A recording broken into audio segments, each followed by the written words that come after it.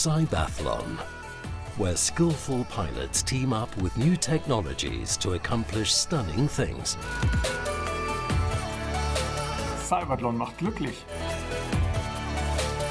우리가 포기할 수 있는 일들을 가능하게 만들어줍니다. Wir treten mit und gegeneinander an. Teams from countries around the globe fight to win the competition. Which team will present the smartest technology? And who has the best pilot? CYBATHLON competitions include 8 disciplines. They all call for skill, precision, concentration, and endurance.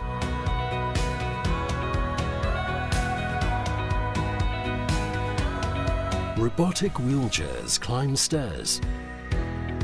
Prosthetic arms feel out and pick up hidden objects. And exoskeletons let paralyzed legs walk again. Intelligent assistive technologies help simplify the everyday lives of people with disabilities. Technology, competitive spirit, emotions. CYBATHLON is all of that.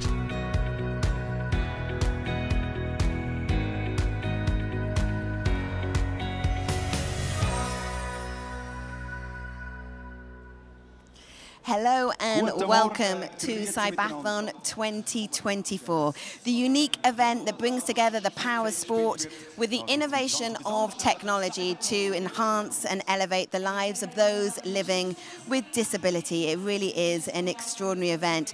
The competition runs across 3 days. We're on day 2. There's 8 disciplines, 67 teams from across the world. Now, the idea originated from ETH Zurich. That is the tech university in the heart of the city. And we'll be speaking to their president in just a moment's time. And if you follow the skyline, the tree line, you'll find us here at the Swiss Arena. Usually the home of the local ice hockey team of Cloten, but for this week it has been transformed into the CYBATHLON Arena. And it really is a global event. It's bringing together sport, as we mentioned, and everything that entails, but also teams, and they're coming from over 20 countries from around the world. And in the spirit of inclusivity and sustainability and equality, they have the option of competing here in Cloten, on the track, or from their local hubs, wherever they are in the world, be that Seoul or Vancouver. You are in for a treat. We had such extraordinary action yesterday, and there is more to come today. But for now, I'd like to welcome the president of ETH Zurich, Joel Mussel. Joel, come in. It's lovely to see you. This is such an exceptional competition. There's so much emotion because there's so much human spirit at the heart of it. How did it even come about as an idea that ETH Zurich backed and grabbed and brought to life? Yes, thank you for having me, and we are very proud of this event. So it all started 8 years ago. And you know, a university has the mission to serve society. And with all what's happening, we wanted to have events where we can quickly translate our fantastic technologies that we develop in our universities. You know, ETH is one of the top 10 universities in the world to the society. And we have the mission to serve society, but not only the wealthy in our society, but also the weakest. And that's why we decided, let's have a competition, international, to see how our technologies can help people with handicap. And that is how it started. 8 years ago, we had in 2016, 2020, that was very difficult because it was COVID time.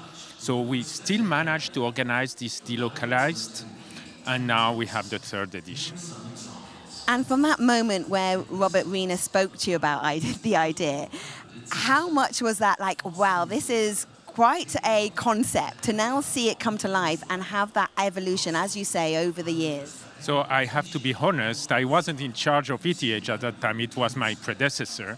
But of course, we discussed already at that time, and my predecessor was so enthusiastic about the idea, and I think this is one of the best events that we organize in Switzerland and worldwide. Being a part of it and being up close and personal to it yesterday, there feels so many benefits. There feels that it benefits obviously the pilot, athletes, and they're known as pilots in this series, and their own advancement of how the assistive technology may support their lives. It seems that it helps, obviously, the students and what they're working on. Just fabulous to be involved in such rich technology that impact the lives of the pilots, but everyone around the world. Like you say, this has such an impact for good. Absolutely. We have different goals that we want to reach. For once, it's directly for the people with handicap, but we want also to motivate our students to study at ETH and to have an impact, and this is what they want. And you know, we organize this with volunteers. There are thousands of volunteers that participate in the organization, and there is another effect. We combine this with industry. So the industry is also part of this event, and so we can accelerate the transfer of technologies to society. Knowing it has that far-reaching impact, how big can this series go? What are the future plans? So the future plan, my dream is to have it to become like a competition that is truly international, where different countries can compete to get the CYBATHLON in the next 4 years in a different country. We are in discussion with several countries. It's coming well. Because there is also the added benefit that I think it actually enriches the understanding of people with able bodies as well, to know the different challenges that they front and what can be done and how you can support them and how you can... I think there's something in the MEDS video that really struck home, that this is not pitying these athletes at all. They've made absolute decisions of how to improve their lives, and they're involved in that advancement. This is a very important point to increase the understanding of what it means to live with an handicap. And so, for example, think about the architects. They need to build the newest building, taking into account this point as well. So they are also involved, construction and technology. So this is a big story. There's so much at the heart of this series. There's so much good to come out of it. We saw so many athletes yesterday, as I mentioned, they are called pilots in this series, that are there really to inspire other people. They are not almost thinking about themselves. We saw a situation yesterday where one of the pilots fell on one of their obstacles, and he said that was really useful because that's how they need to develop the prosthetic to help those living with the same condition. And I think that is really at the heart of it, how much good. I just can't emphasize it enough, to be up close and personal to it. It looks like you're seeing something in the future, but it is happening here in the present, and the good that can come out of this is just so far-reaching. And you know, yesterday we had a special day for school kids, and they were so excited to see. So we are preparing also the next generation for these challenges. And this is, I just want to mention, this is one of several initiatives that we are launching. We have similar events in the energy sector, in the climate change, we are with ICRC in the refugees camps. So this is the way universities have to develop in future. And that's why you're in the top 10 universities in the world. Exactly. Joel, enjoy the event. It's so extraordinary, and it's so wonderful to hear why it's so important to you and to ETH Zurich. Thank you so much. Right, we mentioned that we had such a great day yesterday, so many events, 5 disciplines. Should we remind ourselves of the highlights? It was a good one. What an amazing day it has been. The CYBATHLON 2024 got off to a flying start, and we were treated to some truly moving moments, nail-biting races and fascinating technologies. And because it's a sporting competition, anything can happen. Oh, so close. But when you've completed your task, under that immense pressure, there's just pure joy. Complete. We missed Bertha finish as well. Such an ecstatic. And for everyone, even our commentator, it's absolutely thrilling to watch the competition. How we cope with the pressure, the stress, our blood pressure, Adrian? How are we doing? You good? I'm good. I'm starting to sweat here. It's hot up here in the commentator's box. In the Arm Prosthesis Race, the incredible Min Shu from China is leading the competition. The pilot of the hands-on team had an absolutely incredible run yesterday. She scored an amazing 90 points in just 7 minutes. And right behind the Chinese is an Italian trio. Salvatore De Chilis has 80 points on his score sheet, and there's a very good chance that Pioneer Labs 1 will be in the finals. Filip Barlushka and Chiara Storchi are currently ranked 3rd and 4th. The Italian teams are on tenterhooks, waiting to see what will happen in today's Arm Prosthesis Race.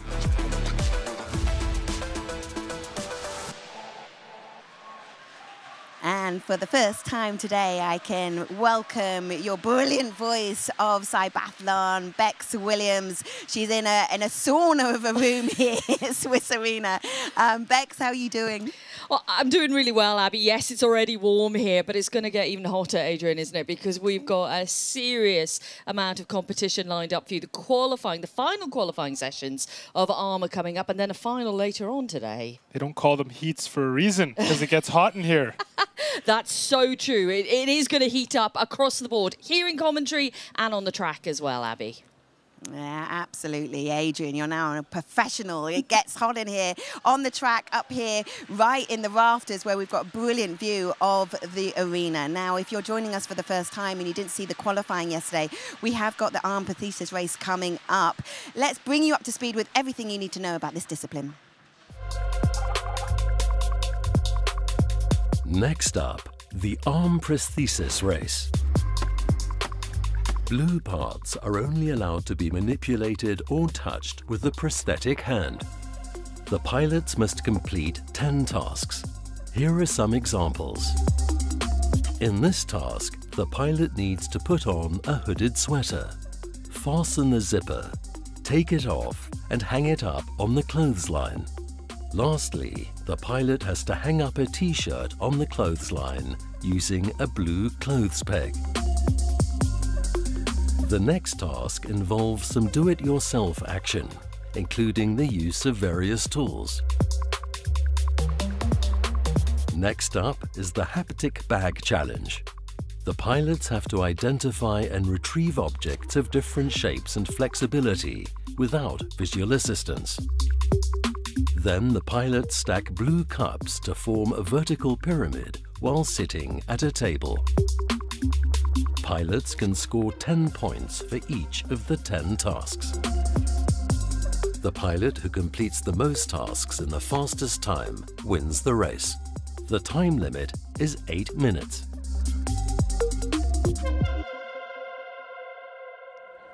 Now you know how it works. The athletes, the pilots are walking into the arena, and this is such a big moment. And they've been practicing, some for years. Some competed in the last CYBATHLON, so today is when it all matters, and they need to get through to that final. So Adrian Esser and Bex Williams, it's all yours. Thank you very much, Abby. Well, Adrian, here we go. A few moments before the action begins on the track. What are we expecting from qualifying this morning? 4 new teams vying for a spot in the finals. We have CYBANORTH with us from Groningen, Netherlands, Team Mia Hand, Cybertum and Bionico Hand. And we got some strong teams here. We do. I was watching them training earlier. Let's take a little look at the map and see exactly where they're from. Arm Prosthesis qualifying race then. This is qualifying D. Let's take a look at our teams. As Adrian mentioned, we've got 4 teams ahead. CYBANORTH, Mia Hand, Cybertum and Bionico Hand are going to be represented here. Let's find out a little bit more about the pilots who are trying to qualify for the final. On track number 1, we welcome from the Netherlands, Team CYBANORTH and pilot Bert Pot.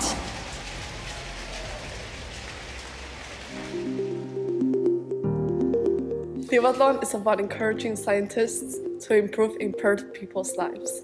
We are a multidisciplinary team of around 25 students from biomedical engineering, mechanical engineering and other fields. We have 4 teams: safety, logistics, technical and communications. All working towards one goal: improve every day life.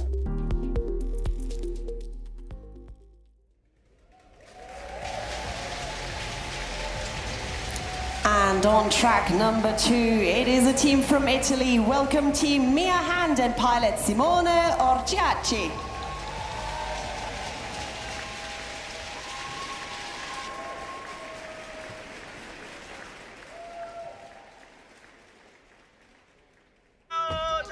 Ciao, vi siamo noi! Allora, mi chiamo Simone, ho 60 anni e vengo dalla Toscana.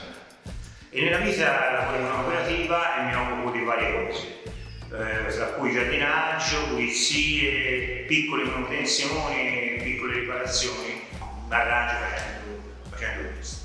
We have been working with Simone since a lot of time now. He's an expert in the use of upper limb prosthetics, as he was using also other prostheses in the past. And we use this information in order to improve Mia hand functionality. Together we are a very good team and very motivated, so we really look forward together to the competition.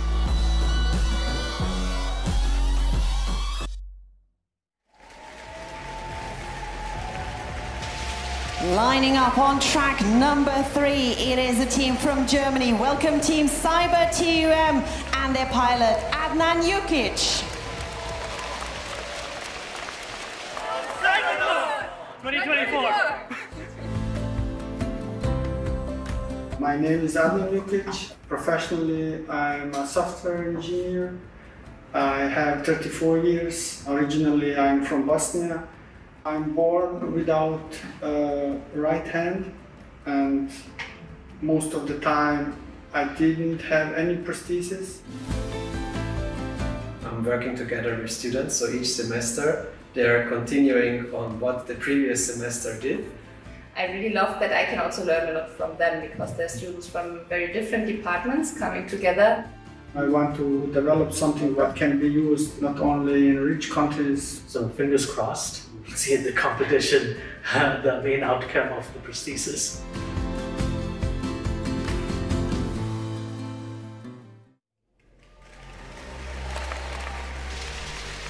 And completing this next qualification group on track number 4, we welcome from France team Bionico Hand and pilot Nicolas Huchet.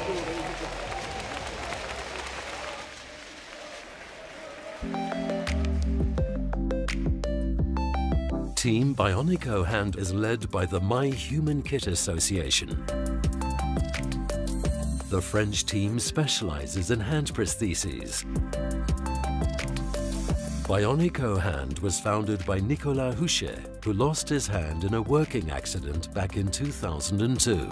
Instead of buying an expensive hand prosthesis, he decided to create his own hand and then make the prosthetic hands accessible for anyone who needs them. There is even a user manual to repair them yourself. Now Nicolas and his team are all set to succeed in the CYBATHLON 2024. So there are your pilots then for this qualifying session in the Arm Prosthesis Race. Good atmosphere already here in the Swiss arena as we get underway. We're taking a look now, Adrian, at the tasks ahead of the pilots, and that is task 1 in front of them, the carry bottles task, which adds its own challenge into the mix. Oh yes, so in this challenge, the pilots have to load the carrying case with those bottles, move it over to the other side, and then pick them up. And this is particularly challenging because 1, that case together is about 4 kilograms. It's heavy, and these hands have to be able to close and carry that case without dropping it. But 2, when they unload those bottles, they also are restrained by the shape of the case. So they really have to go in from the top and pinch the caps to bring them out, and we're going to see some teams struggle with this today. And as you mentioned, some of them are different weights. You know, some bottles are heavier than others, so that adds its own challenge. We move on to the next then. This is serving food. This caused us to whoop and holler a little bit yesterday because there are some moving objects here as well. So you have to have the stability with the frying pan here, or else those lovely tomatoes, not quite tomatoes, they're balls represented there, would be on the floor. They roll around and they create some dynamic disturbance. So when you lift that pan, those balls can roll around and tilt and add weight in different spots. They have to move it to the other table, and inside there's also a casserole dish with 5 or 6 balls, so it's also heavier. And the challenges just keep getting tougher. We move on to storing dishes. But it's not just storing dishes here. The pilots have to pick up these very small items, the utensils, knife, fork, chopsticks. Whose idea was chopsticks? Chopsticks. And we put the narrow sides up, so it's even harder to grab the tips of them. We've got 1 minute till we get underway on these disciplines. You'll be able to see all of this in action. So the pilots have to carry these items and store them on the shelves and in drawers as well. And we've seen some different tactics as to how they've done that over the past few days. And I love the fact that tactics and strategy comes into it all, because it is not just about moving these objects. It's thinking about the most efficient way to do it. We're not too far away, Adrian, from the start here, I believe. We are ramping up the atmosphere, ramping up the whole vibe. You can see the countdown, less than 20 seconds to go now. And it is Cyber North that will be first to tackle these disciplines. And, you know, for some of them, this is, they may bypass tasks that don't suit them maybe, or ones that they know are particularly tricky that they really want to have another go at. Yeah, so the best athletes here, the best pilots have practiced, and they know the capabilities of their prosthetic. They know what it can and can't do. So we see Bert here skipping the first task and going straight for the serving dishes. Oh, but he forgot the frying pan. He forgot the frying pan. That's a real shame. That's so, okay. Talk to me about the prosthetic that he is using. Yeah, so it's actually interesting. You see that this prosthetic hand only has 3 fingers. Yeah. And the team from Groningen, they actually analyzed the tasks and they came to the conclusion that they only need 3 fingers to solve all of the challenges here. Okay. So they didn't make any more. He's dropped the cup. Unfortunately, that is a task. That would be a task fail. He'll move on. Skipping laundry. And he skipped DIY as well. Okay, so but he's going for the bottles now. Yes. So what you need to do here then, the blue bottles represent the items where he has to use the prosthetic. Yes, exactly. So here he has to grab the cap with the fingers, and with the other hand he may hold the bottom. And same for the bottles. The blue area stabilize the blue area with the hand. Yes. And so this challenges them to do the twisting motion both with both hands, right? Yep. Let's see the tactic here with this bottle at the end. The cap is stuck. He can't get any purchase on that top, unfortunately. Okay.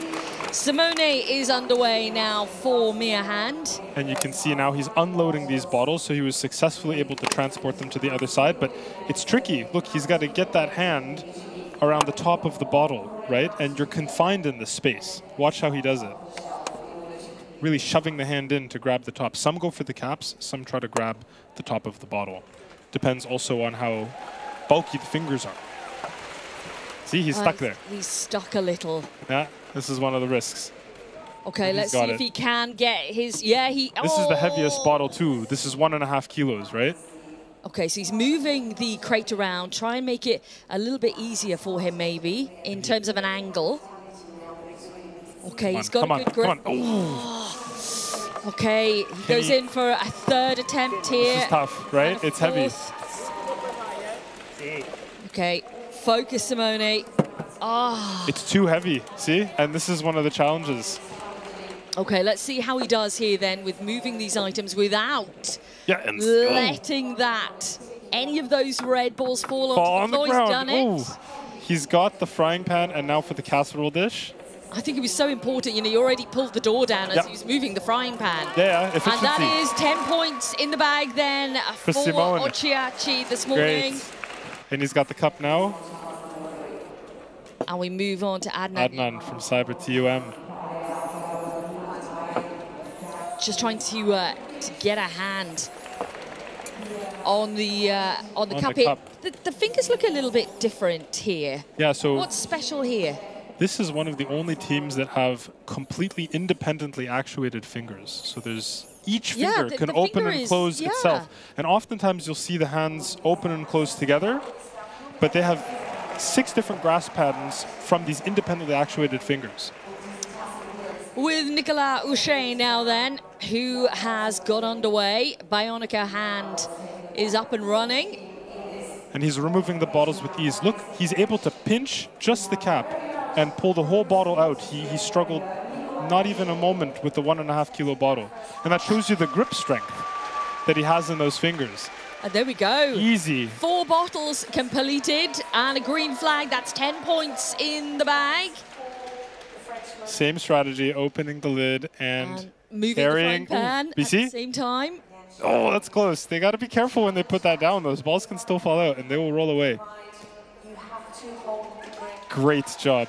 And he's doing it with ease at the moment, isn't he? 20 points in the bag, and it looks like he is completely unfazed. The cup stored successfully. This reminds me of Min's focus. Yeah, absolutely. Minshew, who qualified so well. We have a challenger here. So we've already had qualifying sessions in this discipline. So to be able to now to qualify, they have to get 50 points. But we're hoping to see a perfect score from someone out there today. That's what we want to see. Bert has finished. Bert has finished. Unfortunately, no points in the bag, but he's got his mascot alongside. Bert is here with Bert from Sesame Street. Big Bert, mini Bert. Okay, we're on to the hot wire now. And to be honest, this caused us a little bit of a blood pressure raise here in commentary yesterday as we watched them make their way through. This is looking good. We're right at the end section here. Oh, beautifully done for Simone. Very confident. And Simone with 40 points only needs these two more to qualify for fourth place. I watched Tim training with this item earlier, and what was interesting is that, you know, his team were kind of giving him advice, and he was like, no, I do it this way. I do it this way. I do it my own way. Let's see how successful he's going to be on that sector. Jukic moves on. Skipping the haptic bag again, the most difficult task here, and moving on towards the hot wire. The hot wire. Let's see it then. Now be careful about this wire. He can grasp the metal part to position the handle within his hand, but he may not touch it while he's navigating the hot wire. So what is that metal section there that he is putting back onto his hand? It looks like a hook of some sort. We might have missed it earlier, but they might have used it to help with the zipper or to brace one of the other objects. And we're off. Hushe as well in the corner, moving on to DIY. Yeah, he's got 4 tasks passed. 40 points in the bag. Perfect score so far.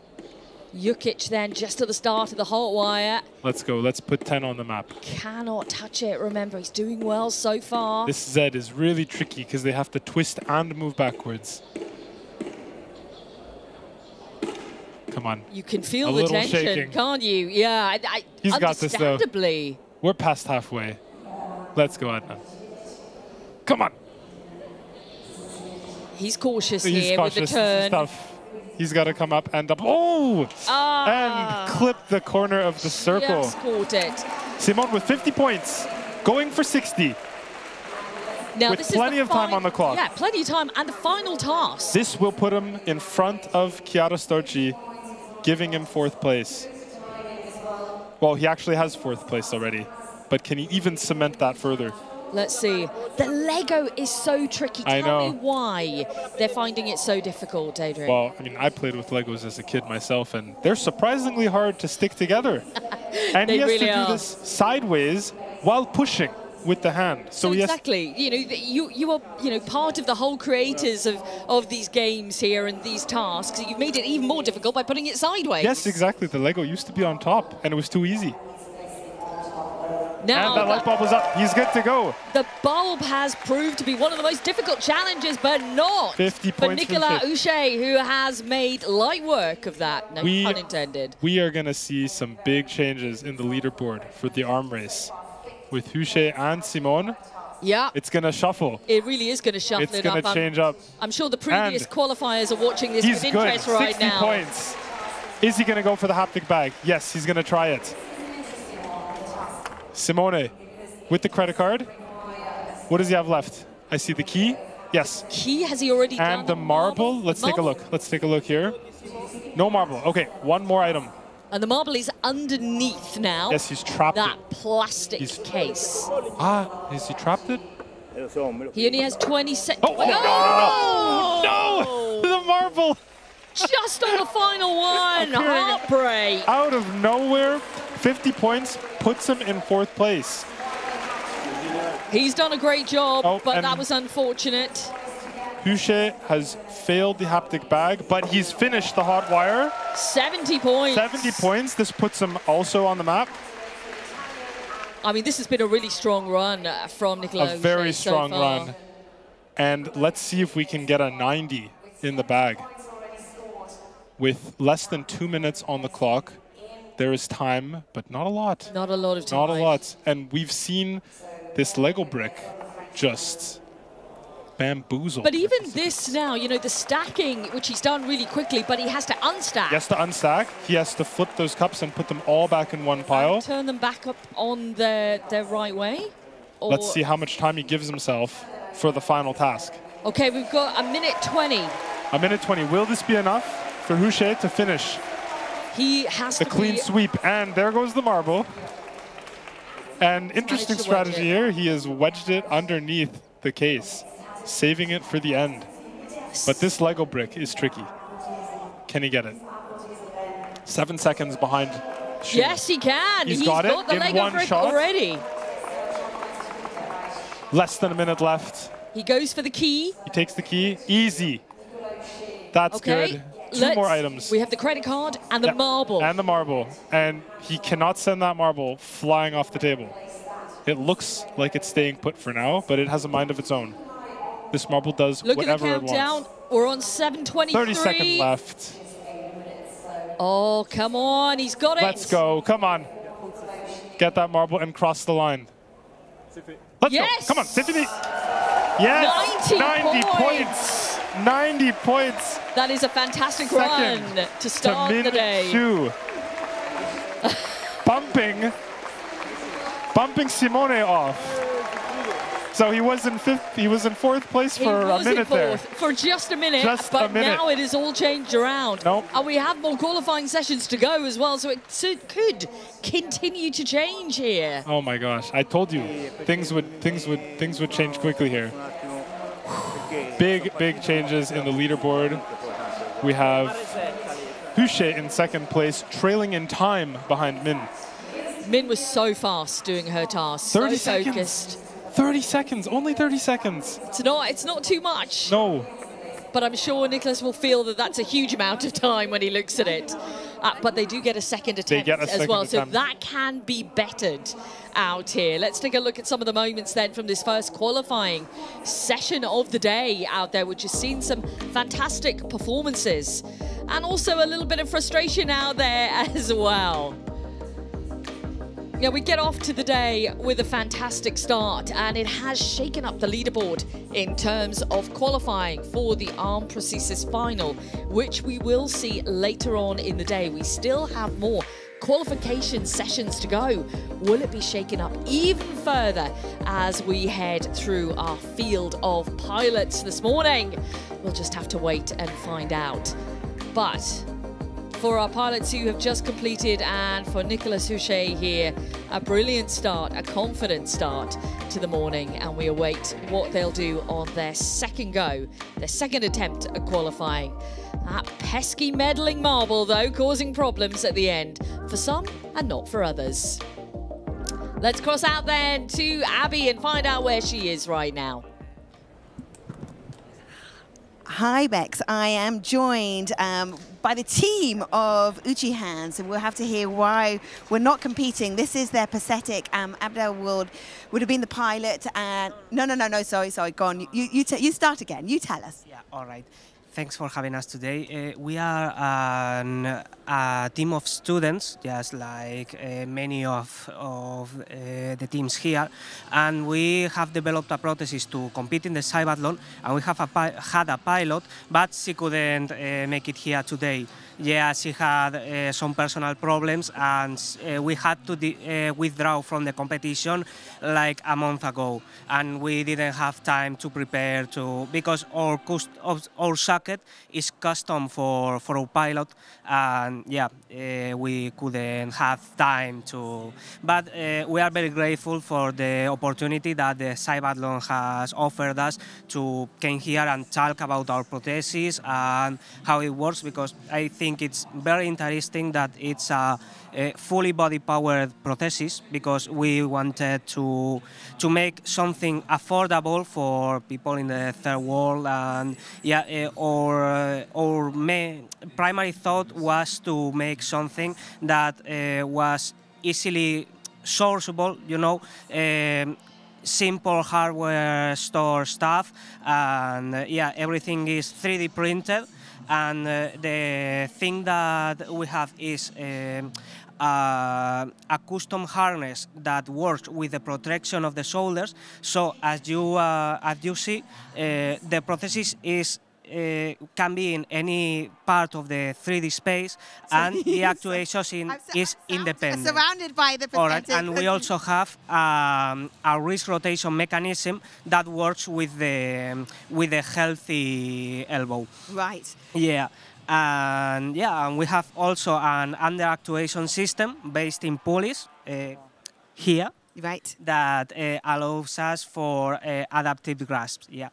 Now, Miguel, you're the team don't manager worry, of this, and I'm sure there's such huge disappointment that the pilot wasn't able to compete. How long has this been in development? Well, we started to work on it 3 years ago when a cathedra, I don't know how the name is in English, but a part of our university that works helping form teams, student teams on the university, helped us start the project. It's called the Cathedra in Crea, and we are very thankful for the help that has provided us here, and also the help from the biomechanics and ergonomics group of investigation of our university that the professor in my job here is part of it, and has also helped us a lot designing the prosthesis. But yeah, it's mainly made by our group of 6 students. Yeah, we are a very small team, and we worked a lot in making this prosthesis, and we are very proud of it. It's brilliant that you brought it here so that we can see it and you can explain it and you can showcase it and say, you know, this small team has brought it to life. What is your involvement in the project? My involvement? I'm the professor supervisor, yes, and all the things that they need, I try to provide them. And keep them in check, I'm sure you're making sure that it's all working smoothly, and I hear the disappointment not to be here, but can you get inspiration from the other teams, because it is a sporting event, but everyone seems to be sharing ideas and innovation? Of course, and we are here trying to share the experience with all the teams here, and yes, it's. Has it been a good experience for you as well, Abu? Si me lanzo a hablar en castellano. I won't put you on the spot with your Spanish. Que si te gusta la competición, que si es una buena experiencia. That is enough. Well, thank you so much. Really appreciate you coming to showcase and explain how you've been developing this, and I hope that you will be back next CYBATHLON. Thanks a lot. Yeah. Okay, thank you all. Let's hear from Bex Williams now. Thank you very much, Abby. We are ready for our next qualifying session, so let's take a look at our teams that line up here. We have 3 teams to showcase. Smart Arm, Arm to You, and Touch Hand will be forming this qualification session. Let's learn a little bit more about the pilots. On track number 1, clearly a crowd favorite here from France. We welcome Team Smart Arm, and Christophe Huchet. The Sorbonne research team specializes in arm prostheses for transhumeral, above the elbow amputees. This is Christophe Huchet, their pilot. Bonjour, je suis Christophe, je suis le pilote de l'équipe Smart Arm. Christophe Huchet is a former professional swimmer and he was born with an agenesis of the right arm, including the elbow. He participated several times in CYBATHLON. In 2022, they won the CYBATHLON Challenge. Sam is an arm prosthesis dedicated to the complex needs of transhumeral above-elbow amputees. People requiring an above-elbow prosthesis are dealing with the control of the hand and the complex control of at least 2 active joints.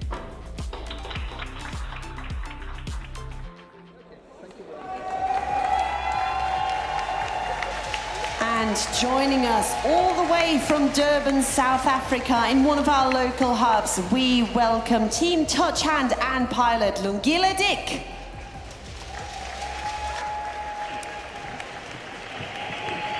Touch Hand is a South African team. The pilot, Dick Lungile, lost his hand in a workplace accident 15 years ago.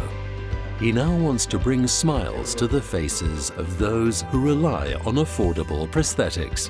We're looking at low-cost affordability and the functionality of the prosthetic device. We often find that many prosthetic devices cost a lot of money and therefore not being able to be afforded and be used by the normal person within Africa, within low-cost communities. So that's our goal, to make a difference in their lives and make a difference to the way people live. At the CYBATHLON, they'll be launching an improved version of their 4th prototype.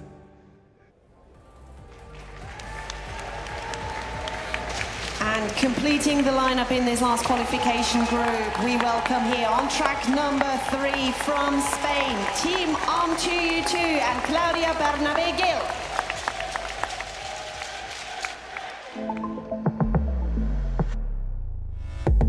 I'm Claudia, I'm 18 years old and I am from Barcelona, Spain.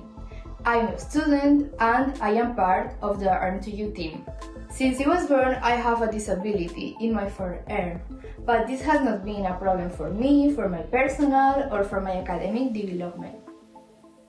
We're very happy to welcome Berta and Claudia as our new team pilots. They have been very helpful with us, coming to the lab each day that we asked of them to be able to adjust all the minor complications we've had with the control or dimensions of each prosthesis.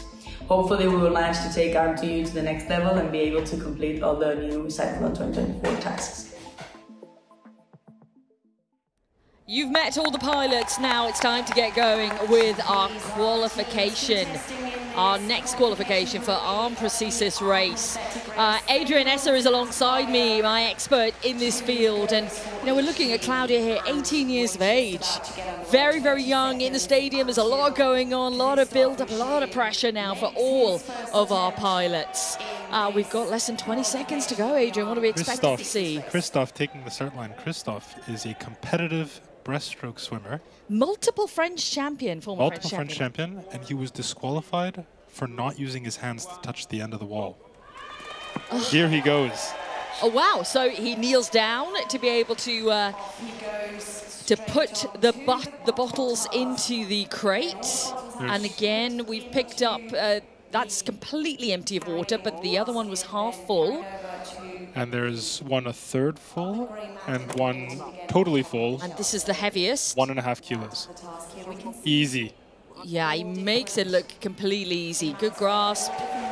Now he has to pick up the crate and move it over towards the next shelving system and take all the bottles back out again. Yep. And that's where we found the trickiness with some of them, is actually getting that grasp inside the crate, Adrian. But we've already seen he has no problem here pinching them by the caps, and his gripper is strong enough to hold the full weight of the heaviest bottle. So I don't think we'll see any issues here. So this task is really showing off to, you know, the prosthesis at its best right now in terms of the heavier lifting and the grip enabled. Yep. The heaviest one is out. Is out, easy.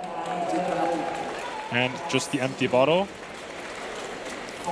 And so in our remote location in Durban, we are underway as well. Good job, that's 10 points. In the bag. And he doesn't have to open the handle with his hand. Okay, let's take a look here Oh, at a interesting. very different tactic. And they have a hook installed to hook the bottle. And this counts as long as it's part of the prosthesis. And we saw this yesterday with some of the pilots using different things as part of their prosthesis, you know, an attachment, let's say. And as you said, as long as it is part of the prosthesis itself, it is allowed. Yes, and this is working beautifully. At the end of the day, this is also a competition, right? So teams here want to do whatever they need to do to finish these tasks. Different approach from the teams in solving those everyday. Fascinating. Okay, it is fascinating. But it's still very heavy. Complete here. I mean, that weight goes also into the socket, right? So the arm has to stay attached as well. Okay, and now he has to then lift the entire crate, which he uses his hands. He uses the hands for this. Has moved straight on to the Good job. second task. So it's heavy, it cannot touch the ground. Well done. Yeah, he's well done. Skirted along the ground, but it hasn't touched. No. Talk to me about his prosthesis, because we're seeing, they're all very, very different. But what are we seeing with touch hand here? So we're seeing with touch hand also an EMG controlled device. So he's using myoelectric activity on the arm to control the opening and closing of the prosthesis. A passive wrist though. So you might see Lungil adjusting the position of the wrist as he approaches the different tasks here. Fully battery powered. Oh, see, here we go. He just did that. He modified the wrist position. And this prosthesis is actually also internet enabled, so they can monitor and diagnose it remotely. A big selling point for distribution of the design. Yeah, absolutely, I would say. Oh, but he looks... He looks as if he's struggling a little here. stuck here. We're coming back onto the arena floor here in Cloten in Zurich to watch the Spanish team having the hot wire here. He's hooking, trying to get 2 fingers under and 1 over the thumb on top. And as we can He's got a good grip. Is it solid enough? He's testing. Before he gets underway. Yeah, before he starts. He wants to really make sure he's got a solid grip because he cannot let go at any point in time. Oh, the shaking. Is he going to go? Is he going to go? He's going to go for it? Yeah, he is. Yeah. Okay, we're He's underway. Hold your breath, everybody. Let's see if he can make it through. Christoph here to the end without touching the hot wire. Oh, he's shaking. But he looks good. I don't want to say anything or jinx anything so far, but oh, no, it is coming around this so corner the of the turns Z. are the most difficult then, yes? And he's controlling this again with EMG. So with contractions of the muscles, he controls the wrist. So this is an active wrist. He doesn't have to move it with his hand. He's coming down. He's past halfway. But he looks like he's actually getting more confident. The further along he goes, we're speeding up a little bit towards the end, aren't we? And the more stable his hand appears to be. And it looks like he's got this one in the bag. Almost there. One more turn. One more turn here, and he is off. He's done. He's done. Let's go. 10 points in the bag. Let's go, Houchet. 40 in total. On to the cups. You can see it is electric. The team is behind him, cheering him on. 2 more tasks. And I think that's the important thing, you know, the whole spirit of the team behind you, the spirit in the stadium, it's really ramping things up. Let's get back then this is to very Lungil here. There seems to be now a slot. And we're back on the arena floor with Claudia. Claudia on the last challenge. Let's watch what happens with these items. Arm team. Is she going to flip the tub over? She has to be very careful not to send anything flying. Yeah, and the marble, obviously the trickiest one of all in that tub. She seemed, she's flipped done it over. it. Okay, and everything appears to be under the tub. Now she's going to move it, and we're going to see what happened. Oh, and there goes the marble. It's on the run. It's on the run. Right at the end. Oh, just, get it. Keep it under there. Keep it under there. Yeah. She's done a good It's job safe. there. It's safe. That was centimeters away from falling off the edge there. Bex, Okay. this is going to take a year off of my life. I'm sure it is, Adrian, but I'm loving seeing you getting so worked up here. I'm on the edge of my seat. Okay, Claudia. First task, she's picked up the credit card, has to put it into the card reader. I really want to see Claudia get 10 points here. One out of 4. Let's go. Berta cheering her from the sideline. Yeah, that's fantastic to see our other pilots cheering on. Okay, we're with Hussein now, also on this sector. He's going for the toughest one first. Marble first, but it's moving. It's got a motor inside of it. It just doesn't stop. Oh, he's got the marble.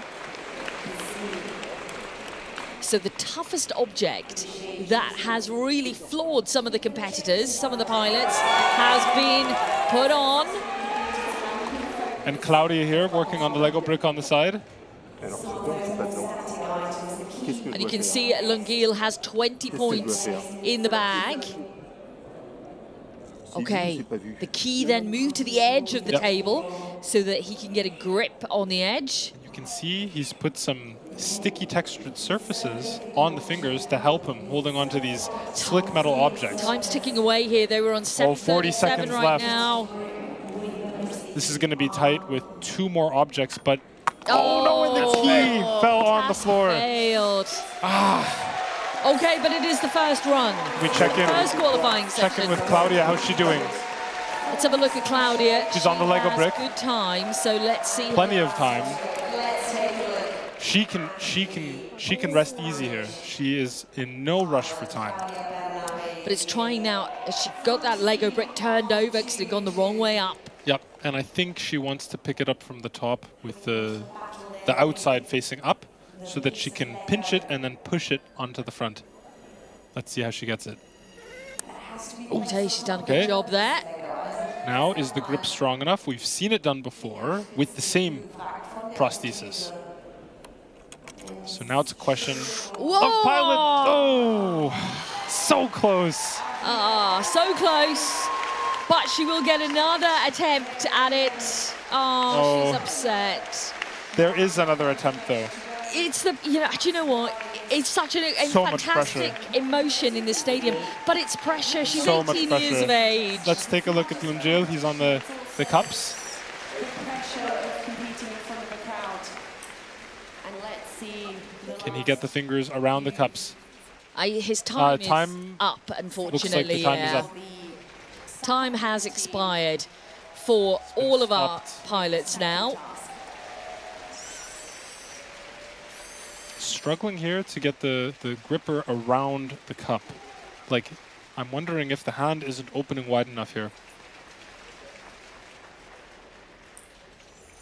He moves it to the side and then comes back to take another attempt. But yeah, like you say, he does seem to be struggling with that. It seems as if the fingers aren't quite opening up enough to get around the cup, right? Yeah. No, Question unfortunately not. We're going to take a little look at some of the moments then from our qualifying session because Lunguil time is completed. He's just trying to have a go and see if he can get any purchase on those cups. But we'll take a look back at some of the moments here from this qualifying session.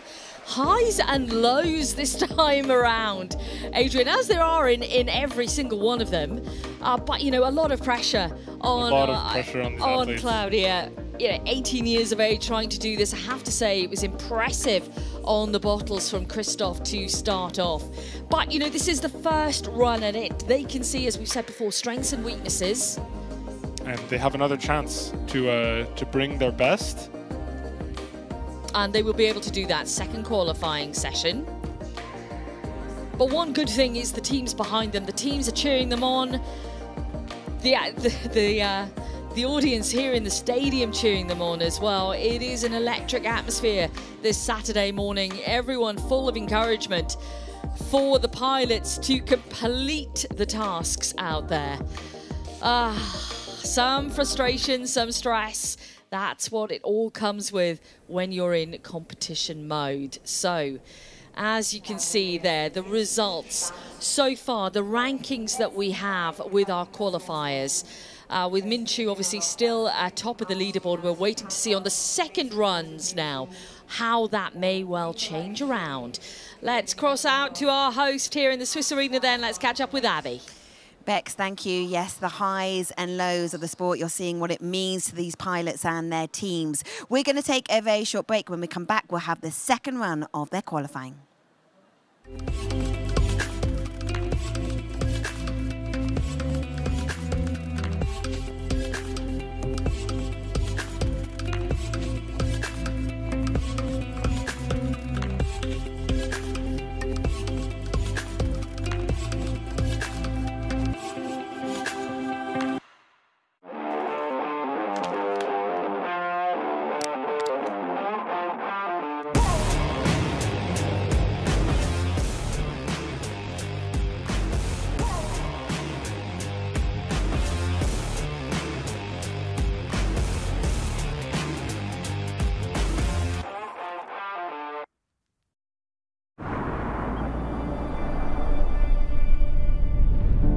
Mein Name ist Michel Fornasier und für mich hat die Zukunft längst begonnen.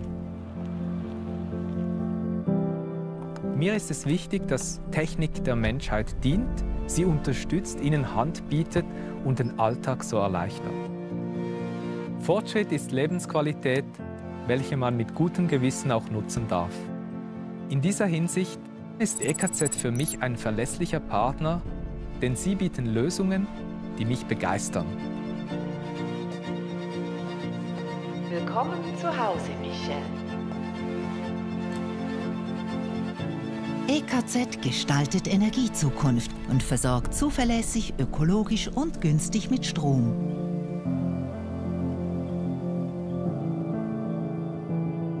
EKZ, stolzer Partner des CYBATHLON.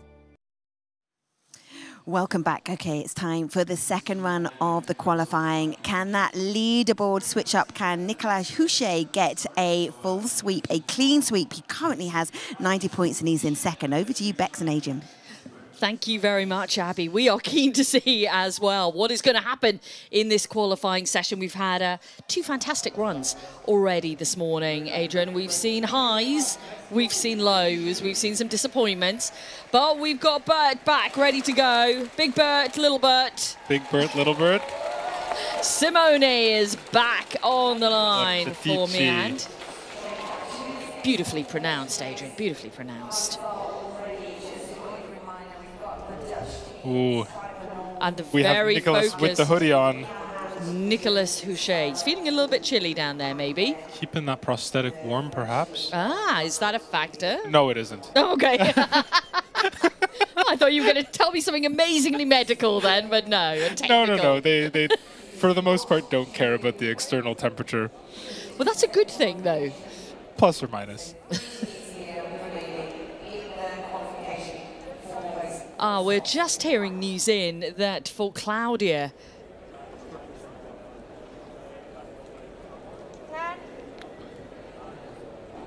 Sorry, ignore all of that. Ignore what I was just saying. 5, 4, 3, 2, 1, go! Bert is off. Bert told me. Yeah, go on. He told me that his primary goal here is to come to CYBATHLON and show his granddaughter how cool he is. And what an amazing job he's done so far. He has. And I think that's such a beautiful sentiment as well, you know. And he is cool.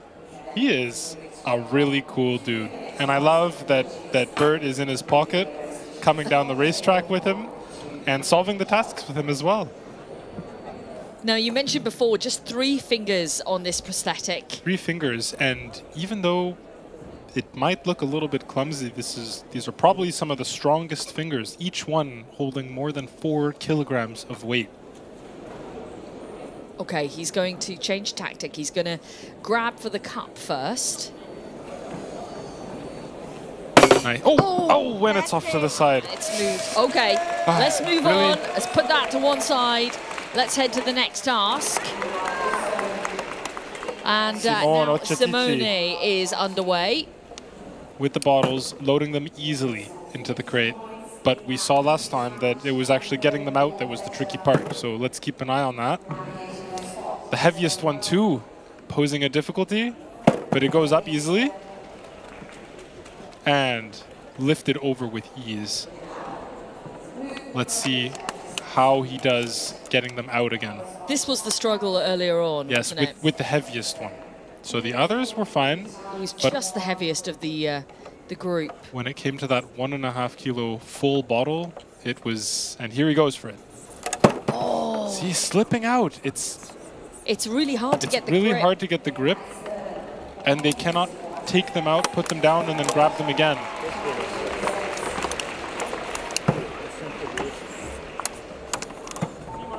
See, really tricky. You have to work in a confined space. They can't dump these bottles onto the ground and pick them up again. That's what I was just about to ask you, actually, Adrian. You know, tactic-wise, could he just tip it upside down and pick up the bottles? He cannot. They have to be taken directly out of the crate. If the bottles touch the ground, that is a task fail.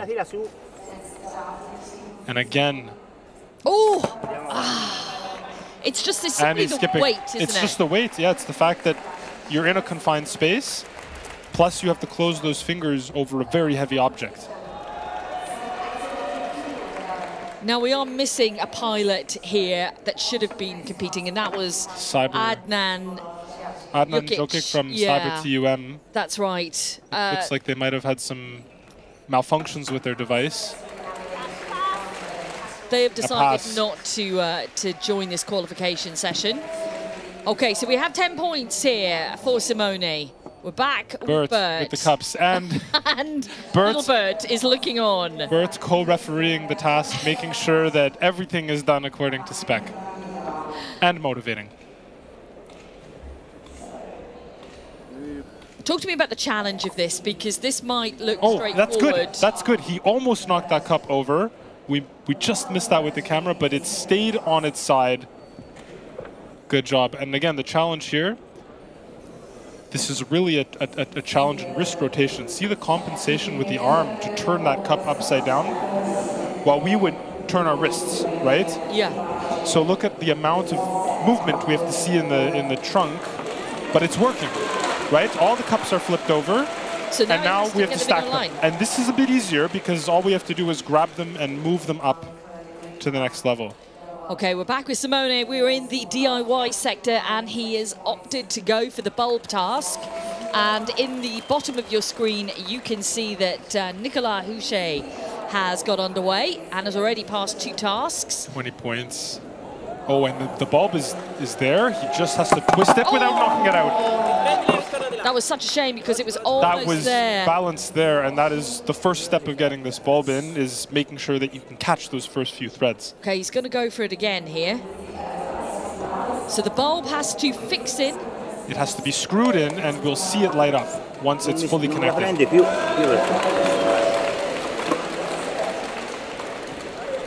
Let's go, Simone. Come on. There is pressure here because he does need now it's in. to complete the tasks to be able to qualify. Yes, that's good. He's good. The support in the audience is just fantastic. Let's take a look then. Now to the nail. Oh, and that nail's still on the table. It's still on the table. He's shaking. Yeah, the nerves here, I'm sure.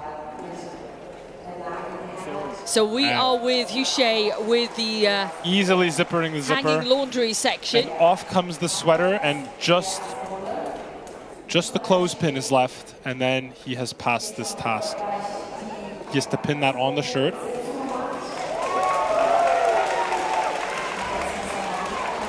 And Simone completed that previous task. And that looks good. And for Houchet, it's another 10 points. Nicolas is off onto the DIY task.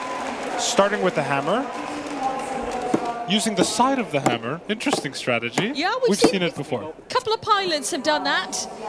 He is 1 minute ahead of Bayona T Split. So he's fastest at the moment overall.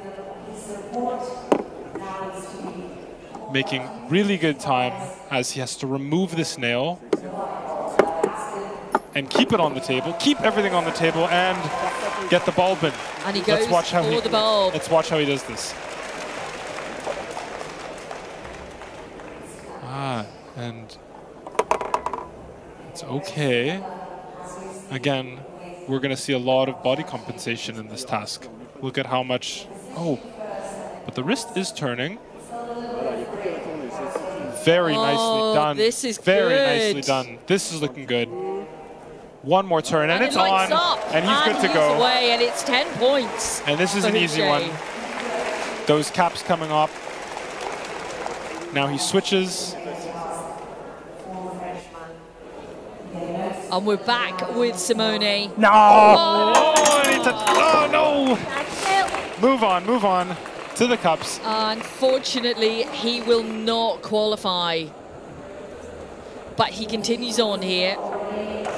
Houchet skipping the haptic bag. And Bart finishing. And amazing job. Completes. So close on those cups. Oh, and Nicholas moving blazingly fast through this hot wire. This is probably the fastest we've seen it done, and you know he's quite so smooth. There's so many different tactics. He's quite far away from it. Some of them will be a little bit closer. He's really extended himself away. Look at how quickly he's making it through this task. Ah, so easy. Still 3.5 minutes left for 2 tasks. This is going to be quick. This is going to be very, very quick.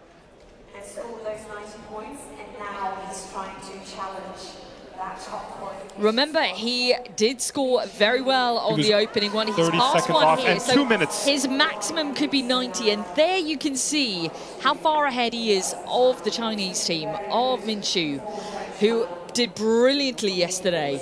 He's got a 2-minute margin to finish this up and do the last task. This should be quick. And quick. Turn it over and let's go. There we go. Let's go. Done. 1 minute and 45 seconds. Flag. And watch that marble. The marble. Quick, quick, quick. Watch that marble. And it's Okay, pinned. he's got it. It's pinned. He's good. He's wedged it. He goes to the credit 1 card minute first. 33. This is a usual with many of the pilots, going for that credit card, maybe the easiest of the ones to tackle on this table. 1 minute 24. Then we go for the Lego block. Remember, he has to push that on and make this sure. on the first shot. Yes, he's got that block in. 2 more items, the key and the marble, with 1 minute and 10 seconds to beat Min's time and take first place in the ARM qualifying races. He is done. One more to go, 1 minute on the Adrian. marble. One more This to go. is quick. This is really, really quick.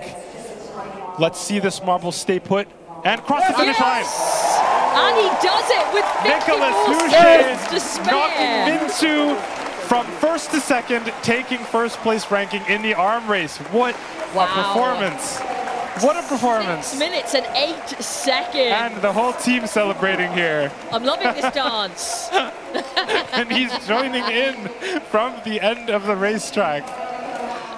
Nicholas Houchet, 6 minutes and 8 seconds. What a quick time. That was Oh my astonishing. God. Awe-inspiring. And Look, he's emotional.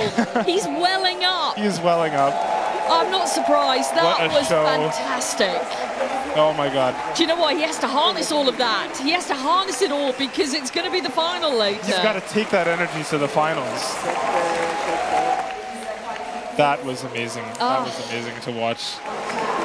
Really was. What a superb performance. Whew. Let's get a little bit of breath back. Let's take a look at some of these moments. The two birds collaborating together here. Simone also struggling with this opening task with the bottles, but still getting huge amount of support from the crowd. I think the hot wire has been one of the most fascinating ones to watch. So quick. Everyone's strategy, whether they're taking it easy or they're zipping through at a rapid pace. I want to see Nicholas's split time on the hot wire task because that was quick. Yeah, that we was can incredibly we'll quick. be able to take a look at that, I believe, at some point. And the bulb lights up, and that final task, which has floored many, but it's a great celebration still, from Bert at the a end. spinning jump from Bert at the end. But wow, and a huge wow this morning. Huge wow from Nicholas. And yeah, you can see the tears in his eyes, what it means. The pressure was on, but he was successful. Let's cross out then to Abby. Bex and Adrian, thank you. We are now joined by Nicolas, and you can see what it means to you. Sorry if I'm a bit emotional. It means that we can prove that when the user is really part of the R&D process, and when you work in a collaborative way, you can make devices that can answer basic needs, and this is what we want to show. So I'm not sure I'm answering the question, but this is my message. And we've seen that in how you have dedicated your life to it and have been involved, like you say, in the development and what this can do really to other people. You go around the world and speak about it, but so much support here, so much love for you in the stadium. And what was the experience like? Because that time, 6 minutes and 8 seconds, takes you to the top of the leaderboard. Yeah, doing it live, it's the thing is, you know, it's about robotic technology for humans, and the difference between robotics and robotics for humans is the human factor. And when it comes to a competition, you know, you sweat, you're stressed, and you make a lot of mistakes, and that's a very big difference. And I hope, you know, like. In the future, the next generation of assistive devices, we will take in account how important is the user opinion, point of view, and imply them as much as possible. Yeah, exactly, being user-generated and having that feedback. But I'm sure it's like you say, it's collaborative. I'm sure that's both ways. How important is this for your team as well? Yeah, I'm very lucky to have a very good team coming from everywhere in France.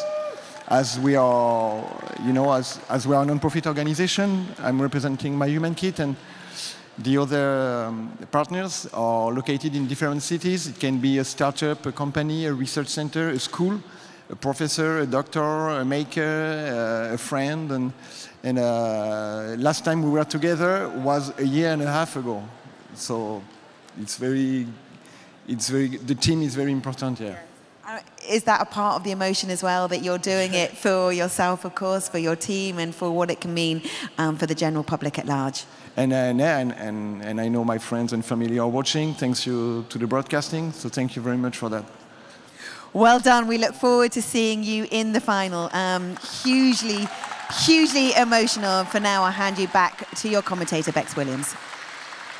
Thank you very much, Abby. Gosh, that was very emotional, wasn't it? And, you know, every word that he said there, so important, Adrian. Amazing. Yeah, I almost feel some tears welling up in my eyes seeing that performance at the end. Nicolas Fouché's Arm is one of the only ones that's completely open source. All of the parts are available, and you can make it yourself at the Fab Lab.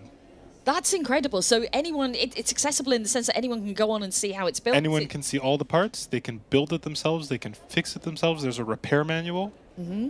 Incredible. Wow. Well, and he talked about that, you know, the fact that he wants to make it far more accessible for everyone around the world. He's doing that. The countdown is on then to the final qualifying session now for Arm qualifying E. Underway. Actually, both French teams are Fouché. They are. Christophe and Nicolas. They are not brothers. They are not related. It's just a common surname. With ease again, just as we saw first time around. But you know, you mentioned it earlier, they have to lift and make sure it does not drop between there and the next post, which he's reached. And some specific tricky challenges here. Christophe has an amputation above the elbow. So his prosthesis also has a completely actuated elbow joint as well.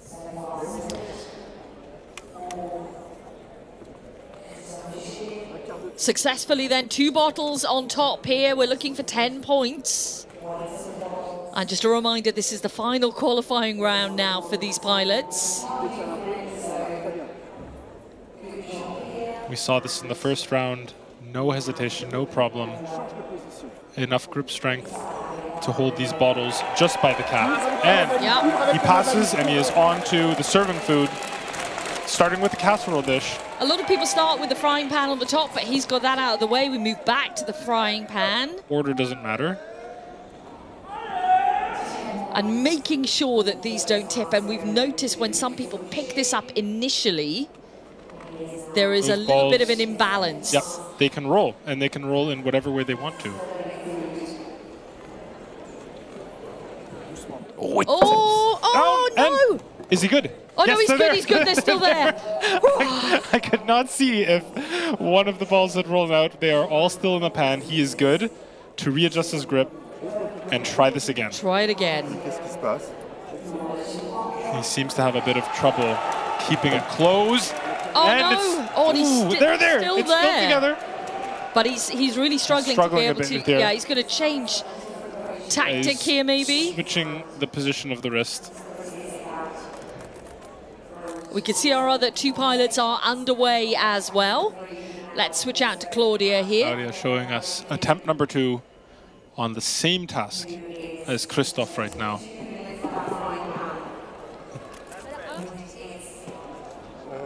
Oh no. Oh no. And it looks like we lost the hand. I don't know. Can it's separated. You can touch your... You can take the hand back, yeah. And I can leave it. Exactly. Thank you. Okay. Moving on. So let's just take a little look at how that happened. He had it. Oh, and it's separated. It's separated. Okay. Issues but he here. Can move on. Yes, yes, yes. And the prosthesis looks to me like it hasn't been damaged in the process. The only issue is that he is going to have lost time with all of that. We're still watching as Still hooking the bottles. Our remote location here in Durban, they have a different strategy. They have a hook on their prosthesis, which is helping to lift the bottles. It's catching the lip of the bottle underneath the cap, but it's still tricky. You can see getting the right angle so that the bottle doesn't slip out. Yeah. And we're on the last bottle. I can't tell. It looks like it also might be the heaviest one, or is it partially filled? This could simply just be. Okay. I think it might be the lightest, or is it the lightest Adrian. one? Interesting. I think that's why it's causing a problem. Yes, because it's not sitting. There's no weight. weight. Exactly. There's no weight to hold it onto that hook. Very interesting. But he manages to gingerly get it out, and it looks like from here, he just has to remove the hook and make sure it doesn't. And make fall. sure that the bottle doesn't fall over. But it's still. Does it need to be upright? No, it just needs to be upright. He can. He's decided to move on anyway to the carry food, the serving the food. Okay, next task then. And we see a little bit of a change here. You know, we're putting on. This is what we saw earlier. Let's see if we stay here to see how he uses this. I have a feeling that this loop will be used to hook the handle of the pan. Okay, so he opens the door. So this we've seen him do in the last task. But we want to see how I want to see how he hooks the pan. Oh yes. Yeah, he's going over, and now he can cantilever and lift the whole thing with reaction forces on that loop. You can just hear his team in the background and saying it's working. slowly, slowly. It's working. It's working. It's working. Oh! It was working. That was really close. It was close. He almost had it. And again, when the food readjusts in the tray, it creates a disturbance. See, he was fine, and then he twisted, and the balls moved. It's all about, trying to keep that stability and have a little bit of patience with it, but it's difficult. It's difficult when the contents are moving around, but this is what happens in daily life. Okay, what are we seeing here from Houchet? So he's taken something out. He's using, it looks like a piece of rubber, again, to help increase the grip of the fingers. And that works successfully. And that's good, and he can stow that away. Okay, and then it's just to take the top off the bottle, so get a grip. Does he have a grip on this cap? Twist the bottle from the bottom. Yes. Yeah, this looks like another 10 points. Green flag. Skipping the haptic 30 bag. points. Here we go with the hot wire. And Claudia with the cup stacking on the side. She's opting to move on. She's going to go for this final task. Yes. And let's watch that Lego brick. Okay, Christoph here we starting go. on the hot wire.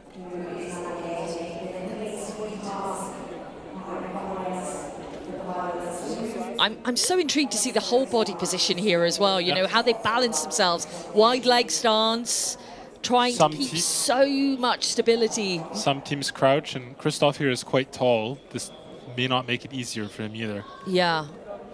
Yeah, that's a very good point. Doing well so far, though. Let's go. Halfway through. His team cheering him on. He looks very steady. Section now as we make our way up around the curve. You're almost there at this point. Don't shake too much. Come on. Come on. Yes, it is looking strong. 2 more bends here. And across and down. And he is finished the hot wire successfully. 40 points. Onto the cup stacking. Time-wise, though, it's ticking down. Tight. It's a little tight. And Claudia. Claudia finished. Yep. So we just have 2 competitors, 2 pilots that we're watching right now. And both of them are simultaneously solving the cup task. Now, we saw it a little bit difficult, didn't we, for but now he has in Durban. He couldn't get a grasp of the cup, but he's managed to change get something. a grasp. Time is up. I can finish. Thank you. Yeah, time is up, but as he's asking, can I continue? He wants to finish it, and it's important to complete the task. Yeah, so they know they can do it. Yeah.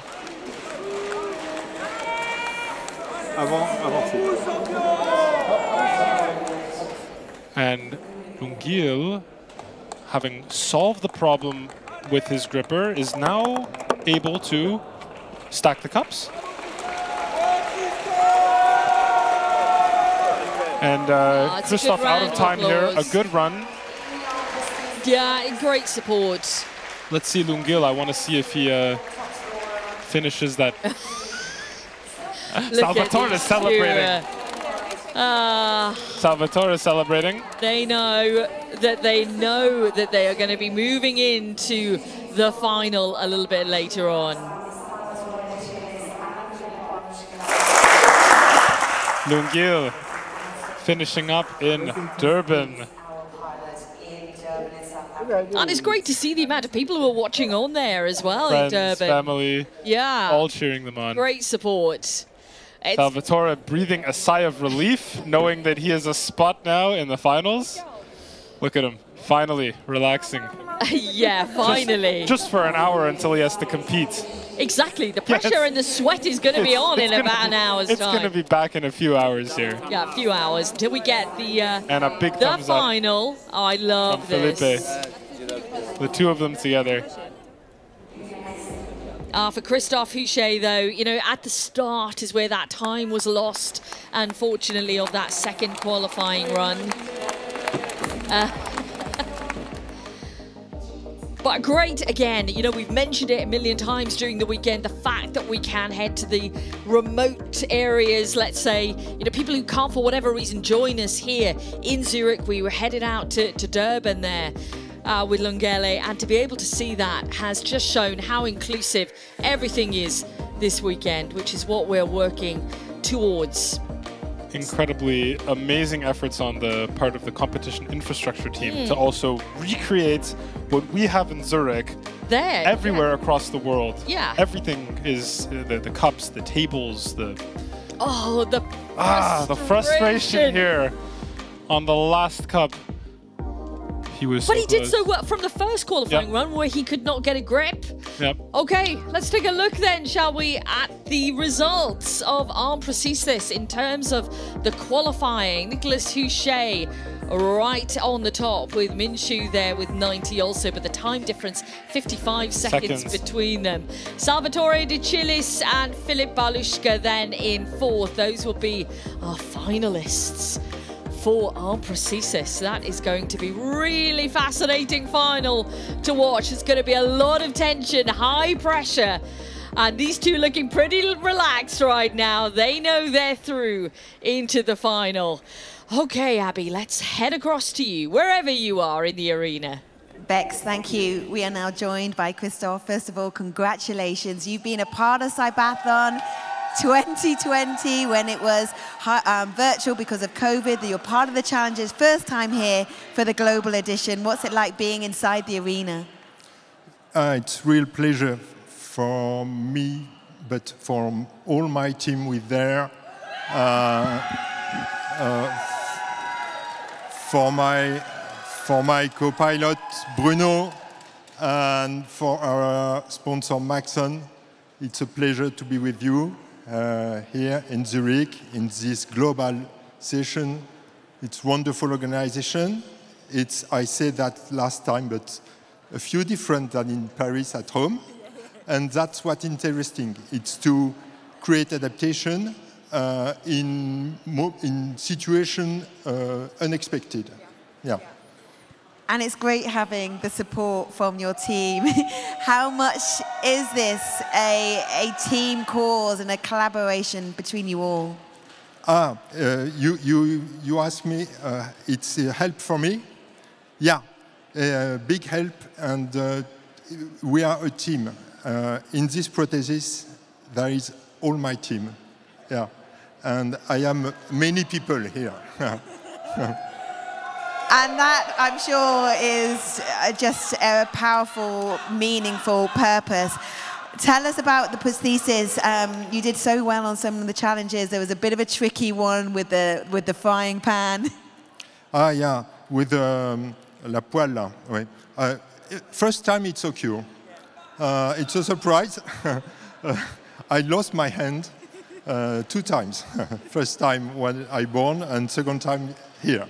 I lost my hand, and I don't know why, but that was a surprise, and we could regulate this problem, but at the final, I couldn't do the number of tasks I hoped. And after I decided to do another task that I never did before, and that was quite okay. How much then is this competition? Of course it's about sport and you want to finish the task, but about development and the evolution of this prosthesis so it can support people who have the same condition? I think for people that are in the same condition, it's a good way to see that handicap can be a nice thing. It's a good way for handicapped people, they dare not accept their difference, but furthermore, I think it's a good thing for parents of people that have handicap, because they can see their children with a wonderful future that they couldn't imagine without shows and sport shows like you do. This event is so emotional, it's so impactful. Thank you for sharing with such beauty and transparency. For now, go and enjoy this moment with your team. I tell you, this event is going to stay with me for a long, long time afterwards. Thank you, Christoph. Bex Williams, I'm going to have to hand back to you while I just take a moment. I think we're feeling the same here, to be honest. Wonderful words there from Christoph, really wonderful. Now, you're back with us, myself and Adrian. We just want to give you a little bit of a clarification on the qualifying session moving forward into the afternoon for the final, of course. So let's go through exactly who has qualified for Arm, Adrian. If we can see our I'm not sure we can see the graphic at the moment. That's great. We don't have it quite yet, but... Just want to clarify that Team Bion IT, with 2 pilots in the top 4, only 1 will continue, which means that Orchatia from Mia Hand will actually take the 4th place seed and move on to the finals, and Salvatore will be in 3rd place. Okay. And Min and Nicholas, of course, in 1st and 2nd.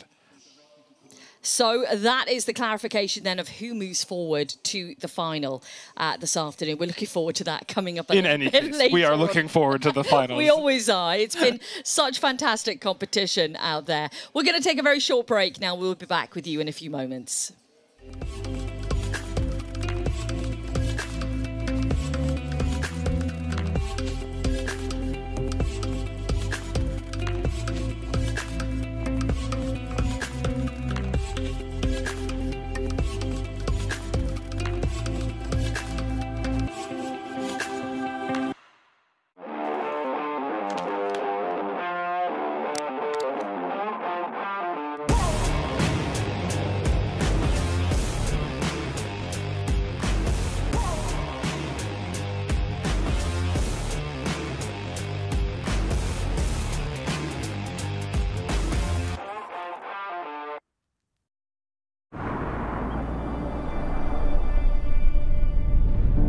Mein Name ist Michel Fornasier und für mich hat die Zukunft längst begonnen.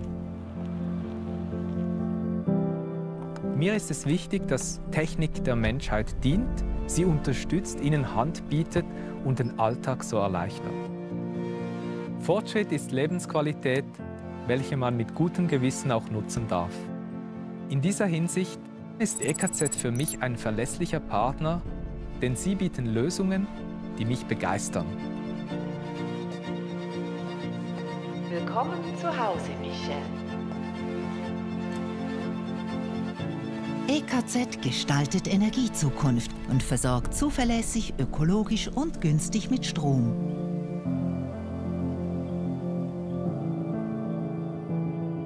EKZ, stolzer Partner des CYBATHLON. Welcome back, everybody. We have just completed the qualification process for the Arm Prosthesis Race. Myself, Bex Williams, Adrian Esner have been shouting over it all morning, but we just wanted to show you the qualifying result and who will move into the final. And just as Adrian was saying a little bit earlier, describe and let you know about that 4th position place. Yep, So, Adrian, as you can see on the graphic here. Just to clarify, this ordering is showing the rankings of the pilots as they've performed in their best heat. Mm-hmm. We do have a rule, though, that going into the finals, we cannot have 2 of the same devices. And as Bion IT Labs is competing with the same hand, unfortunately, Philip will not be able to continue to the finals. So Simone from Mia Hand will take his place. And this is a rule that we had in place to make sure that we see diversity in the finals of the races. Yeah, and that's all important, isn't it? So you can completely understand that ruling. So that's just a clarification for you on what we will see a little bit later. So for now, Adrian, thank you very much for joining me. I'm going to hand over to Abby now. We'll be back in a little while. Bex, thank you. It is now time for a new discipline, BCI, Brain-Computer Interface. So strap yourself in. This is pretty incredible stuff. But let's first of all tell you everything you need to know about BCI.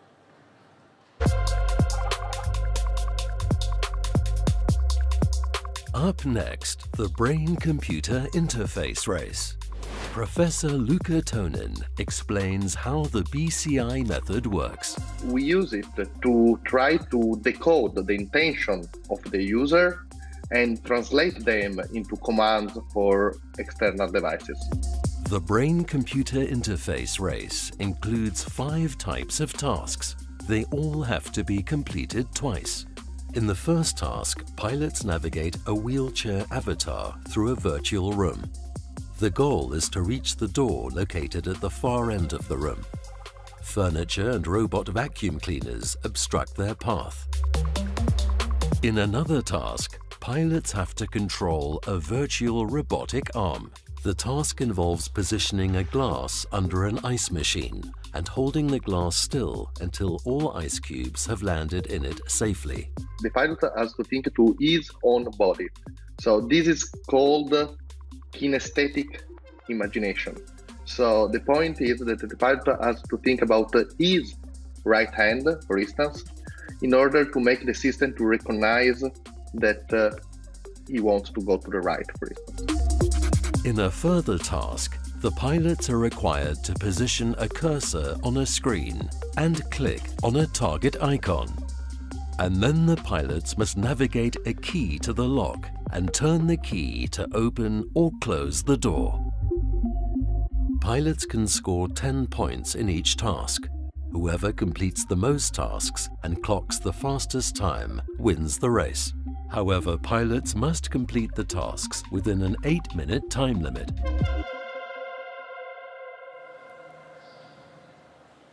So that's all you need to know, and the voices that will talk you through BCI. Bex Williams is now joined by Ingrid Ordermatt. Yes, we've had a change of commentator here. Our expert Ingrid is alongside me for this next qualifying session in BCI. Ingrid, I'm looking forward to the session. I'm sure you are. Have you had a chance to catch up with any of the teams this morning? This morning, not yet. I think they were all preparing for this moment, so I also didn't want to disturb them, but I'm definitely going to talk to them after the race to see how they are feeling. Exactly, and let's find out exactly what teams we have lining up for our qualifying session here then. Pilot-wise, Francesco Bertella, Owen Collum, who we saw in rehearsals earlier this week, Zoltan Shortos as well. So we have WHI, Neuroconcise and eBrainers, are 3 teams that will be competing in BCI. Let's learn a little bit more about the pilots. One of the local hubs. So let's see who is contesting in this second qualification group. On station number 1, we welcome from Italy the team WHI and their pilot Francesco Bertella.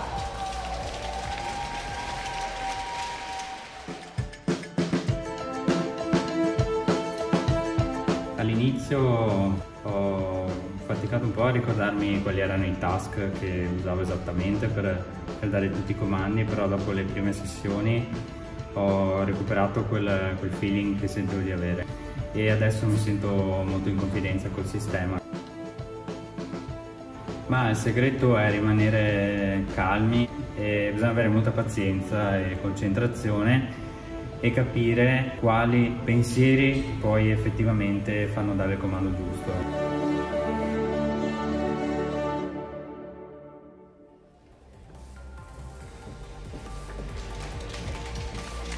And on station number 2, we welcome a team from Great Britain and Northern Ireland. That is Neuroconcise and their Irish pilot, Owen Collum.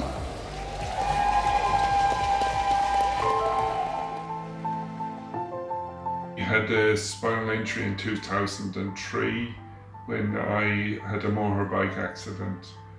That means that I had no sensation from my high chest down to my toes, really. So I've liked sports all my life. I guess it's the competition that I like. I like playing, participating, and particularly winning. We seem to have a good project in place now, and we can compete on a competitive level with anyone else. I hope to do well. It's our dream that we do quite well.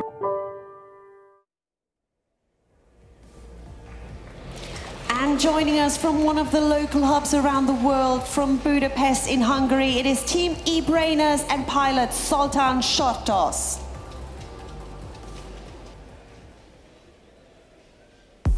eBrainers is a team based in the Hungarian capital Budapest. They demonstrate how their technology works. Tehát most tettük föl a pilótára az EEG sapkát. Ennek a sapkának a segítségével érzékeljük a pilótánknak az agyi aktivitását, amivel majd a játékot irányítani fogja.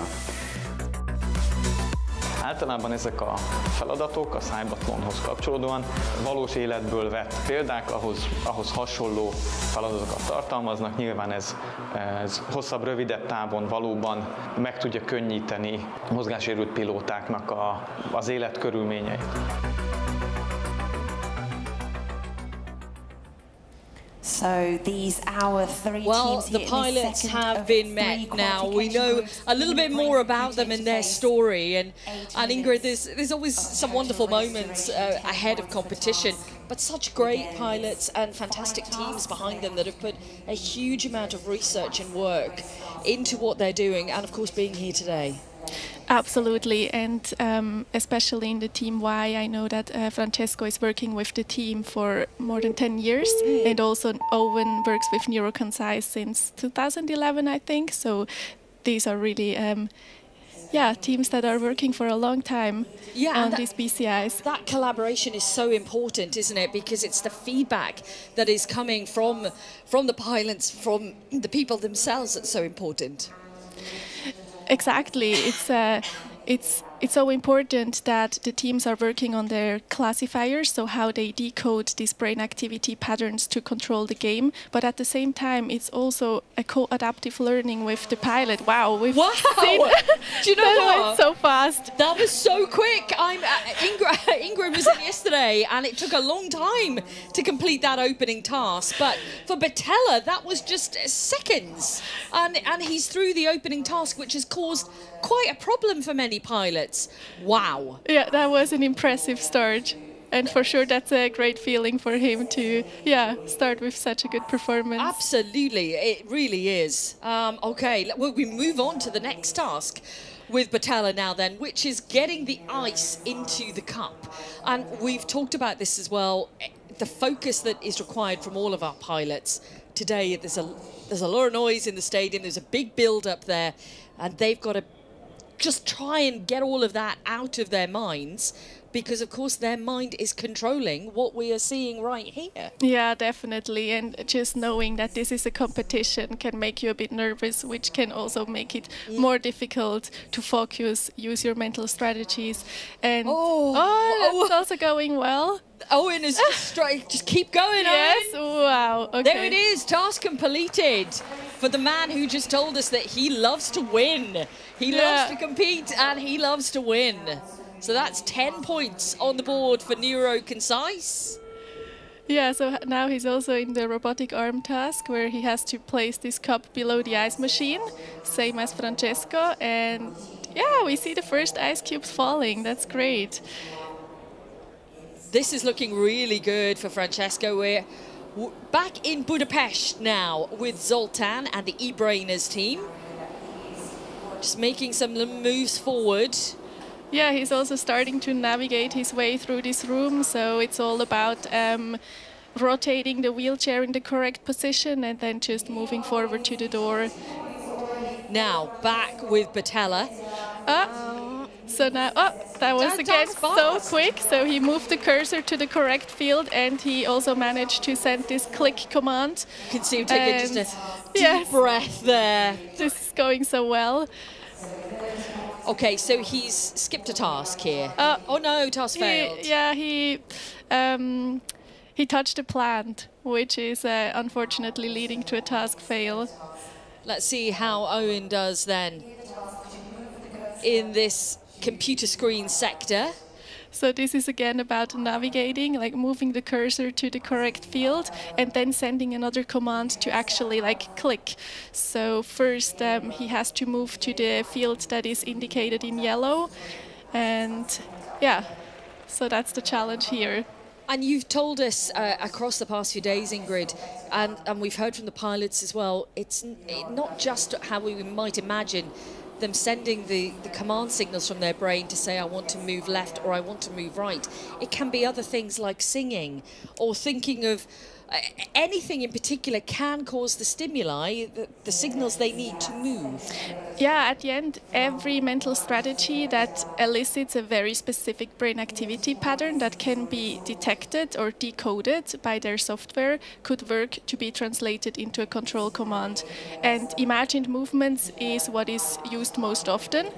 Wow. Another pass for Batella. That's 50 points now. Francesco is really cruising through the tasks. That's great. At huge speed. I'm looking forward to seeing this. So it's the key lock. So they need to get the key into the lock and turn it? Yes, and this is so tricky because it's really a very fine-tuned navigation. But this is going so well. He's so close to the key lock already. So now he just needs to move a little bit to the left. Millimeters away, isn't it? Millimeters away. Yeah, that's really a difficult task. Oh, just watching as he just moves away completely now. Let's see if he can manage his task. Just looking elsewhere. Owen Collum has 30 points now that he's accumulated with 3 completed tasks on the board. Back to this lock. Oh, we're almost there. Oh, and I can also see that the e-brainer have also managed their first points. That's great to see. So yes. e-brainer's 10 points in the bag yes, so far. Fantastic. Okay, we're with Owen at the same juncture then. We're on the key lock. Yeah, and also he is so close. But this is really, it's so challenging to rotate first, that the robotic arm will move in the right direction and then go forward as well. So that is, and especially under the time pressure that we have, that's not an easy challenge. No, I mean, it's a total of 8 minutes that they have for these tasks, and they'll run through them once, and then they run through them again. Yes. Some of them with added difficulties. Yeah, exactly. And in a way, 8 minutes is not a lot of time to finish these tasks, but for this BCI discipline, 8 minutes is very long because the pilots need to be focused for the whole 8 minutes. Yeah. Oh. Oh, wow. Okay. It is so close now for Batalla. Yes. We're almost there. So now we can see with this wheel on the top left that he needs to like rotate. It's a bit like a joystick that you need to rotate, and only then you can move forward. So first he needs to set this rotation. Yes. And now he needs to move forward. But we can see he's still rotating, but he's almost there, almost. And I believe Owen Collum now has another 10 points in the bag. So he's completed the key lock. Yeah. And he moves, so he bypasses maybe the next one. Because the task is skipped. That's showing red. Mm-hmm. So for Batalla here, you know, in these moments, Ingrid, where, you know, when we're just, people who are watching are maybe not quite understanding what is happening here, how these guys are communicating. Can you just run through it for us once more? Yeah, so with these electrode caps that we can see, with these sensors on the scalp, we can measure electrical activity in the brain. And when you think about something very specific, for example, moving your right hand, or imagine singing, it is a very specific brain activity pattern that we can decode with a classifier. So it's it's really like an approach of using mental strategies and decoding that from brain activity. But it is to say, when you place these electrodes on the scalp, wow, that was that's really cool from Batalla, yes. Isn't he? He's just navigated past the plants completely. Yes. Yeah, so the challenge with this system is that there is also a lot of noise, and of course our scalp is kind of like an insulator for our brain, so it's actually very tricky to detect these activity patterns, but this is really this is an impressive performance that we've seen. A very impressive performance from Francesco Batalla. That is brilliant. Now we're still with Owen, who has 40 points. Oh, and he's so close in, getting his next points. And this is it, you know. I think this for us when we're watching, it's the so close, and he's done it. Wow. Task passed. So we have Owen. 50 points for both. Fantastic performances from them then. You know, we were really quite surprised at the start when Batalla straight out of the blocks was through the door on the first task. Yeah, so both Francesco and Owen are very experienced BCI pilots. Oh, and you can see a nice round of applause from the team and everyone in the stadium here. And as he mentioned in his video, he is a competitive beast. They all are, you know? Yes, they are. But he loves to win, and he's in a proper competition now against Batalla. Let's go back over to e-brainers then in Budapest. Batalla just relaxing now after all of that. But as you mentioned, we've talked about in other disciplines muscle fatigue, like in FES, but there is also now mental fatigue, the amount of concentration that was needed to do that.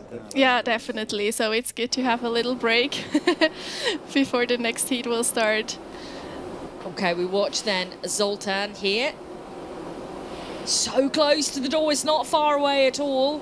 No, this is also going well for him. So he participated in the challenges that we had beginning of the year, and it's really great to see that he now achieved some tasks. Yeah, 10 points in the bag then for Shotos and the eBrainers team, and support from the team around him. And that was the first qualifying session that we see here. Very calm and composed, our pilots, as they absolutely need to be, of course. We're going to take a look at some of the results then from the BCI. And there you can see Batella and Colin with 50 points apiece. We've already had some qualifying races yesterday, of course, but with those fantastic results, they put themselves right up the top of the table and into the mix. Let's head out now then to find our host, Abby. Thank you. Yes, I'm in the arena and I'm sat with loads of spectators really enjoying the competition that is the BCI race, and they will have another qualifying run. We have been shining a spotlight on some of the pilots. It's now time to do the same, but for a researcher. There's so many researchers in CYBATHLON, but Luca Tonnen is one of the key researchers of BCI. He's also the team manager of WHI, which is a team manager of Francesco Cahi's going to be looking on. Let's hear from Luca.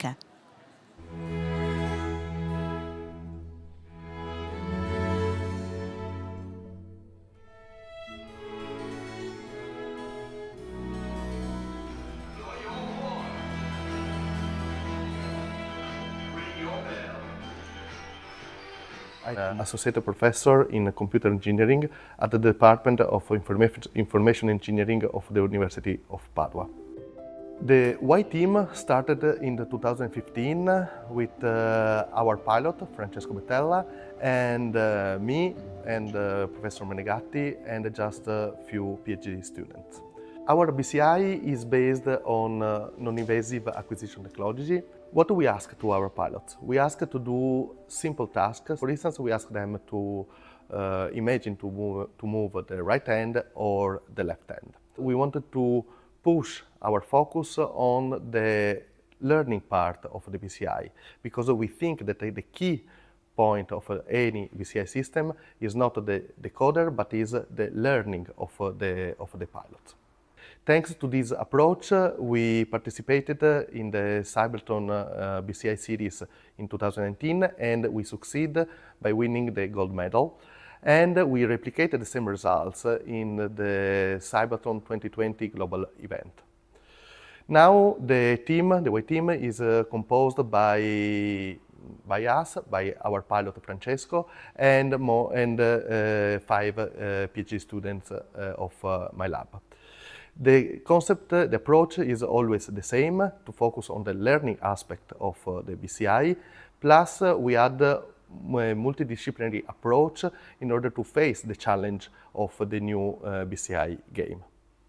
A group of students of my course in robotics asked me to participate in the CYBATHLON event. The Y students team started last year. I think that CYBATHLON is also a good opportunity for them, because they see how this kind of technology can be used by real user in real demanding situation as the CYBATHLON event. In the meanwhile, also the equipment of the lab increased. So we have a smart wheelchair, lower limb exoskeleton, robotic arms, and telepresence robots. The main idea of our research, our neurorobotics group, is to try to translate the human intention into commands for these kind of devices, in order to make these as robust as possible to operate in daily life.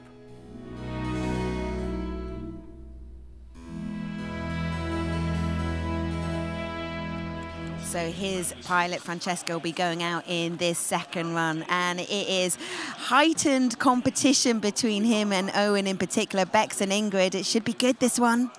Oh, I think it should be excellent, Abby. I think Ingrid and I were kind of taken off course by the first qualifying session because we didn't expect anyone to complete the first task quite so quickly. And Francesco did. I mean, it was a great opening qualifying run. But Ingrid, you know, these moments in between now, they can reflect a little bit. The team can chat to them about maybe some different strategies for the next section. Is a lot of, you know, we can see Francesco really just relaxing here and focusing because we're only a couple of minutes away. But great first run from Francesco and Owe. Yes, and I think that might also help them to now go in this second run more relaxed. Yeah, absolutely. Definitely. They've done it once. We saw e-brainers here who are at just our remote hub at the moment in Budapest. And they scored some points on the board, 10 points on the board for them. We have a little bit of a delay, I believe, to the start getting underway here. Some technical issues which we are trying to get to the bottom of, and as soon as they are solved, we will be up and underway. But it was fantastic to hear Luca talking about, you know, the technology and how much his lab and so many different, you know, universities, be it labs within universities, NGOs, whatever, trying to create this brand, well, it's not brand new technology, but it's all of it is ever evolving technology. They're trying to make it better. I love the fact that Zoltan's getting a little bit of a massage here ahead of the race getting underway. While we wait then for the second qualifying session here at BCI, we are going to take a very short break. Are you connected? Try move.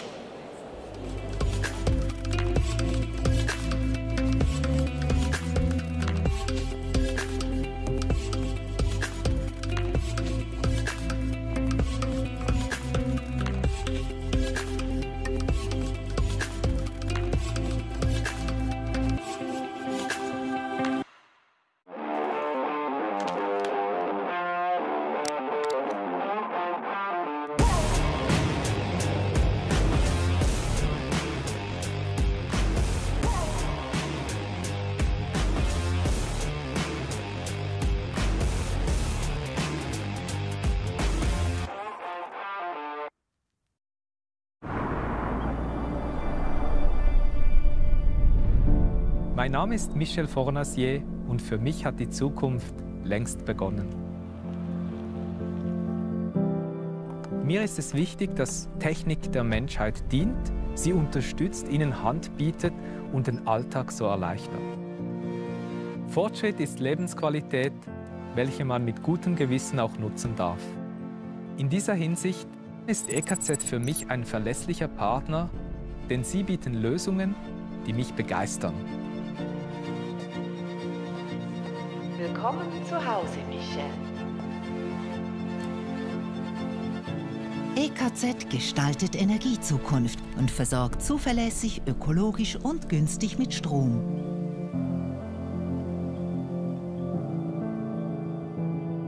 EKZ, stolzer Partner des CYBATHLON. Welcome back, everyone. We're waiting for another BCI qualifying session to get underway here. I'm here with expert Ingrid Odermatt alongside me, and we'll see these pilots in action very shortly. Ingrid, we're seeing this technology used right now in front of us to control essentially a computer game in front of us in real-life scenarios. How are we seeing this technology being used? Yeah, so in this year's game, we wanted to show that it would be possible with a BCI to control external devices such as the wheelchair, a robotic arm, or also a computer. And we've also seen in the video where Luca showed his lab that they are actually working on that. So they use mind-controlled robots or exoskeletons. And actually, Francesco Bettella, he is doing his PhD in neuroscience, working on exoskeletons. Wow. Yeah. That is excellent knowledge, and Francesco Bettella, impressive in more ways than one then.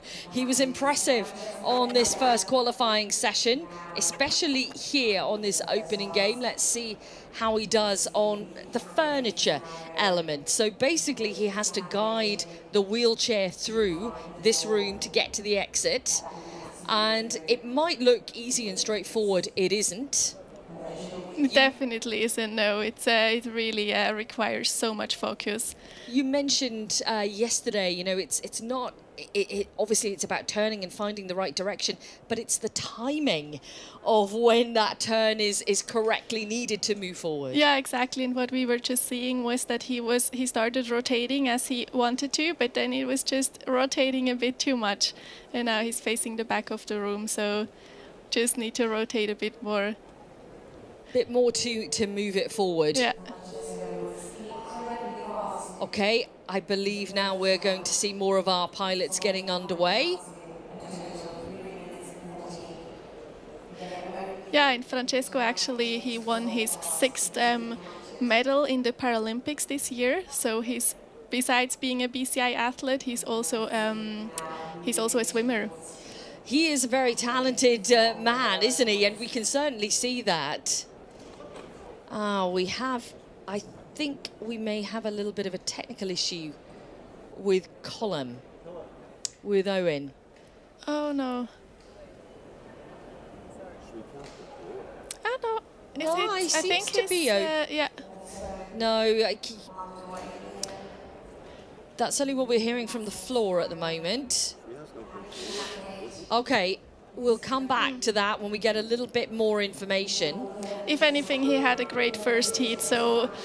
Yeah, his first qualifying was exceptional, wasn't it? So he does have that to fall back on, because we're seeing from Battella here, he skipped this task. He completely dominated it earlier. He was through it within about 40 seconds on the first go, but he's decided now to skip through. So let's go to e-brainers.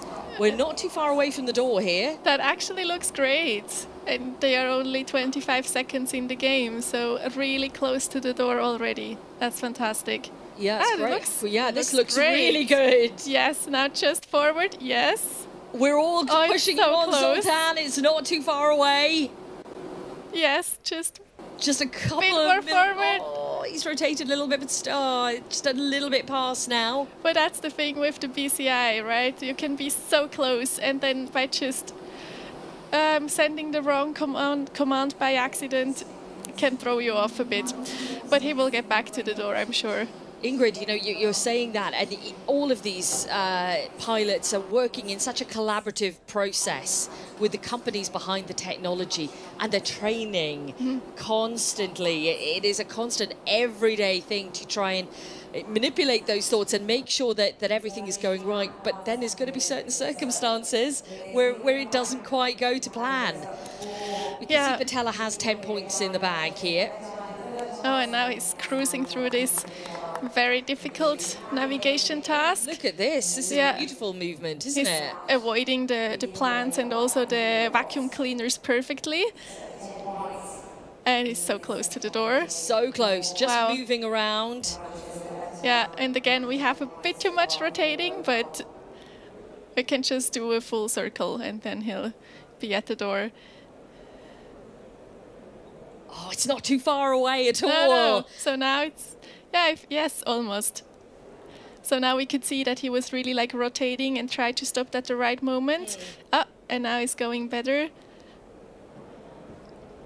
We're almost there. I think he's going to do it in the next few seconds. Yeah. Just, like you say, he keeps rotating around. Let's see if he can turn it. When I was looking at various videos in preparation for coming here to CYBATHLON, I came across one with Francesco Battella in it saying that, oh, he's done it. Yes. Task passed, 20 points in the bag.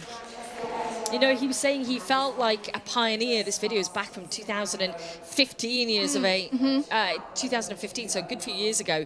But he feels like a pioneer working in this collaborative process because the technology is moving so fast, and that's so fantastic to see. Owen very much up and running then, and looking good on the ice machine task here. Yeah, he's really good at keeping the cup stable, which is actually also tricky, to just not send any commands and just rest. And he seems to do that very well. He has got a very superb focus right now. Remember, he scored 50 points, as well as Battella, in the first qualifying session. So this is their second go at it, their final go to be in the final. So again, you know, as you mentioned before, you're using the BCI to replicate everyday things that we would be doing, which is no. How many times a day are we using cursors? Exactly, You and know, we I've just lost do it count. without thinking of it, right? So, yeah. So Owen, he actually works as a facilities coordinator in Ireland. So he helps people with disabilities to live an independent life. So that's really his mission, to help with assistive technologies, with aids, to get or to make people gain more control again over their life. We're back with Patella now then on the same challenge, that cursor challenge, the computer screen. Let's see how he does here. Oh, perfect. So now he, so there are two different commands, like two different kind of clicks, like a right and a left click, and they have to select the correct one. So it's an additional challenge actually. And he's skipped that one, he moves on. And we're back with Owen now as a perfect score so far of 30 points. Yeah, I think Owen, he can really solve all the tasks, so it's just him against the time. Yeah, absolutely. And the time limit is, you know, it's not a lot, 8 minutes worth. It's going to be a huge amount of time for them because they are putting all this mental energy into it. But it isn't a lot of time. And we see Sultan. We're almost there. Almost reaching the door, so that could be 20 points very soon. And we pause. Yes. It's like as if we're being quiet, as if he's going to make it. I'm sure he is going to. Yes. Yes. So as soon as he is on this doormat with the wheelchair, the task is passed. And that's fantastic. Points. Yeah. That's a great second qualifying run from Zoltan. Absolutely. Okay, back with Neuroconcise and Owen Column now.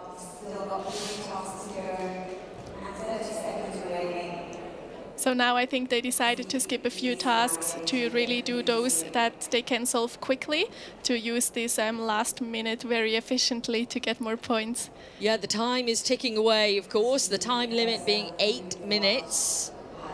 They're well aware of that. They're trying to drown out everything around them in the stadium, focus on the task at hand. And Owen's doing such a wonderful job of that. Francesco has also done a great job. All three of our pilots showing what can be achieved here, Ingrid, with this technology. And Owen has passed that task. So that is another 10 points, 40 now. Back with e-brainers. And he's really navigating that wheelchair well now, so now he just needs to move around this table. But it's definitely possible to reach 30 points in this run. Oh, yeah, you added in, so the difficulty level when you come back to that room, as we can see, was the vacuum cleaners. Time is up for Owen, 40 points now. So the first qualifying run for Patella and for Column was the best. But it's the second qualifying run which is shaping up to be the best here.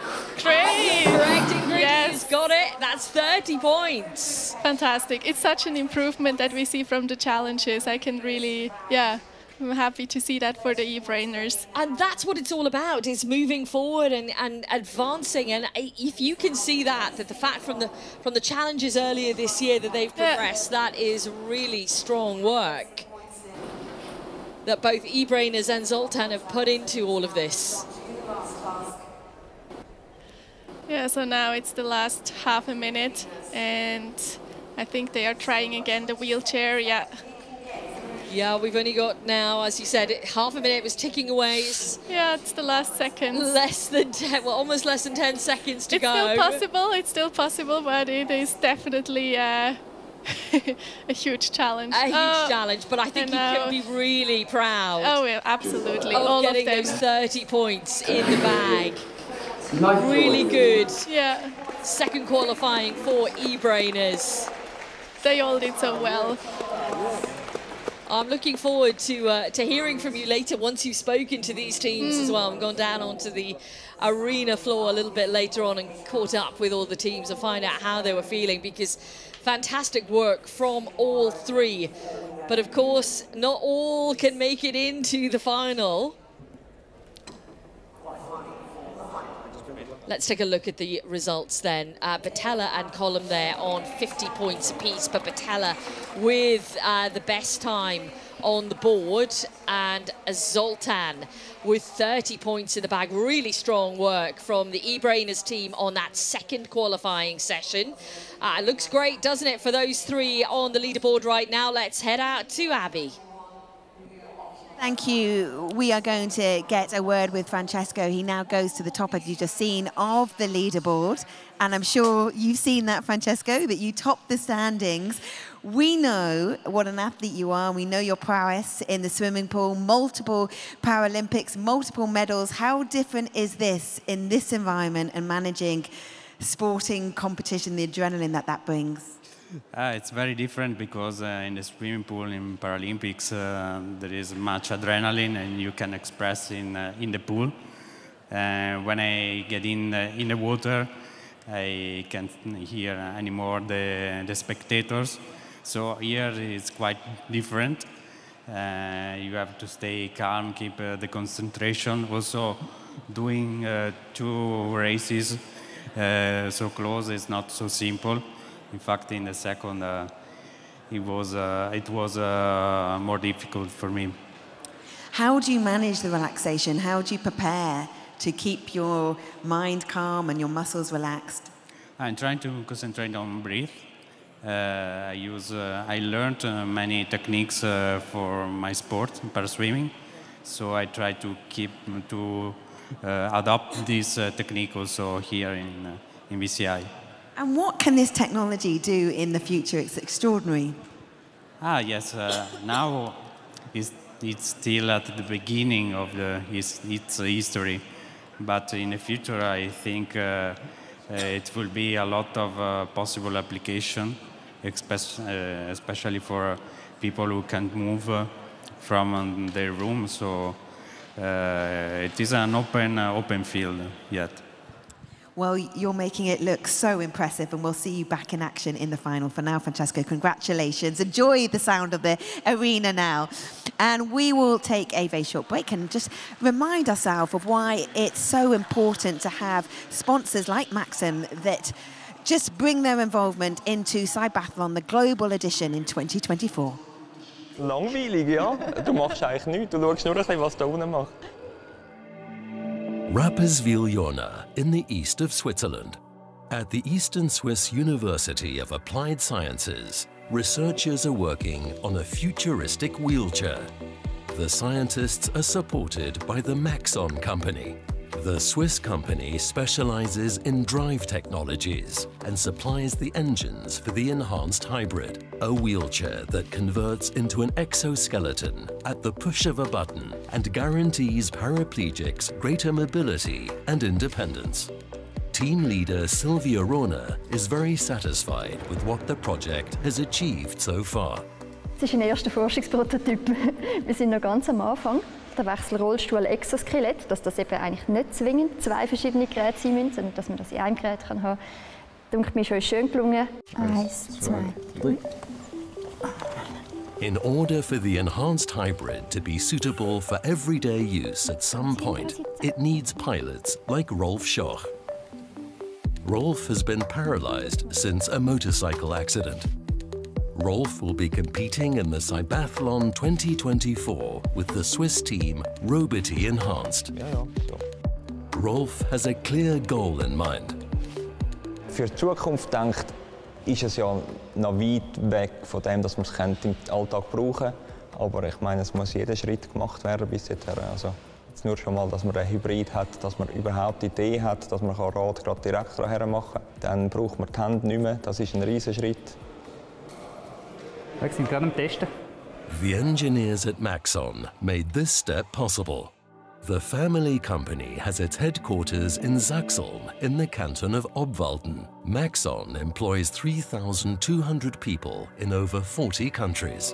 Und sonst allgemein zufrieden mit unseren Produkten? Ja, sind jetzt eigentlich gut gelaufen. Wir mussten vom EC60 auf den EC90 wechseln. Wir müssen, glaube ich, mit den Getrieben noch ein bisschen spielen oder mindestens das Drittel ein bisschen anpassen. Aber sonst im Großen und Ganzen. Es ist uns keiner mehr jetzt. Ja. Führen wir stabil. Ja. Alles gut. Ja, alles robust. Super. Cool. Es ist sehr wichtig, dass wir von Anfang an von der Konzeptphase zusammenarbeiten. Wir sind so breit aufgestellt. Wir sind in Medical-Applikationen, in der Aerospace, in der Luftfahrt. Die Erfahrung können wir punktuell in anderen Gebieten einsetzen. An unserem Atlas ist speziell, dass man wirklich die Hände frei hat, dass man mit der Umwelt interagieren kann. Das ist bei den meisten Exoskeletten im Moment noch nicht so. Und Maxon-Motoren machen halt die Bewegung erst möglich. Der, den man am besten sieht, ist der hier. Und das ist so drin verbaut, dass wir hier einen Motor haben. Da merkt man, der ist so ein bisschen warm, weil er jetzt ein bisschen aktiv ist, aber wirklich nur so handwarm.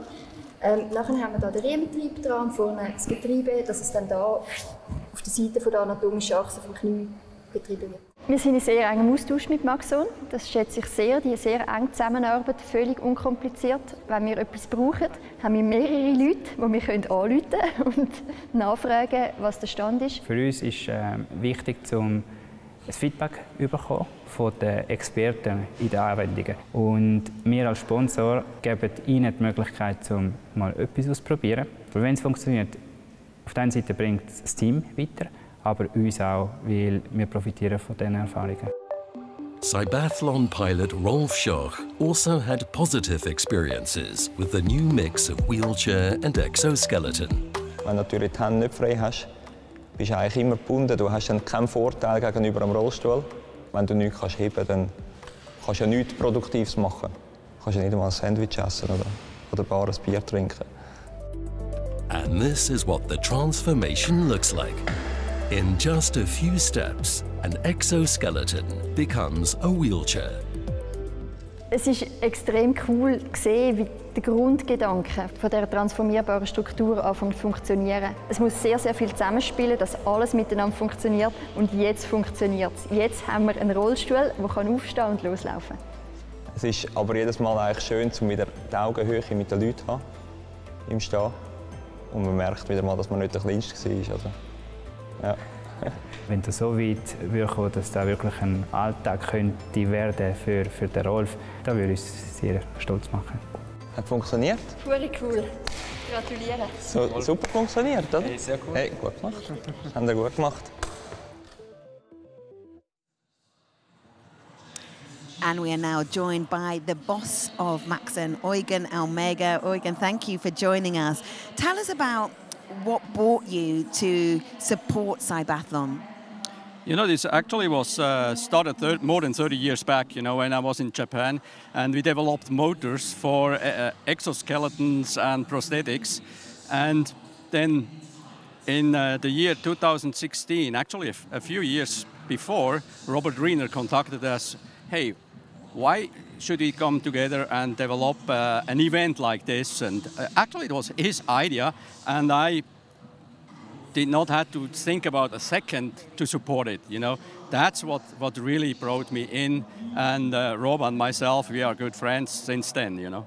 Why was it such an instantaneous moment where you were like, yep, we're involved, Maxon are there? You know, I think we are really privileged to support the CYBATHLON since the beginning, and that's why we are here.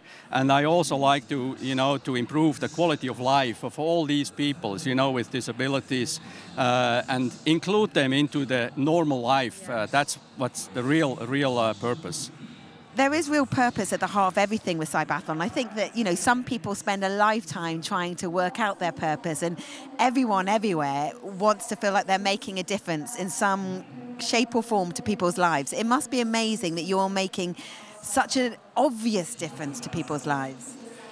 Yeah, this, you know, actually, for me, it's great to be with all these people together and change their life into, let's say, to a normal life. But of course, I can't do it. But I can support them. I can support their whole life to be better and yeah, have these competitions together, you know. And if you look at those competitions, then you see all the different pilots. And I really love to see them because they give everything, you know. That they never give up. And I have seen them yesterday during a meeting in the company. I was watching my mobile phone.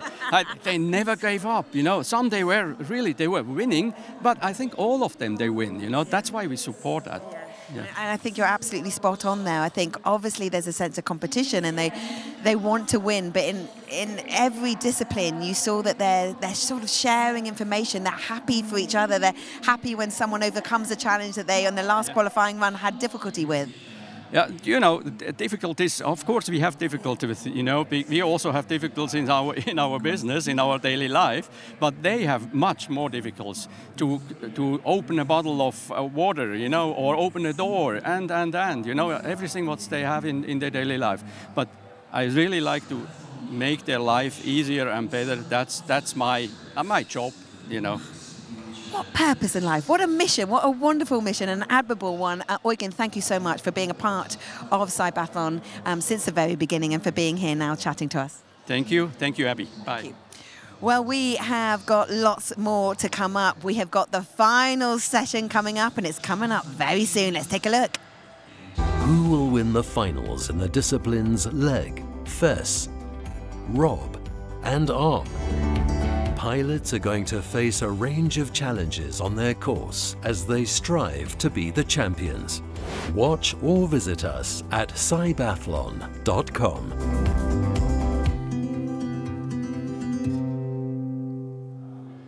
More emotive and competitive action that we've had here and enjoyed here in the Swiss Arena in Cloten for the global edition of CYBATHLON 2024.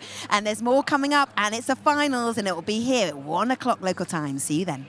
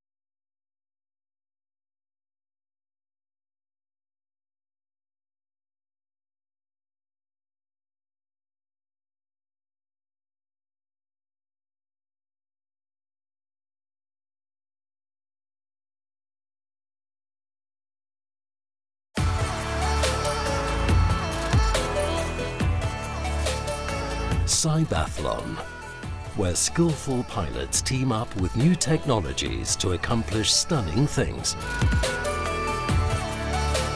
CYBATHLON macht glücklich. 우리가 포기할 수 있는 일들을 가능하게 만들어 줍니다. Wir treten mit und gegeneinander an. Teams from countries around the globe fight to win the competition. Which team will present the smartest technology? And who has the best pilot? CYBATHLON competitions include 8 disciplines. They all call for skill, precision, concentration, and endurance.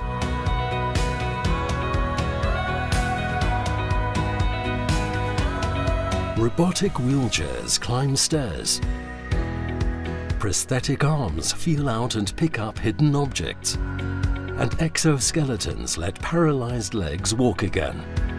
Intelligent assistive technologies help simplify the everyday lives of people with disabilities.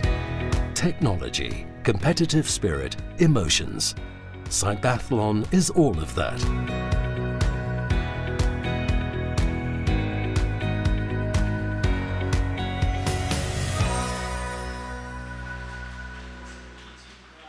Hello and welcome to the global edition of CYBATHLON 2024.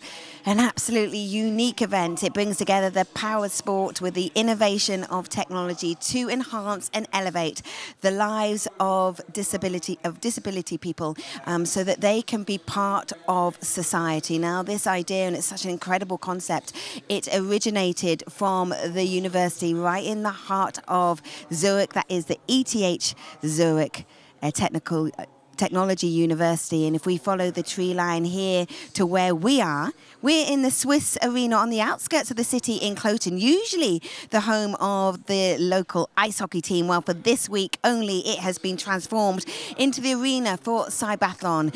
And we've seen 8 disciplines, 67 teams coming from over 20 countries. It really is a global event. And to keep in with equality and inclusion, the teams have the option of competing from their local hubs. And we've seen that in Seoul and in South Africa and in Vancouver, or they have the option of competing here in Cloten.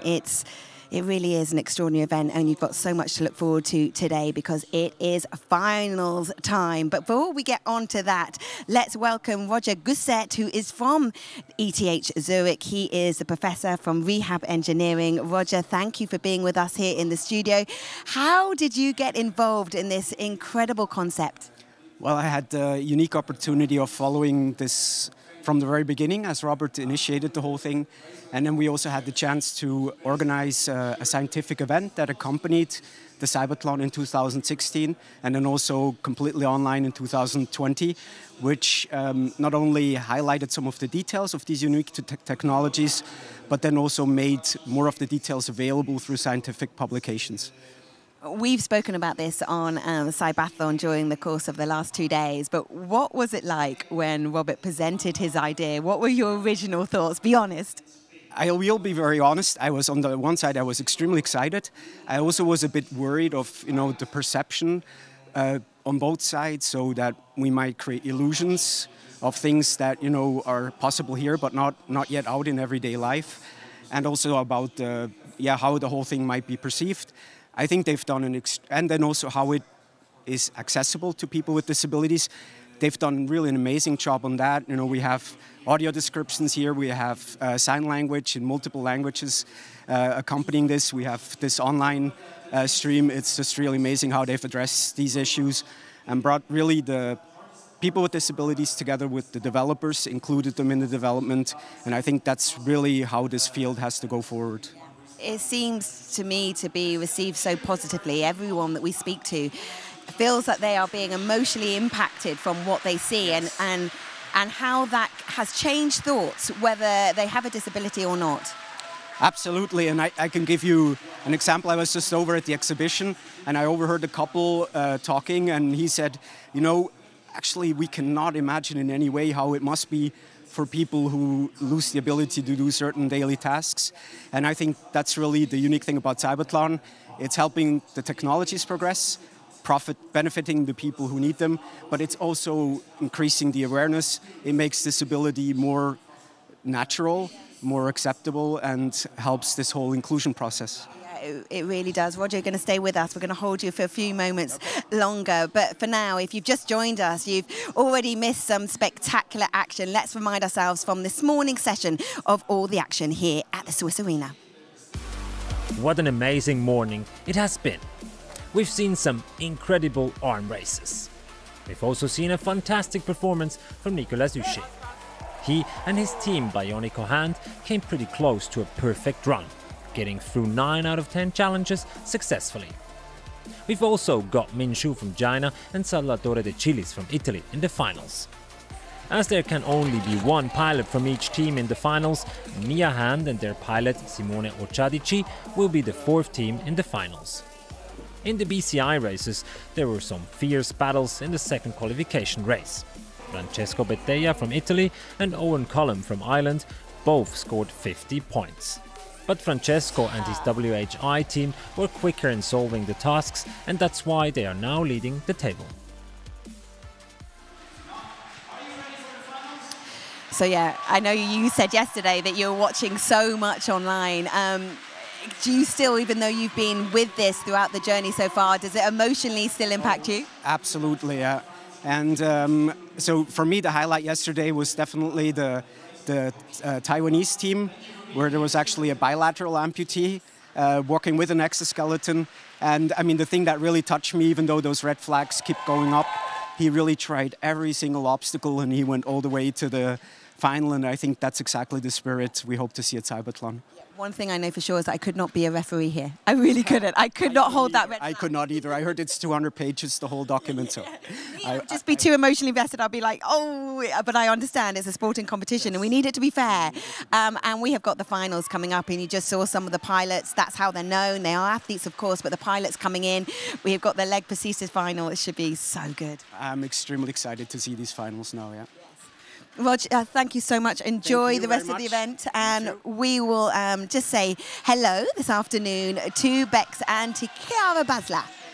Hello, Abby. Yeah, we are feeling the excitement here, Chiara, aren't we? Chiara's our expert for the Leg Prosthesis Race, and the stadium around us is just starting to really build up in terms of atmosphere. How are you feeling right now? I think I'm feeling a bit nervous. Yeah. Maybe not as much as the pilots down there, but still a bit nervous and very, very hoping for them to be able to show the potential of their technology.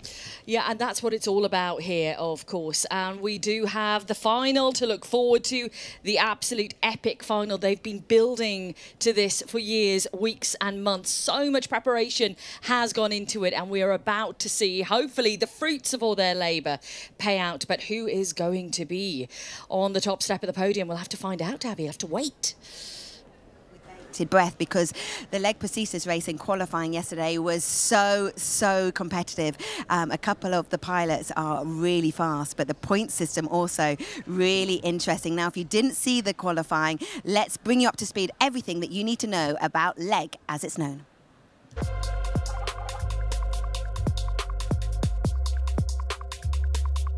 Up next in the CYBATHLON event, the Leg Prosthesis Race. The teams will be required to complete a total of 10 tasks. Any blue area must only be touched with the prosthetic leg. Here's a quick overview of some of the tasks the teams will perform. The first challenge is called balance beam. The pilots have to pick up and to carry 2 buckets to a target area while walking across narrow wooden beams. The pilot's ability to maintain body balance will be tested thoroughly. Then the pilots need to be able to sit on a bench close to the table without touching the red poles. In the next challenge, the pilots are walking cross-country, meaning they are walking across stones and need to pick up and put down objects. In the hurdles challenge, pilots have to clear 5 hurdles. They have to alternate their lead leg for each hurdle. Pilots must not use their hands when dragging their prosthetic trail leg over the side of the hurdle. The challenge is completed as soon as competitors cross the finish line and no hurdle has fallen. Each correctly completed task earns competitors 10 points. Whoever scores the most points and clocks the fastest time wins the race. The time limit is 6 minutes. So that's the information. This should be so competitive. It's such a tight field, and I can see them. They're down there and they're ready to go. So your commentators, Bex and Chiara. Thank you very much, Abby. Yes, we're just moments away then from the final happening. Chiara said you're starting to feel a little bit of nerves for the team. It's been a lot of work to come to this point. Yes, I have been in contact with the team for the past maybe 1 year, and I was following even the development of some of the devices, because at the beginning they were still in the developing process. So I'm really feeling attached to some of them and also to all of them, and therefore I'm really looking forward. And they're also competitive, also good, also advanced technologies that I really cannot say who is going to win. We will find out in a matter of moments. Let's take a look at the team lineup then for the leg final.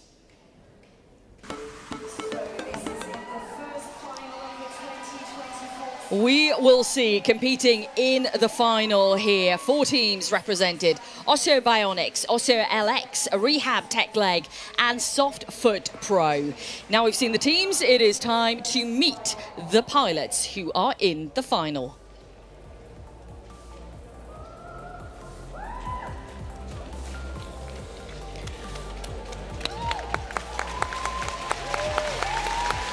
On track number 1, we welcome from Iceland, Team Oseo Bionics and their American pilot, Griffin Fitzgerald.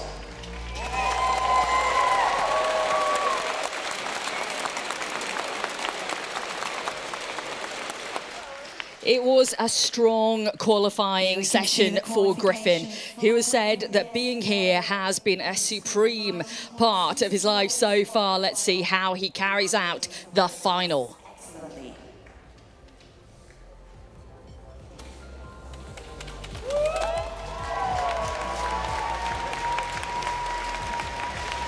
On track number 2, we take a look at the team from Italy, Team Rehab Tech Leg, and their pilot, Andrea Modica.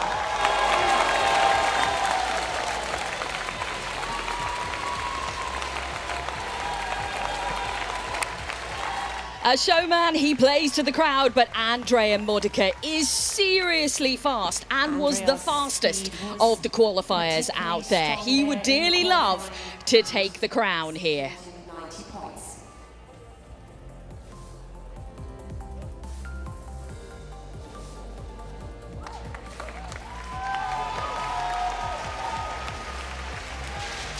Track number 3 and another Italian team. We say welcome to Team Soft Foot Pro and pilot Flavio Gaggero.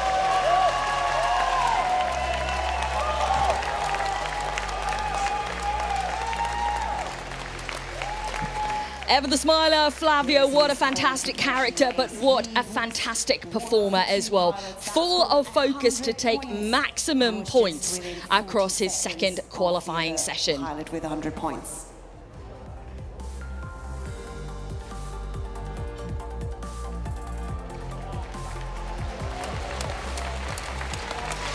And completing the lineup in this leg prosthesis final, it is another team from Iceland. It is Team Oseo LX and their pilot Faris Amra from the US.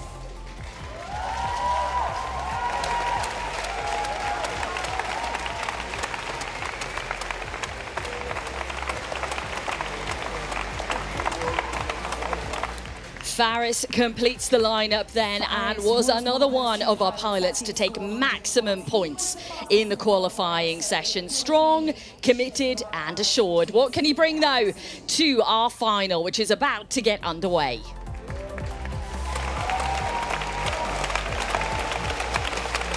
Wow, Chiara, these are the moments, you know, the build-up, the adrenaline is running through their bodies right now, as it is for us here, getting ready to commentate. As you said, it's too tight to call it. Such great pilots out there, such great technology. Yes, absolutely. We have 2 microcontrol prostheses, 1 active prosthesis, and instead the Softfoot Pro team only controls the ankle. So we have a very big variety of different technologies, and it will be very, very exciting to see the one that is able to perform the most of the tasks today. Okay, the countdown has begun. Griffin asking for a little bit more of encouragement from the crowd. I love that, and that is motivating them on as well. But we have a really difficult task to start with, the balancing beam, where he has to keep complete focus. Stability so important, as well as the flexibility to move here.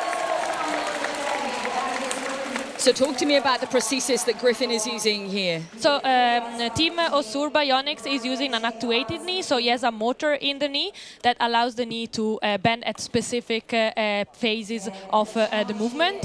And then they have a passive foot in which they are just absorbing energy through some carbon blades. And they are restoring, they are releasing this energy that they have restored during push-off. Yeah, that is very impressive. He's passed, or skipped rather, the first task there. So you can see red just above his graphic. And also he's caught hold of the handrail here. So unfortunately, that is a red flag. I think nerves is probably really playing a lot of... a big part. Yeah, a big part in this race. And yes, I think keeping concentration while still holding, for example, the cap and being able to place the foot so precisely was extremely difficult. I completely agree with you. You know, the emotion and the nerves right now, because this is the final. They don't get another shot at it. Now, Andrea Modica, let's take a look at him here. We're put the bucket down. He's done a great job here, but he's trying to get his balance. Okay, first task failed. Such an incredible atmosphere in this stadium. I hope that is coming through, because we can really feel it here in commentary. And Andrea Modica has both an active knee and an active ankle. So this time both of them are active, so he has 2 motors, and the prosthesis can really communicate between the foot and the ankle in order to actuate them at specific time of the stairs. And it seemed he had no problem. There we go, green flag, 10 points on the board. Remember, he was super fast at these tasks in qualifying, wasn't he? Absolutely, Andrea Modica was the fastest with 2 minutes 44 for completed 10 stacks, which is absolutely incredible. Okay, we're underway with Softfoot Pro now and Flavio. Softfoot Pro has a very, very peculiar fit. So they have a fit which is made of some short tendons which are attached together from elastic bands. And what this foot does, it really can grab around the object, giving the patient a lot of stability. So it's not just a flat foot. It can really grab onto the beam in order to give him more stability and more safety and more confidence while walking. Okay, he moves around. Flavio's doing a good job here. The beam is extremely narrow. I hope that he can absolutely... Well done, fantastic. So the first to get a green flag for the balancing beam. Back with Andrea Modica. This task is extremely difficult. Really, you need so much control of your leg, of your prosthesis. You cannot move the bench. You cannot touch the right object, and the space is really, really narrow between the objects. So that looks as if it is successfully completed. We wait to see the green flag for that. Yes. And now we are on to the wobbly steps. Another green flag. No.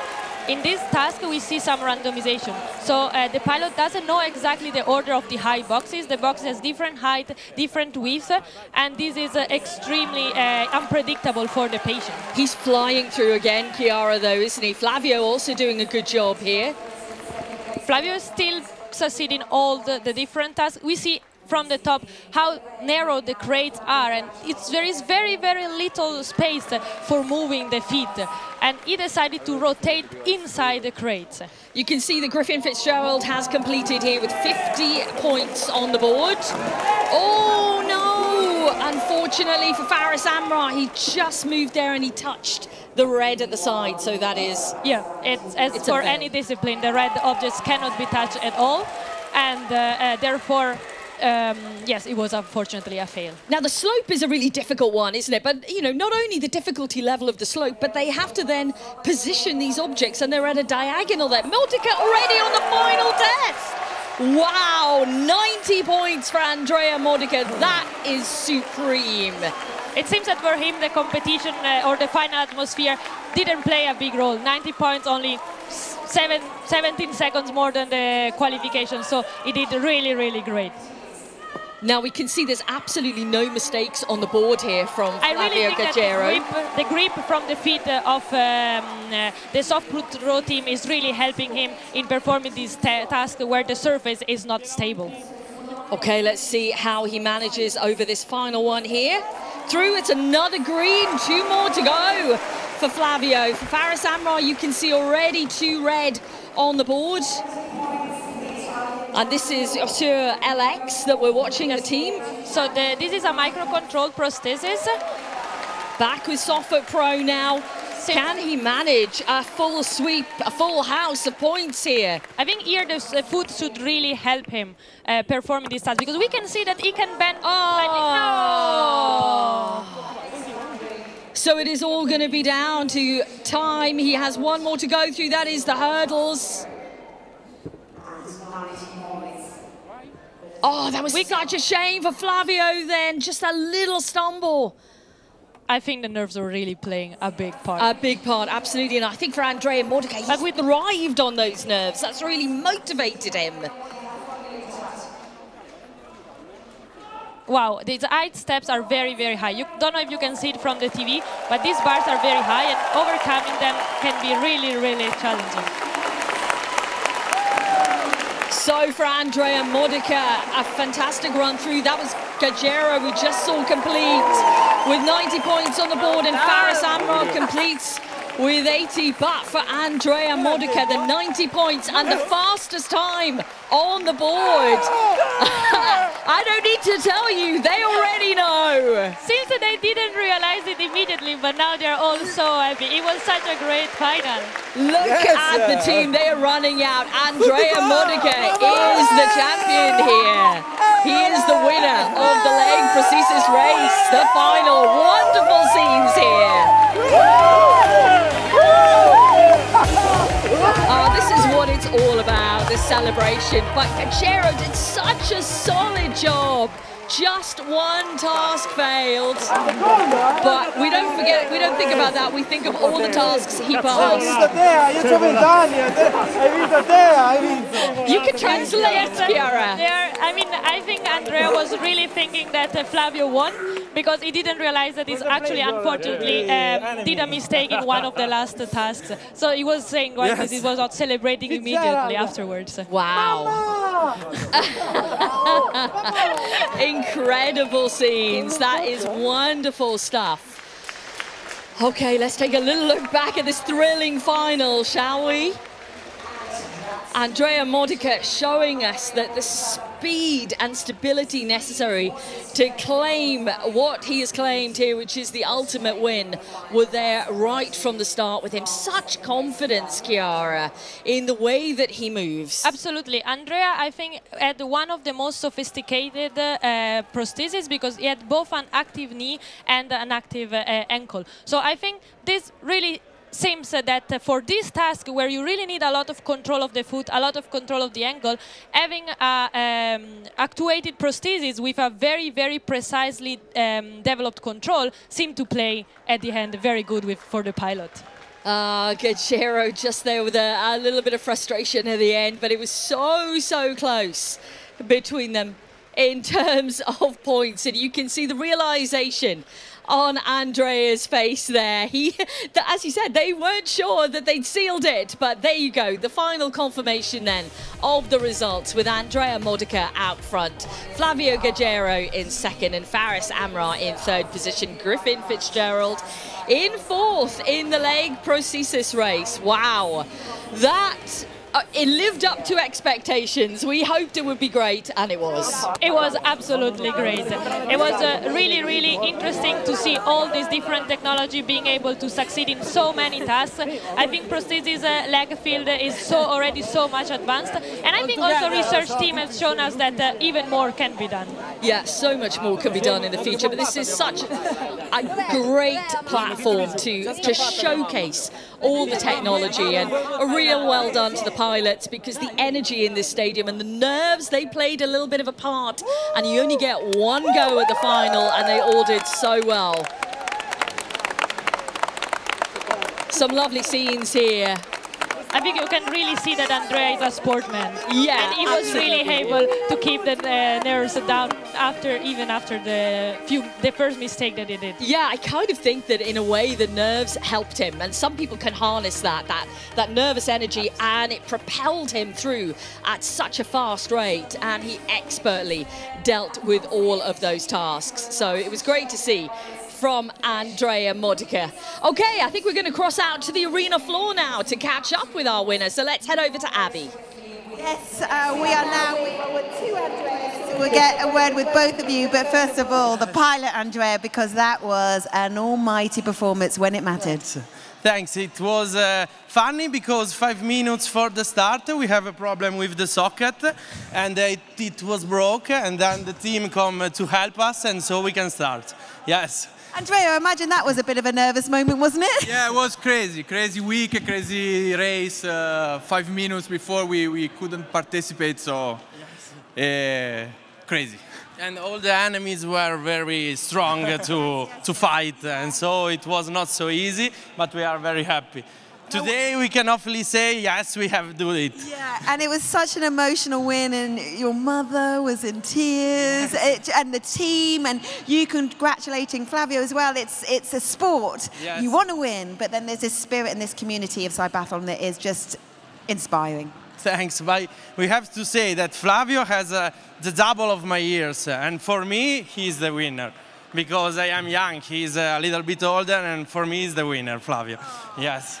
Lovely, and we saw you watching a lot of the qualifying yesterday, Yes, Andrea, as yes. well, because the competition in this particular field was so high. Yes, it was very strong to be here and see the other enemies, especially the Ossur, and for us, we can say it's really nice to be here.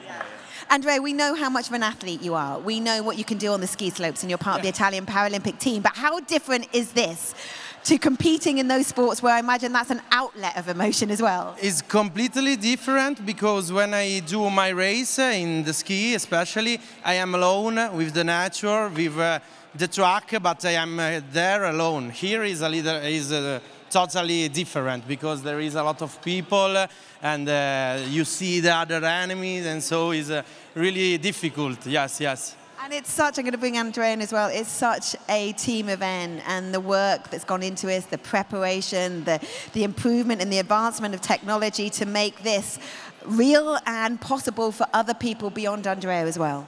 Yeah, because we are proud to say that we are the only team of the final to have our prosthesis, both for the knee or for the ankle. We have not commercial devices mounted, so the joy is double.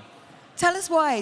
Give us a bit more of an insight into that. So it's an active knee, so two motors, an active knee and an active ankle. Tell us more about why that is unique. This is a technology that can help patients or guys like Andrea to perform the task naturally. As you could see, it was very naturally, the behavior of the work was very, very beautiful, and also the time, because it can perform tasks like this in a very short time. And we've just talked about how much this means and what it means, but for your family to be so invested, again, why is CYBATHLON creating that kind of emotion in people?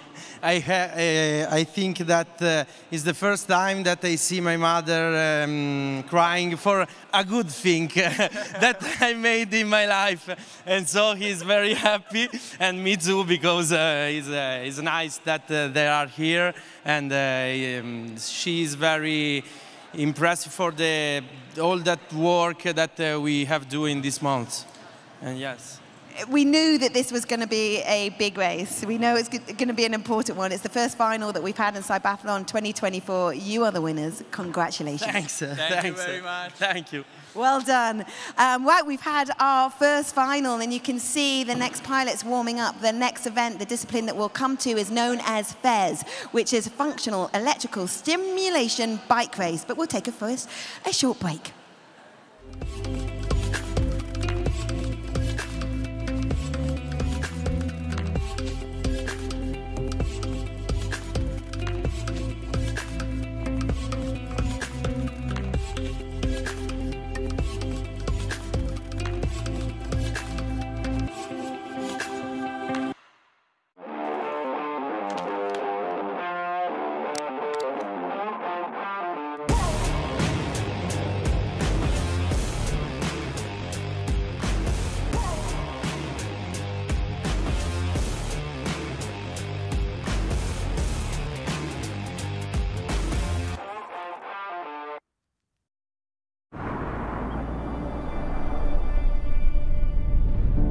Mein Name ist Michel Fornasier und für mich hat die Zukunft längst begonnen.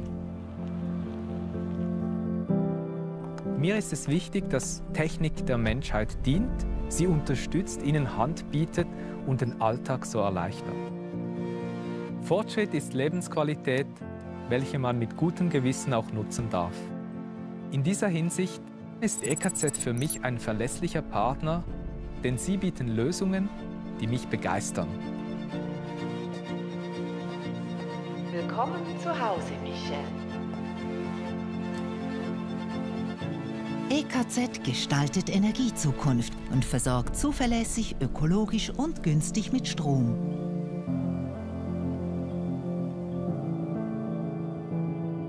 EKZ, stolzer Partner des CYBATHLON. You've seen the important job that the referees are doing. 200 pages of rules to make sure that this is a fair and equal sporting competition. Let's discover more about the referees' education. Final preparations before training starts. At the moment we're still finishing, packing up all the material. I don't know how many hundreds of little pieces we have for the CYBATHLON. Instructor Mariona Munger knows exactly what kind of characters are needed to be able to do the job as a volunteer referee. So one important characteristic is for sure being precise. However, the presence that you have as a person and the confidence is important as well, because otherwise it doesn't help that you're precise, but you can't show it and everyone thinks, oh, this person is so insecure. Oriane Pierres is one of the volunteer referees taking part. I wanted to be a referee because I heard it through my work that CYBATHLON was happening, and I find that I really like the concept of the conference. And yeah, now when I saw that I could participate as a volunteer, I wanted to be part of it. In today's course, volunteer referees will be trained in the disciplines Vision Assistance Race and Exoskeleton Race. Aber wenn es ein bisschen, also kann man schon eine Toleranz dann haben, oder? Das, was ihr gesehen habt und was ihr von den Regeln her wisst, das zeigt ihr so an. I think for me the hardest would be on the competition day to be like very exact, because I mean there will be many people and everybody will be excited, right? And everybody wants to do their best, so of course you feel the stress from others, right? Die Regeln sind klar, die Teams konnten die Regeln auch lesen. Okay. Auch wenn es keinen Einfluss hat auf deine Aufgaben. Ja. Ja, okay, gut. Ja, das ist teilweise hart. Auf die Boxen stehen. Sie dürfen wie nicht einfach nur so machen. Each task is discussed and demonstrated in detail, but questions keep coming up. The rules are precisely defined. Sie können alles richtig gemacht haben und dann kommen Sie am Schluss noch hier dran. Und dann ist es ein Fehler. Den Tisch dürfen Sie nicht auch berühren, doch schon, oder? Berühren schon, aber nicht verschieben, genau. The challenge is to like how much information is helping and what is too much. So what is relevant and maybe helps to understand the rule, and what is just additional information that it's more confusing. Wenn Sie die rote Flüssigkeit berühren, ist es ein Task Fail und dann müssen Sie noch das Glas auffüllen. Wenn etwas zu Boden fällt, was nicht an den Boden muss, ist Fail. Und wann sagen wir, wann der Task ist Pass? I ask all situations and how strict we have to be, because I think it's better to follow strictly, because then for everybody it's fair, right? So if I just feel like, oh no, but I wanted them to succeed, they had so much energy in it, that would not be okay, of course. Also da könnte die Person fragen, ist es genug? Und dann würden wir Ja oder Nein sagen. Ja. Ah ja, okay. Die Teams sagen teilweise auch, es sind so komplizierte Regeln, aber es sind dann auch oft die Teams, die dann kommen und fragen, ja, geht denn das? Und dann machen wir nochmals eine extra Regel. It's so a tedious work. You have those tasks, they seem simple, and then you have to add so many rules to just see that no one is cheating. Alles, was nicht verboten ist im Regelwerk, ist erlaubt. Wir haben da versucht, die Regeln immer wieder auszubessern, aber die Teams sind sehr gut im Schlupflöcher zu finden. Das heißt, die lesen die Regeln auch sehr genau. Das wäre dann ein Fehlstart. Gut. Dann fällt dir den Löffel am Boden. Task Fail. Das heißt, wenn ihr dann nur so macht, schwierig, immer gestreckter Arm. Maybe I overplayed a bit on purpose, because then I hope that they lift their arms at least until here. Yes. Now that I've been with this training, I feel like to reassure us, I think we're a team and we will manage to find a solution so that everything is done fairly. It needs some confidence, and it's tricky for the referees, and the impact that you have to the project and to the races is of course higher than in other volunteer jobs. But I'm very positive. I guess that they're gonna grow into their role. The training continues for a long time so that both teams and the referees themselves are satisfied at the competition. The referees are so important to this competition. We're almost time for the Fez race. That is a functional electrical stimulation bike race. Peter is here. He was telling me yesterday Netherlands is such a big, rich history in cycling, so he will definitely want to do well for his country. Qualifying was superb. You've got the finals to come, but first of all, here's everything you need to know about Fez.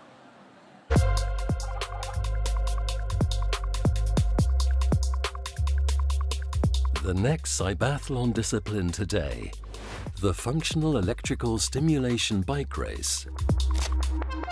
Cycling despite complete paraplegia. Functional electrical stimulation makes it possible. By placing electrodes on the skin, currents are applied to the muscles, making them contract. The paralyzed legs start pedaling. Pilots cover a virtual 1,960-meter course. The pilot is using a throttle, is kind of a throttle that can be used in the motorbikes, but instead of to increase the engine performance, they are increasing the intensity of these electrical muscles. So if you send electrical signals with high intensity, they will get tired and they cannot finish it. So the pilots, they have to have a strategy to play with these electrical signals. Whoever crosses the 1,960 meters first or completes the longest distance within 8 minutes wins the race.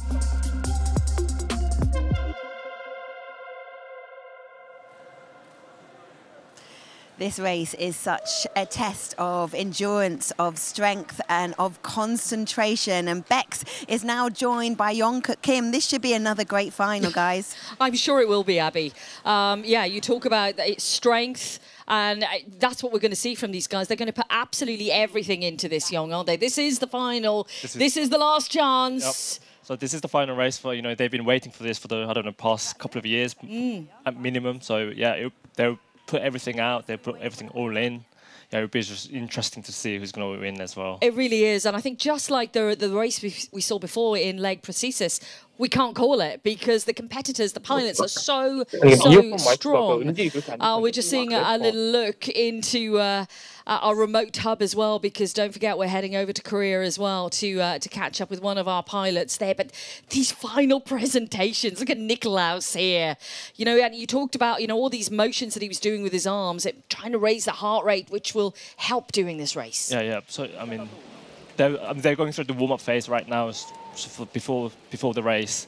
Just to get into that rhythm and, you know, that momentum that they need to finish off the race. Peter, yesterday, during the qualifying, he finished the 2 kilometers within around 6 minutes, which is incredible. Yeah, I mean, we saw some great displays in yesterday's qualifying. Talk to me about the atmosphere in the stadium, though. How much is this going to help, Young? We've just been saying, great crowd today. Yeah, I mean, there's a lot of people in the stadium today, and I'm sure these pilots or the athletes will benefit from it. The cheers from the audience is definitely going to help them out. Okay, let's take a look then at our teams lining up for the final in Fez.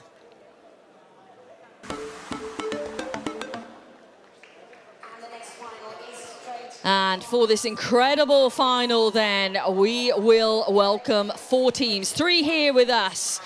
Pulse Racing, Polimi 2 and VNFS 1, and at our remote hub, be again in Seoul. Let's learn a little bit more about the pilots.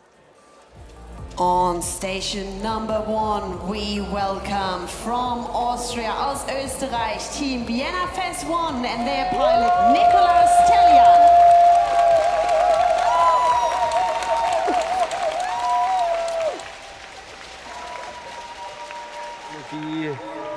Is Hut ab.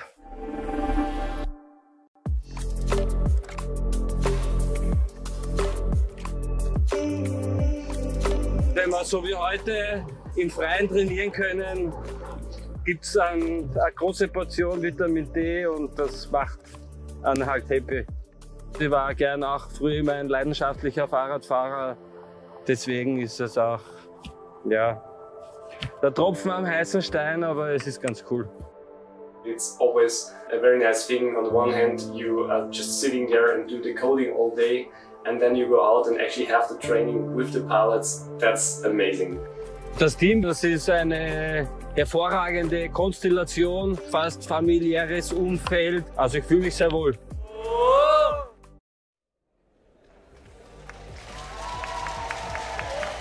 We welcome on station number 2 the team from Italy. That is Team Polimi 2 and pilot Andrea Gatti.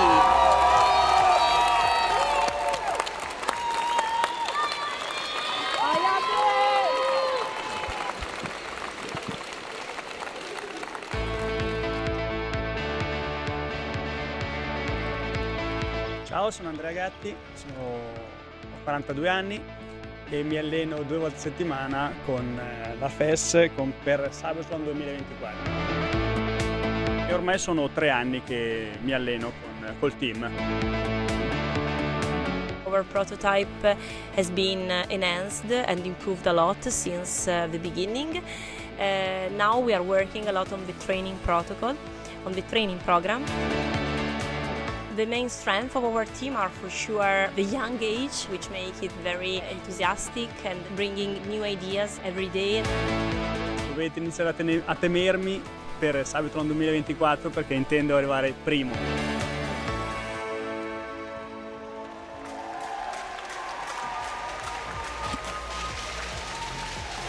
And on station number 3, that is one of the strong teams from the qualifiers. 100 points for him already from the Netherlands. Please welcome Team Pulse Racing and pilot Peter van Burg. We are Pulse Racing!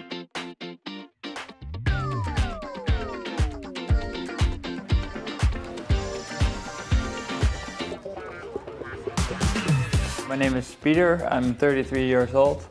I got my spinal cord injury in 2020, and ever since I sat down in the Berkel bike for the first time with the electrical stimulation, it felt very good.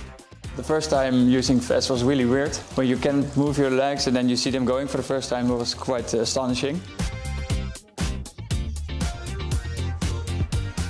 Participating in the CYBATHLON is of course an even better motivation to train, so I'm very motivated to win the competition.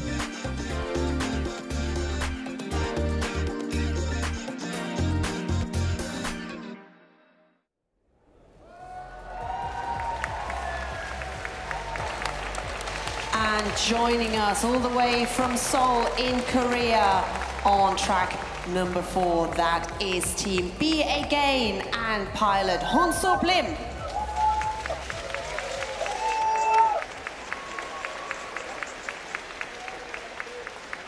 BA Gain is a team from South Korea.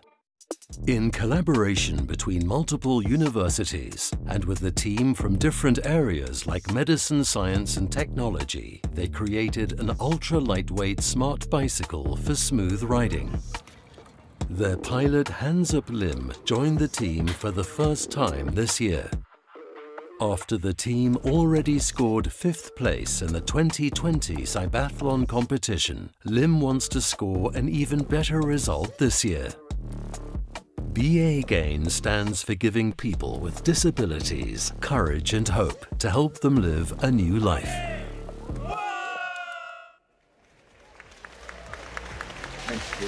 And just quickly now showing you the right portrait for our pilot on track number 1, Nicolas Tellion and Team Vienna FES.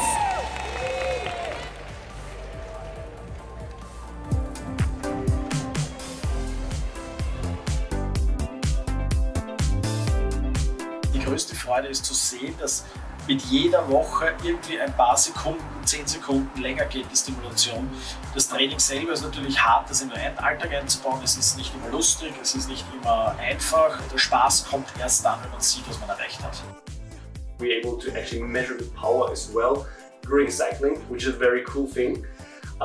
Especially because we are able to do that at a very high sample rate, at which the power meter is normally not intended to. Das ist die große Motivation, dass ich nicht nur 5 Minuten am Liegerad liegen kann und treten kann, sondern dass man draußen in der Natur auch eine halbe Stunde fahren kann.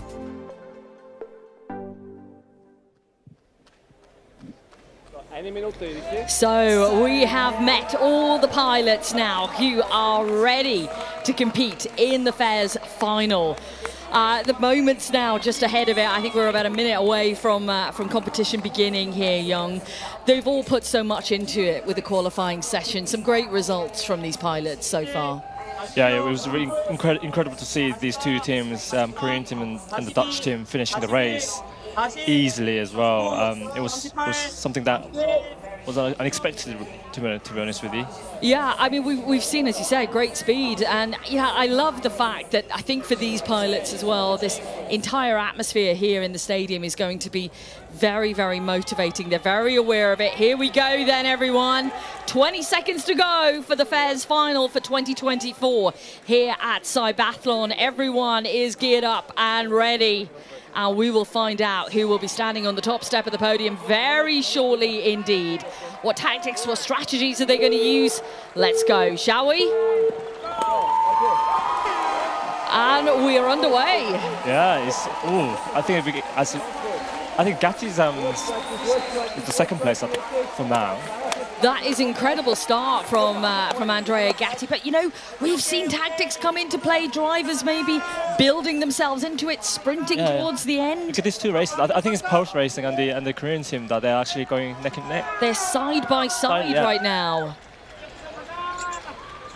It's also quite, what we need to see is that all different bike system as well. They have all different bike systems, and that shows what kind of systems are good or not.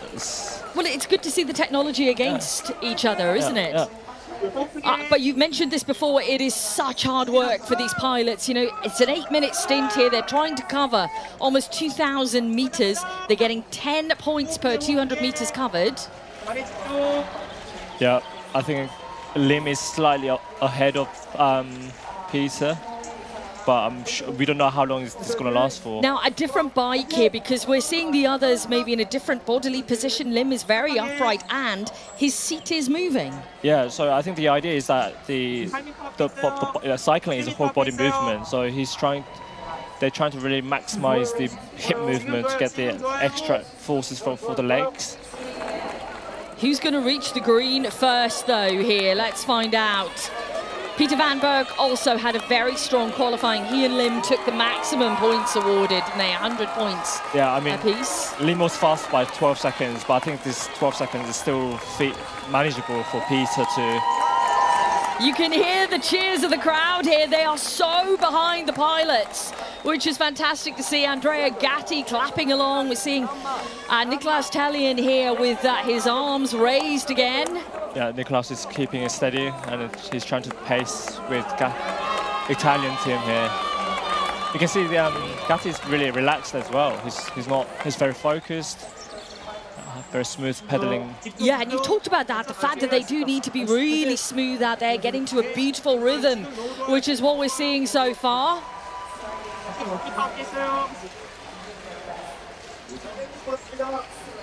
Yeah, I mean, they all have a different strategy. I don't know if Peter's going to sprint out in the last bit. We'll have to wait and see, but we can really see that, again, Lim here in green is doing well. In the pink just behind is Peter Van Berg. So, yeah, we could see a strategy where he comes back towards the end. But, Young, just go through some of the factors here as well for people who might be coming into this for the first time. Their legs right now are being stimulated to move, and that can cause severe fatigue. 1 lap to go, we've just seen there. Exactly. So they get electrical currents to activate their nerves, which induces muscle contractions. And depending on the level of the electric current, the muscle fatigue can come in quite quickly or late or slowly. The pilot has all the full control of. So they can increase that stimuli, which in turn will make them go faster. Exactly, yeah. Wow, okay, yeah, and they do that by the use of something we're all familiar with, a throttle, but it's with the use of their hands. Yeah, exactly. You can see that on the handlebar is not just to stabilization, but they can just adjust the electric current using that. You can see the focus on their faces. We're back with Tellien here. The Vienna Fez 1 team. And back now to the remote hub in Korea. He is in the lead right now. Yeah, we can still see Peter. So Lim is in the green shirt. Just a reminder, behind him is Van Berg in the pink shirt. Yeah. So it's pretty close, isn't it, Young? You know, there's not much of a distance between them right now. No. What did you say? Wasn't qualifying 12 seconds? 12 seconds difference, yes. Wow. Okay, you can hear the cowbells ringing in the stadium as well as the cheers. We're coming into. You know, the second half of all of this is not far to go. This is the last lap, and the last lap is so they've probably got just less than 200 meters to go. Okay, what can Van Berg do to try and catch Lim here? Because Lim is out front. Can he stay out front, though? Yeah, we have to see, because we can see that Peter is putting all in. Yeah, look at the breathing here. You know, the focus, the way he's holding his body. He's just giving it absolutely everything right now to try and win this final. Still 3 minutes left on the clock. This is a close race, so Peter's trying his best. It looks like he's gaining. Yeah. I mean, it might be deceptive here from our virtual reality world, but it does look like he's gaining here. He might just be able to snatch off the first place. Like they have the title. They have to secure their title from. That's right. The defending title holders. The team are the defending title holders. Oh, Peter is giving absolutely everything here. I think this is going to be quite a thrilling finish in our Fez race. You can actually see that he's getting closer as well. And now the cheering squad for Lim there. Everyone clapping on. This is helping the pilots keep motivating, giving the extra effort now in these final moments. Oh, it is Lim who takes it then across the checkered flag finish with Peter Van Berg behind. And the cowboy hat is back in place. We saw that in qualifying. Oh, what an effort from everyone here. You can see that Peter's sweating a lot. Like, we've discussed this past two days. It's not an easy job for them, really, and it's incredible to see them finishing the race like this. It's so incredible. Okay, let's go back to our other two pilots then, who are still making their way through. Andrea Gatti and, of course, Nicolaus Tellien. The crowd keep going behind them. I think Andrea's keeping a steady pace as well, you can tell. And yeah, your eyes don't deceive you, that is a dog you just saw in the arena. Oh, look at Nicolaus, he's trying to give it that extra effort now towards the end.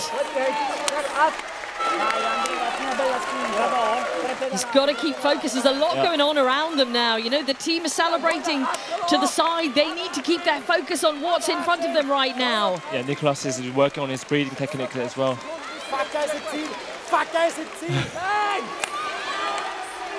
Oh, this is super between the both of them.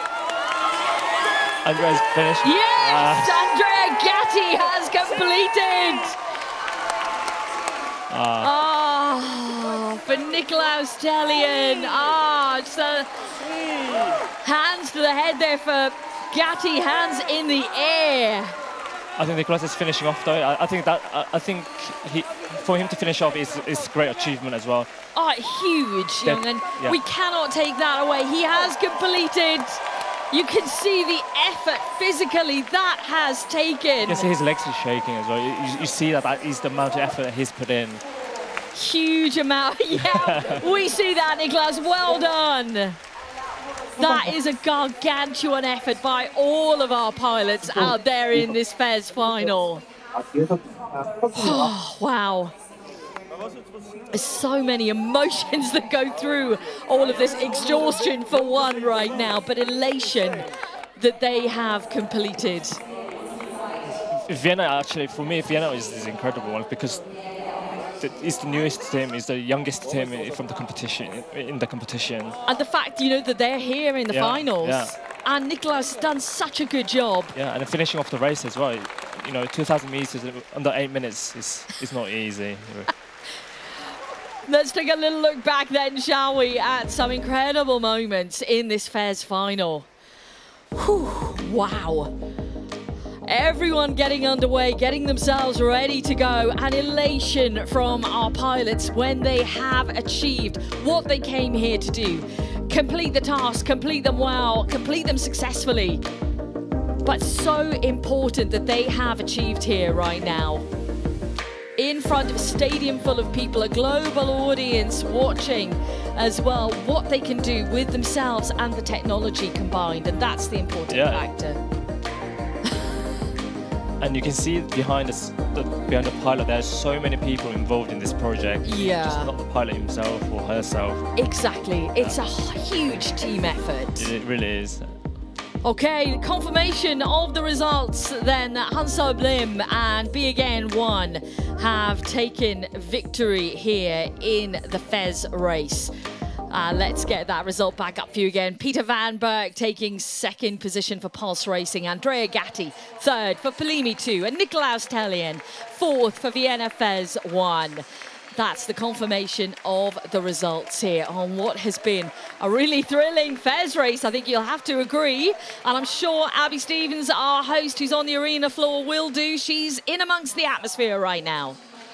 Bex, thank you. Absolutely thrilling. What a race. And the atmosphere in this stadium is quite something, but the atmosphere in Korea also looked very special.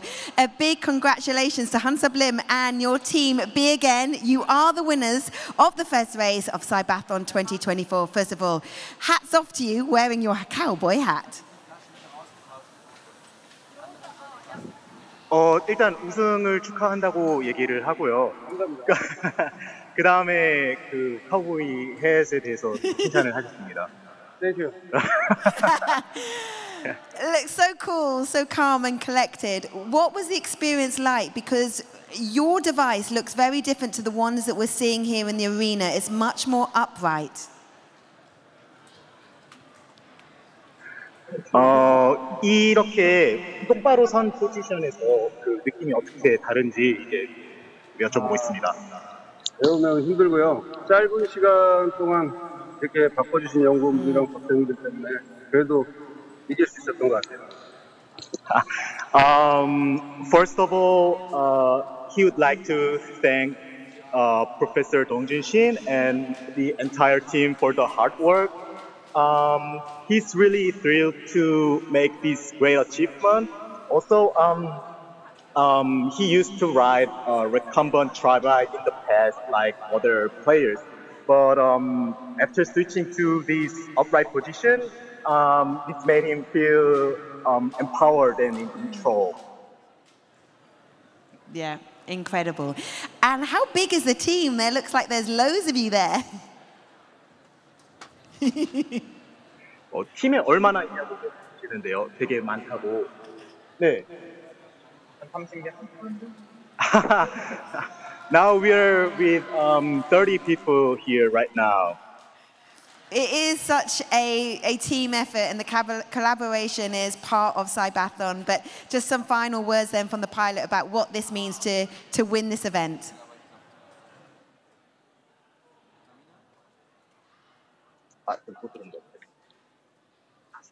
I'm sorry, can you repeat the question again? Just some final words about what this means. 이 결승이 어떤 의미를 가지고 있는지 여쭤보십니다. 일단 최선을 다했고요.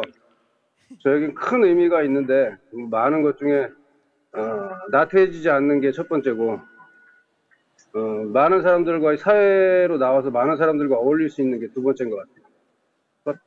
네. Are you able to translate? He says it means a lot to him. Oh, okay. We're run out of time. No, you can go. You can translate. So, okay. Let me continue. He's happy to win this race, and he believes. He says this victory belongs to everyone, not just for our team, because he believes that this technology will benefit everybody, people with disabilities. Yeah. And he's really happy to work with co-workers. Yeah, absolutely. It does belong to everyone, and it certainly belongs to Nicolau as well, who's such an incredible competitor, such a brilliant personality. Let's go and join Peter as well, so we can get another word from one of the other pilots that's competing here in the Fez. He put in an extraordinary effort. You saw that final. Everything went into it, but like Hansa Blim said, this is a win for everyone. I think this is what makes this event so special. You saw that in the Leg Prosthesis Race as well, that yes, there's winners, but the whole team and everyone competing are winners. And Peter, this is an amazing moment. I'm going to come in with you and your service dog Jan as well. So much emotion. How hard was that finish? Yeah, I was so tense. It was so close, and yeah, I really loved it. Yeah. And the atmosphere in the stadium and everyone supporting you, what is the experience like when you're also trying to concentrate and activate your muscles? Well, I give so much adrenaline, so yeah, time seems to go a bit shorter. So you got the time to really try and do your best. So yeah, it really helps. I thought that would be the opposite. I thought that 8 minutes would feel like forever. In a way, it does as well. Yeah, I was so tired. The third round, I plummeted down, but then the energy of the crowd gave me some extra spirit to keep it going in the fourth round. Yeah. And I'm sure the energy of these people behind you as well. Yeah, my team. I'm so thankful for all of them. Also for the university, the VU in Amsterdam, and Berkel Bike, the students who trained me, and yeah, I'm so thankful for everyone. Also the organization of this great event. So. We're thankful for you all as well. Thank you so much. Well done, Peter. Okay, that is the Fez race. We move on. Next up is the Arm Prosthesis Race. Here is an explainer. Next up, the Arm Prosthesis Race. Blue parts are only allowed to be manipulated or touched with the prosthetic hand. The pilots must complete 10 tasks. Here are some examples. In this task, the pilot needs to put on a hooded sweater, fasten the zipper, take it off and hang it up on the clothesline. Lastly, the pilot has to hang up a t-shirt on the clothesline using a blue clothes peg. The next task involves some do-it-yourself action, including the use of various tools. Next up is the haptic bag challenge. The pilots have to identify and retrieve objects of different shapes and flexibility without visual assistance. Then the pilots stack blue cups to form a vertical pyramid while sitting at a table. Pilots can score 10 points for each of the 10 tasks. The pilot who completes the most tasks in the fastest time wins the race. The time limit is 8 minutes.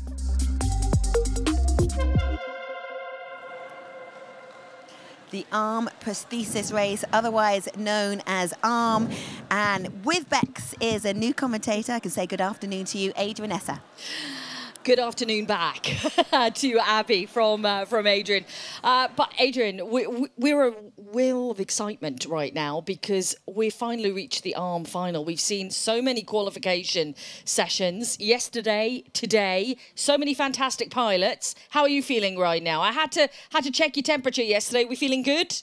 Still feeling pretty amped up. I am really, really excited to see what our 4 competitors bring us here in the finals, and we know it's going to be incredible. It was a thrilling qualifying, wasn't it, this morning? Oh my gosh, so many upsets, just teams all over the place, going up, going down, and now we have 4 here with us, and the nerves. The nerves are kicking in right now. Let's take a look at the teams then and where they're hailing from for our Arm Prosthesis final.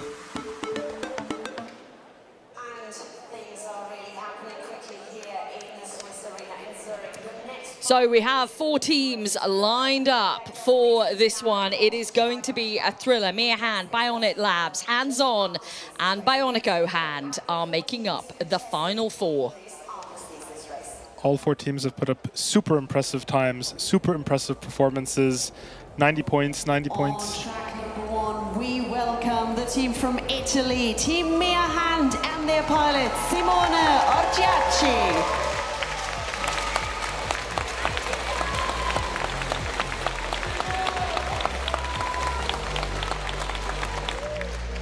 Strong qualifying from Simone, but as Adrian said, some ups and downs during qualifying today. But for this final race, it has to be almost perfect out there. Let's see what Simone will deliver.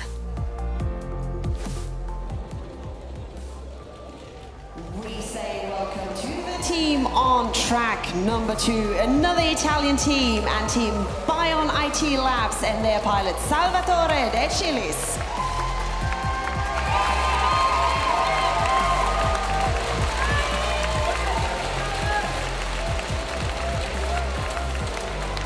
Salvatore delighted to make it into the final today. We watched him spectating the qualifying sessions this morning to see how it would all play out, and now it is on his shoulders to try and deliver the ultimate victory. On track number 2, we have the early leader of this competition from China. It's Team Hands On and Minju.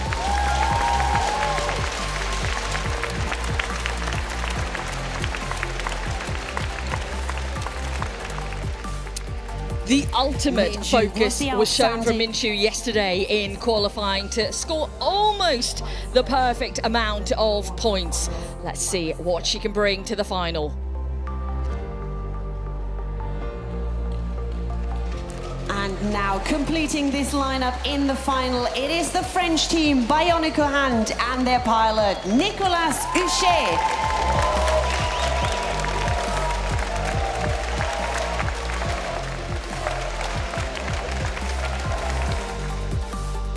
Nicholas playing to the crowd there. There is, of course, a huge support structure behind all of our pilots, but a fantastic second qualifying for Nicholas today with, again, 90 points on the board, just like Minshu, almost perfect.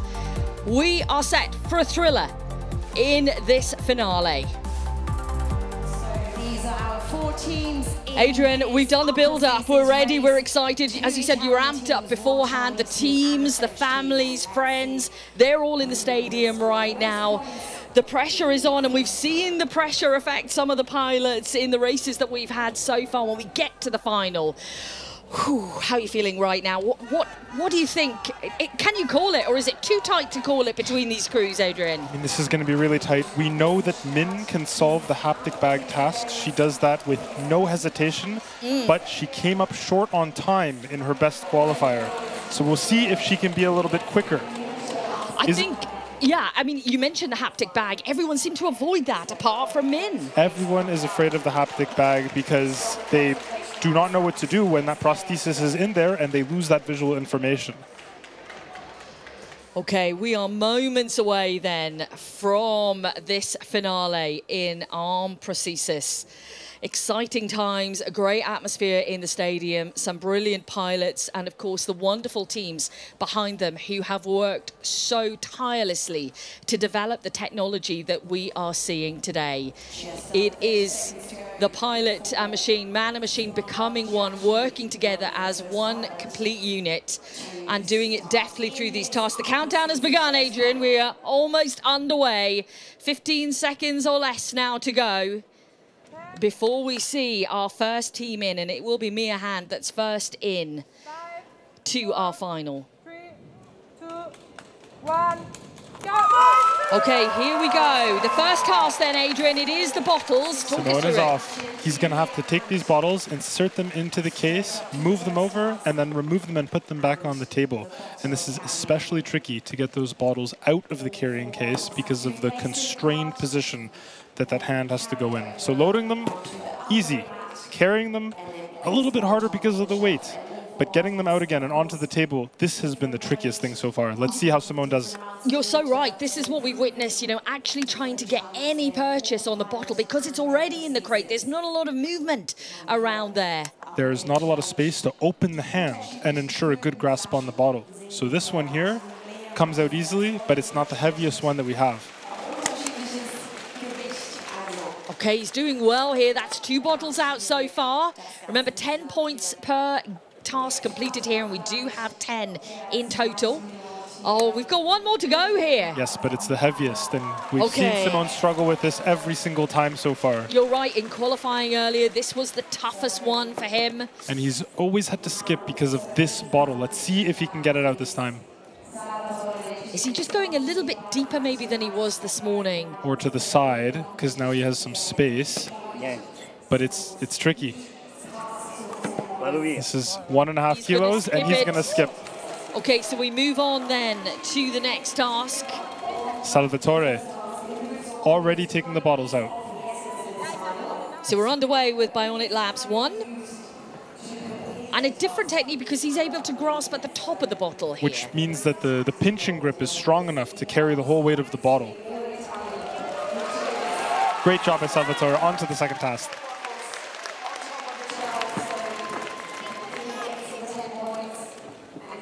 I'm definitely done.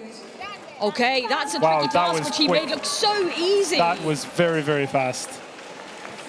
Now we're on to the storing of the dishes. Has to be so careful. Belushka is watching on. Belushka cheering his teammate on. It's all on Salvatore's shoulders for this one. And Min was so fantastic in qualifying because she just completed all the, well, not completed all the tasks. She got 90 points, all but 1. With such purpose and focus. She didn't get flustered at all. There was no panic. She set the bar so high. She did. You're absolutely right. In the first qualifier race, and just was short, maybe 30 seconds, and she could have finished that last task. Okay, Salvatore De Chillis already has 30 now points in the bag. Simone 20. Chu with 20 as well. And this is always a really tricky one. It's especially pinching the zipper and being able to pull it all the way up the sweater.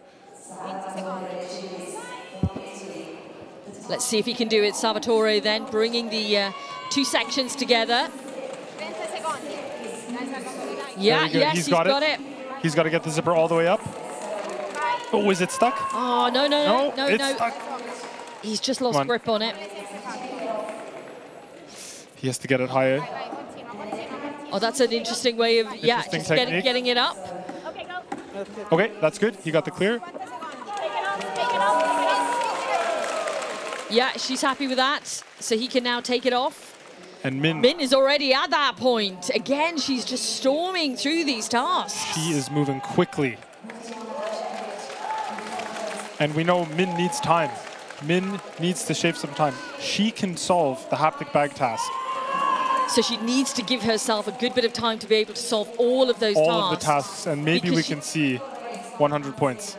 That would be so fantastic to be able to see that in a final. Let's see if she can do it. So all of our pilots are underway here in the Arm Prosthesis final. Okay, go.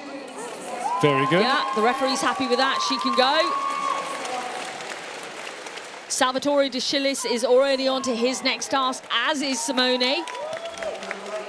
Wow, we are and we've got Nicolas Huchet very much underway as well. That's 30 points in the bank for Nicolas right now. Some very strong runs so far. I think for Huchet, he's already at now the hanging laundry sector of this final. So he's doing really well, but we saw that in qualifying this morning. An interesting technique. He used the t-shirt to cover his hand while inserting it through the sleeve of the sweater. Yeah, that's ingenious. Okay. Team Hands-On is on the bulb right now. And this looks good, Adrian. We just need it to light up. We just need it to light up, and Min is super confident in this task. In fact, she believes it's the easiest one. Oh, there we go. And she's got it. We have light. 40 points. Wow. But like you said, she does need the time to be able to complete the tasks. Min knows she can do it. She just needs to be a little bit quicker than qualifying. A reminder that it is an 8-minute time limit for all of the 10 tasks to be completed.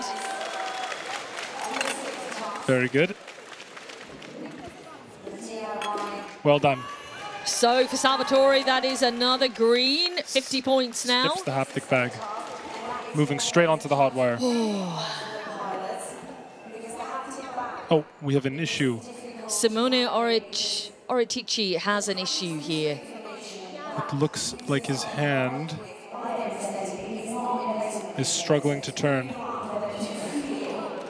Oh, and yeah. See, and when the wrist can't move like this, it's really, really hard to turn these cups over. Okay, let's head back to the haptic bag the haptic now. Bag. So basically, the foam that we see in front of us there, the squares and the circles, they're in the bag, and she has to find them. Yes, without using her eyes, she has to reach in and identify and retrieve the correct object. How is she doing that, Adrian? There is actually a camera on the hand which automatically recognizes which object she's holding, and a feedback display that tells her when she's within grasp of the object. Okay. Like we've said before, she's one of the only pilots who really goes into this and tackles it. Others bypass it. Yes. It's taking her a little bit of time. As we can see elsewhere, we've got 50 points on the board for Nicolas Huchet, who is actually also going to go for the haptic bag as well. Min struggling here a little bit. Yeah, this is taking time, isn't it? Precious seconds are ticking away right now in this final. Huchet retrieves the wrong object, but moves on. Min gets 2 out of 2. And the cube. And she's only got one cube. more. She still has to get the soft cylinder. And she's on a perfect score right now. And she is on streak for a perfect score, but this took some time. She was slowed down here by the haptic bag. So she's going to need to speed up a little bit now. Yeah, she needs... But speed is very difficult when it comes to this, speed which is the hot wire. Oh, and he grazes the edge of the hot wire. Huchet's just touched it. Just so that's barely. 2 red now. What does Min have here? She is flying through the hot wire. Look at the focus, Adrian. So incredibly quick. This woman is not flawed by anything. Nothing. Such a supreme performance. Oh my gosh, and she's finished the hot wire. Record the time, handle. surely. 80 2 minutes points. left. Just under 2 minutes left for Min. Can we see 100 points on the map? Oh, and she's so quick with this here. This really does now depend on how quickly she can do. But as you said, you know, with the action of the arm that we're seeing there, that flipping motion. Bex, it's going to be super, super close here. She's on a really good pace, but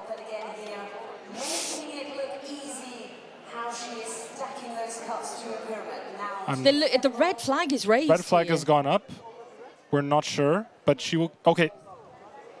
Okay, move on, move on. Let's see if we can get the other one done then. It is the final task that she will move on to. Salvatore De Chillis completes.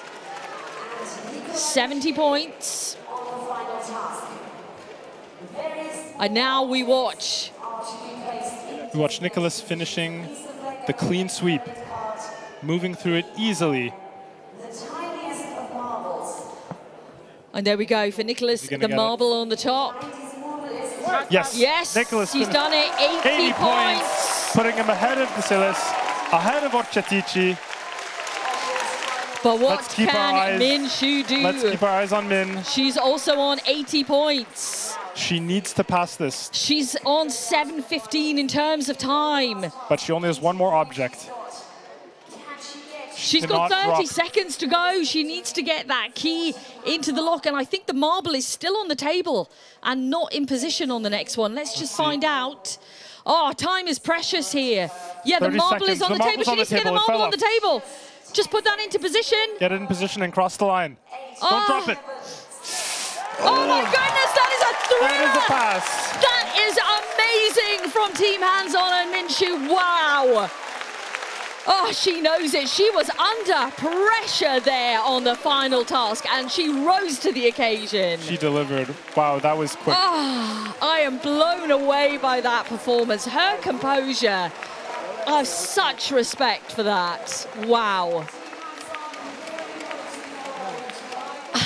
Also, look, she's still composed right now. Oh my gosh, her heart rate must be through the roof. It must be. What a result for the team and for Min. What a performance up against such fantastic pilots who have really delivered out there.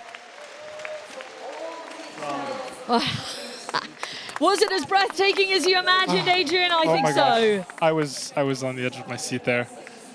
I wasn't sure which way it was going to go. I mean, final rounds, mistakes were made, the pressure was high. I don't think this woman understands the word pressure.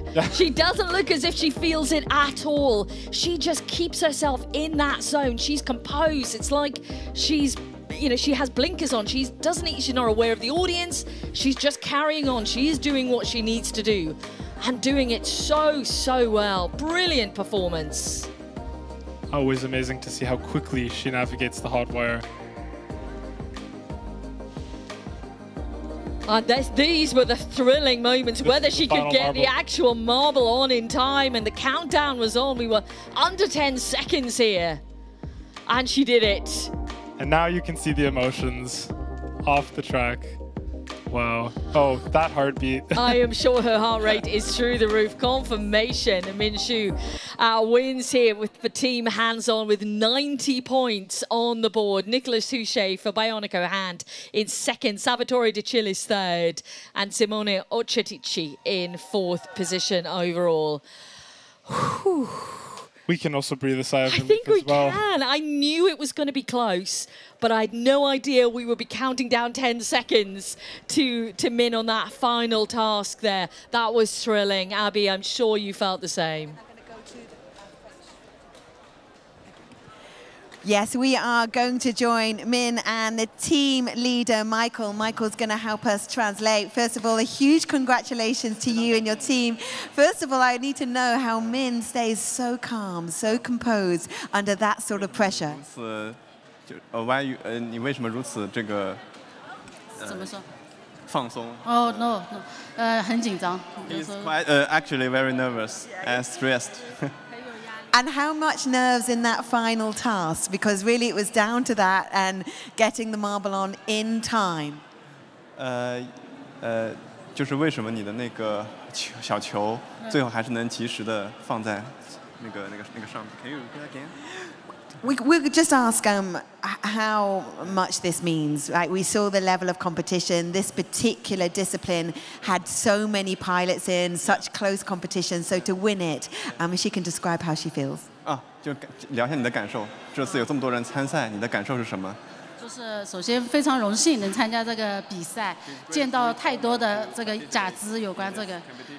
See a lot of prosthetic hand, so she is very excited and very 参加这个能见识到更多的这个假肢，就让我开阔那个。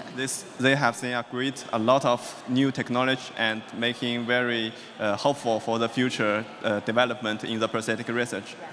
And tell us about this prosthesis. It's incredible when you're up close and personal to it, but the development of this so that it can be more readily available to the public. Yeah, it has 2 degrees of freedom. The rest rotation is controlled by the EMG signal of the radial limb, and the close and open is controlled by the shoulder movement, so they can simultaneously control 2 joints. So they can move some tasks more quickly, such as stake the pyramid. But this time we fail. we hope we can do the perfect trial, but our pilot has tried her best. Why? Because we didn't see any pilots really, I don't believe, other than Min, complete the plastic bag one and getting the objects out. Why do you think your prosthesis was so strong in that compared to the others? We have tried different strategies, such as force sensors or other technology. But this time we choose this camera, computer vision method. They can recognize pictures. So if they target the specific shape, they can give the feedback, such as the sound or the color. So the pilot should will know how her hand can how successfully they will reach the target. Well, you're so successful, not just in that task, but the whole of the task. Congratulations, you are the winner of CYBATHLON 2024. Congratulations.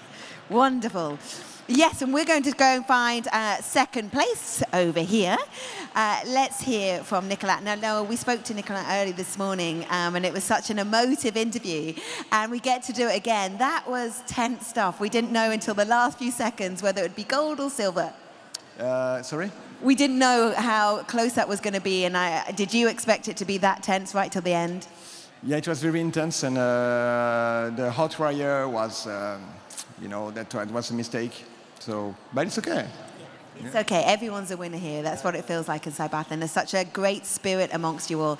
Again, you spoke with so much emotion and sentiment, but just for people that are coming in, maybe on the live stream and listening for the first time or here in the arena, what is so special about this and how accessible you are making it? So what's so special about our project is that the user, like me, is at the center of the development of the prosthetic hand to make sure that the device is correctly adapted to my needs.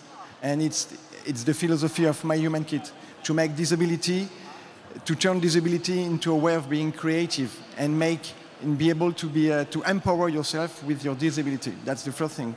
The second thing is that all the files are made through partnerships with other collaborators, and all the files are shared on internet for free, so you can find the mechanical schematics, electronics, and you cannot make it at home, of course, but you can make it into a university as a student project.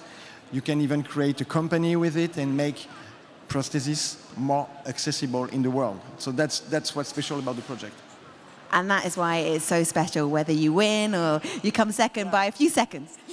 My message was to be able to say that around here, and to explain that there is maybe other ways to use technology for humans, and that maybe it's time to rethink the way we see assistive devices for disabled people, because it's too expensive. And we must find new ways of working, like create new kind of companies or even non-profit organizations to really make assistive devices accessible for people in the world. That's the target, you know. And you are doing so well in spearheading that target. And Nicolas, thank you so much and congratulations. We are going to take a very short break. When we come back, we've got more finals for you. This time it will be Rob.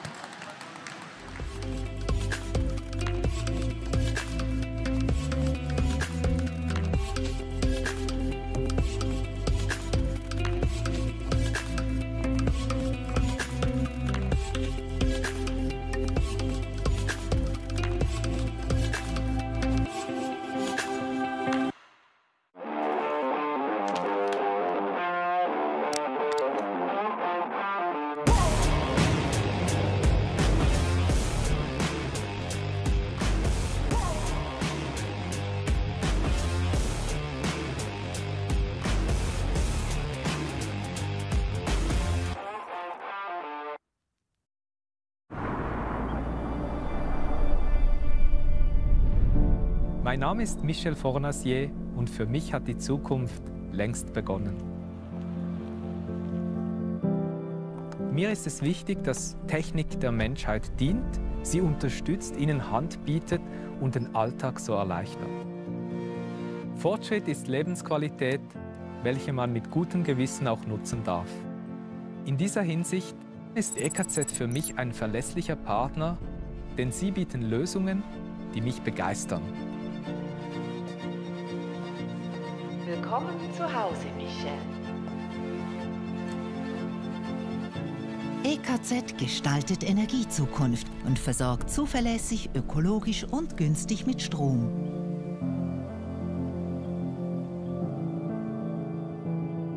EKZ, stolzer Partner des CYBATHLON. So the next race, it is Rob. And here's all you need to know.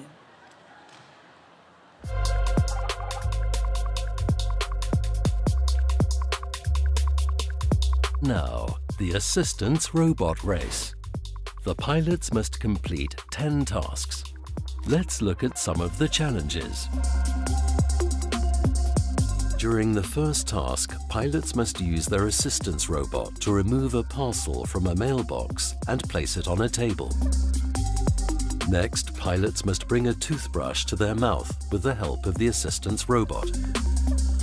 Then the pilots are asked to hang a scarf on a clothesline with the help of the assistance robot. This task is a bit of a challenge, and it's even called Spice Up. The teams have to grab the correct object and set it down on a predefined location. Pilots score 10 points per task. The pilot completing the most tasks while clocking the fastest time wins the race. They have a maximum of 10 minutes to complete the 10 tasks.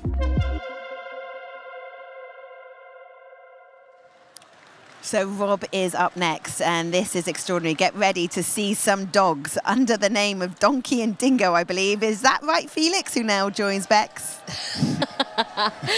Yeah. That's what I was told, yes. Donkey and Dingo then making their way into the arena. All of the pilots, in fact, making their way into the arena right now. I'm now joined by Felix Erb, who's our expert in this field. And I tell you what, it's going to be a great final that we are seeing here. We're for every final, we keep saying we're amped, but we are, yeah, you know. Definitely pumped because of the finals before. This is going to be very epic. It is going to be epic. And again, we have, you know, the same series of tasks that we've seen in qualifying, and they're challenging. There's a time limit, Felix, and the pressure of everybody, you know, in the stadium right now. It's a great atmosphere. You just walked up through it. What was it like? It was absolutely incredible. We're loving it. We are loving it. Let's take a look at where the teams are coming from then for our final in the assistance robot race. Darkness descends here in the auditorium as we take a look at the four that line up. Smart Arm, Rob, RSL, BFH Fair One and Edan are our teams which will compete for glory here. Let's meet the pilots.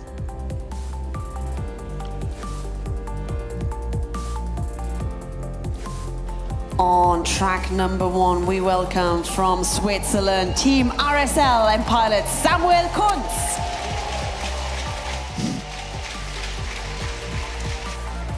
With his signature orange hat. Absolutely. So in qualifying sessions then, we saw Samuel perform with both of the robots, Dingo and Donkey, as they are known. It is going to be a massive challenge in this final, though. We have such a wonderful array of pilots competing. Another Swiss team, it's BFH Fair One and their pilot Fritz Eichholzer.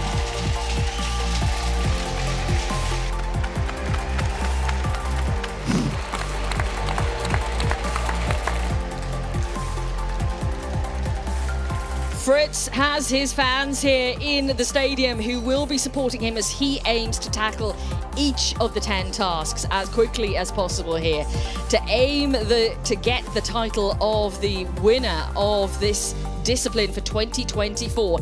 It is going to be tough though, strong rivals out there. Definitely. 3 from France, we welcome Team Smart Arm Rob and their pilot Etienne Moulet.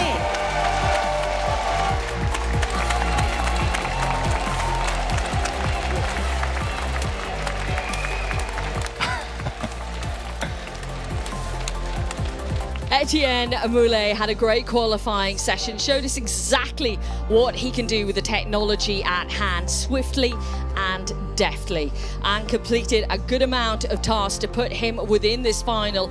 And again, he would like to be the ultimate victor here. The top step, is it for him? We will find out very shortly.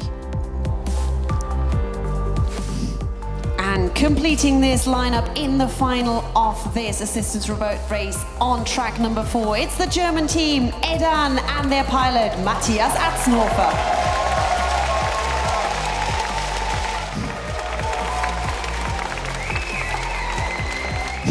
What a qualifying we saw from Matthias, taking the maximum points available. He was delighted at the end of the run, but now it comes into the final scenario. It is just one race here to take the ultimate glory. Let's make sure we get down to it in just a few moments. We go live with this final. Can feel the pressure building, to be honest. I'm so impressed. You're like a slow cooker right next to me. If I take the lid off Felix right now, a lot of steam is going to come out, definitely. Well, this is really the culmination of everything that we did and all what the teams did and what the pilots did. It's really coming down to this. Exactly, these moments now just ahead of it. Like you said, so many years, months, weeks of work building from, you know, one CYBATHLON to another, from the challenges even to this moment. All of this work, this technology to hone it, and it comes down to what they can do today. It was really a road to CYBATHLON 2024, and that's what we're going to see now. Yeah, that's a really great way of putting it. The road to CYBATHLON 2024, and we're about to see the culmination of all of the work that has gone into it by the teams and by the pilots. Get ready, assistance robot race final is about to get underway for us here in the Swiss arena. I'm so delighted that there is such a fantastic atmosphere. Everyone has their individual support, but I'm sure they must be feeling nerves. The green flag has gone up here to ready everybody. Yes. And the countdown clock has started. You can see it's going to be less than 20 seconds for Sami Kunz to get underway for Team RSL. The countdown underway. He looks very calm. He looks very calm. As ever. You know, I think that's part of his appeal is his utter composure. He knows what to do. 4, 3, 2, 1, go! And the referee quickly moves out of the way because straight away, yeah, you see them. Our robots are underway. And they're really nicely positioning them to save as much time as possible. 10 minutes, remember, for 10 tasks here at the assistance robot race. And this first task is to get the box out of the mailbox and put it on a table. Now, how is Sami controlling everything here, Felix? Is in full control of both robots, but they... Oh, no! Oh, no, the parcel fell down. That's the first. Oh, that's so... Yeah, the parcel has dropped on the floor. That's a task fail, unfortunately. Okay, regroup. He moves on to the next one. Task. And that is the toothbrush. And this is a very intricate procedure we're seeing here with the robot. Talk us through exactly what has to happen here. Yeah, the robot has to get the toothbrush and put it into towards Sami Kunz's mouth, and he has to do it without external help. So interesting, in this configuration, he can approach the robotic arm with his wheelchair. Well, we see that. Oh. So here we. This is Fritz. Yeah, and Fritz. We actually see the voice command input that Fritz uses to control the robot. And we see this is going well. That's very successful, isn't it? Now he has to just put it onto the table. Yes. So voice controls is what he's using. Yeah, well, partially. He also has different modalities. but mostly it's sort of the system is querying him whether to proceed or not, and he's in control in doing that. Okay. The robotic arm has has a semi-automatism built in, such that it already goes towards the object. So that's clever. Yeah, that's it's clever technology. Yeah, it really shows how much the people have put in, how much effort the teams have.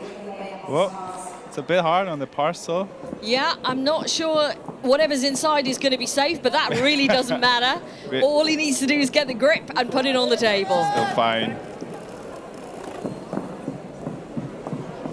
This is Etienne Moulet we're watching from Smart Arm Rob right now. Very well done. So that's 10 points. Such a great atmosphere here, spurring our pilots really along. It's special. Okay, this looks, it looks, you know, to the naked eye an easy one to pick up a scarf, but it's so difficult, especially when you have to as well then move it and put it over a rail. It's a very high, this is a point where the robot arm has to reach quite high, and this is tough for assistance robots. And it's also tough, it's a very flimsy material, of course, but it can't droop off the rail if you don't position it correctly. Okay, let's see if our robot here can manage it.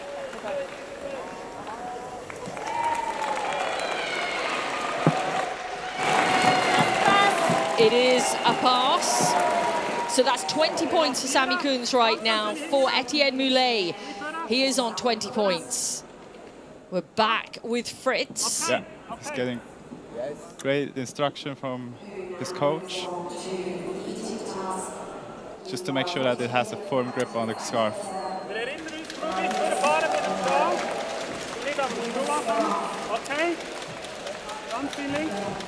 We can see. That might be a bit far. Oh, let's just see.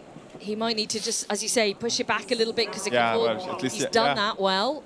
He's doing he's controlling it by moving his wheelchair, which is really smart. And now he just needs to drop that scarf down. That's a perfect score so far for Fritz. Jose, it's been a good run, 40 points now. Let's switch out to Matthias Atzenhofer here. Already completed his first task, Felix. Pretty fast, 1 minute, 28 seconds, 31 seconds. And already on to the third task now. Okay, back with Etienne. And again, similar to what we saw here with the rope, with the toothbrush. It's a delicate task where safety is absolute paramount. So he has to bring it to his face, but he can't move. He cannot move towards it. Towards the apple. We instructed the pilots to do that, just to make it fair for all teams. Okay, go. Yeah, perfect. And the referee says it is good to go. Fritz is at that moment as well. He's already putting it back.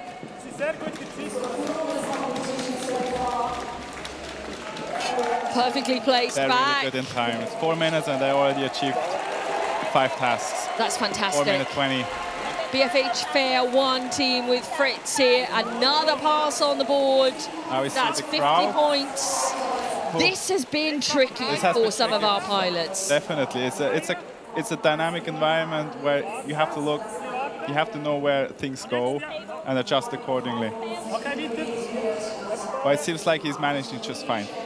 Really well done. There's a red flag there, though. No, what happened? I don't know. I didn't notice what had happened. He must have touched maybe a red object, but there was a red flag there. Unfortunate. It was looking like a perfect score, well. yeah.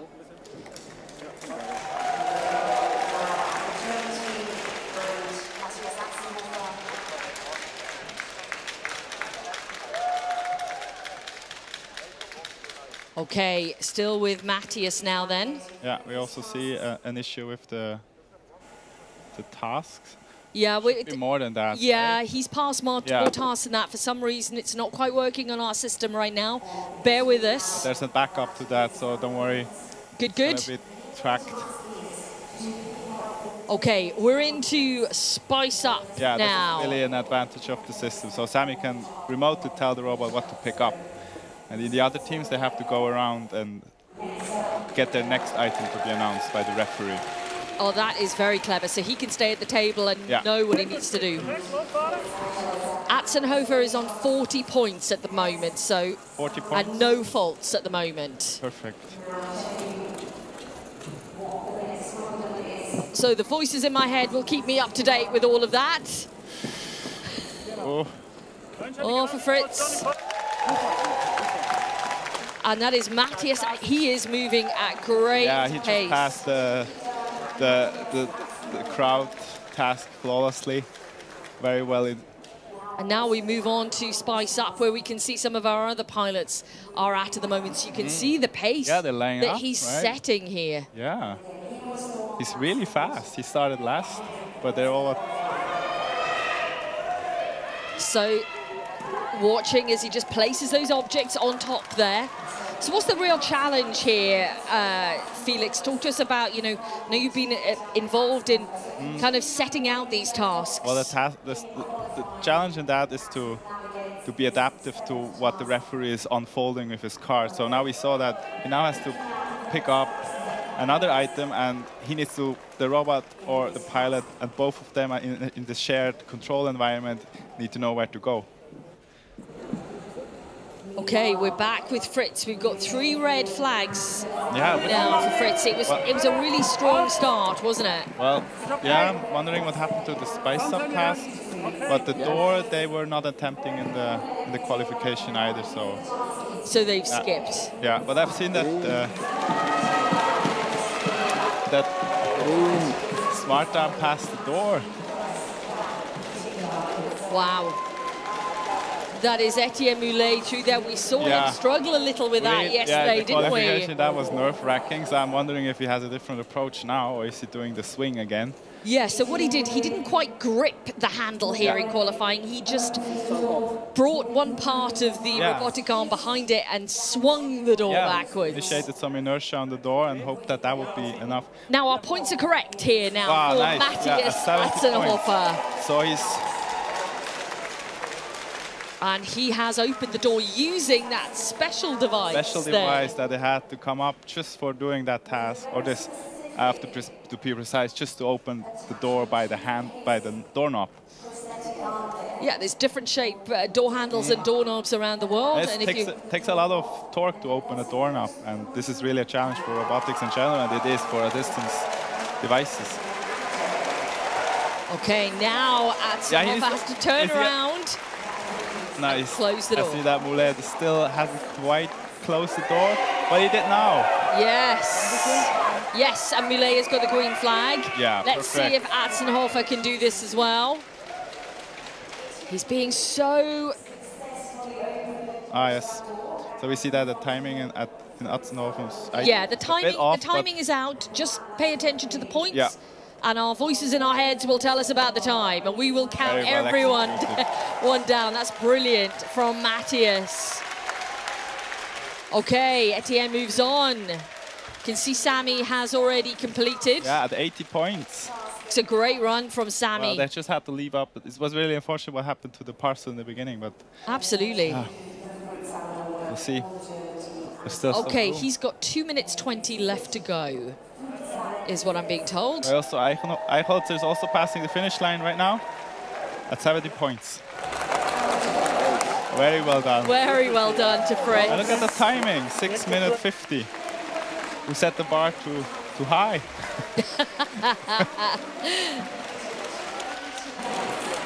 Let's move back then and find Etienne Moulet now at the final task, the dishwasher task. So he needs to go down now and open up the drawer, take out the plate and place it on top of the unit here. Without falling. Without dropping it. Without dropping it. Which we found, trying to get a grip on the plate is difficult. Is slippery, and these are not even wet, that would be. Look, and we see Matthias at exactly the same challenge as well. He's cruising through this task, and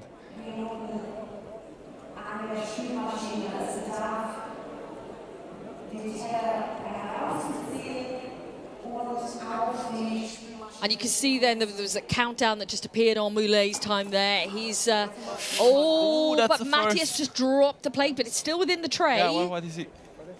He's still got time.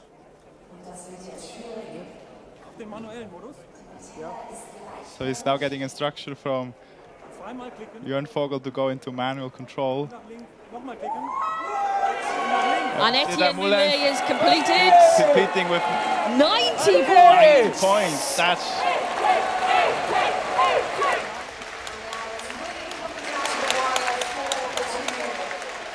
but already Atzenhofer has 90 points. yeah, this is. But for whatever reason, there we go. There he goes. The hand, Reattempted. it's opening. Yeah. Okay. Do it. He's got 32 seconds to try and complete this task. This is game changing. Oh, 30 seconds, less than 30 seconds now. Okay, he's got a grip. Can he lift it? He can. Put it down. All he needs to do is put it down. It doesn't matter if it's upside down or if it's flat. He's got it down. And now he has Release to switch it. modes. 10 seconds to go. 10 seconds to go. He's got it down. Back. Go, go, go, go, go. Go. 2. Is it going to be enough? And 1. And it's a green flag that has been given. And the team are already running. Second. What a fantastic result for Matthias. I didn't see the timer. I really hope that he made it within his 10 minutes. They're just double checking timing really, right double now. check, please, They production. are This is- double checking.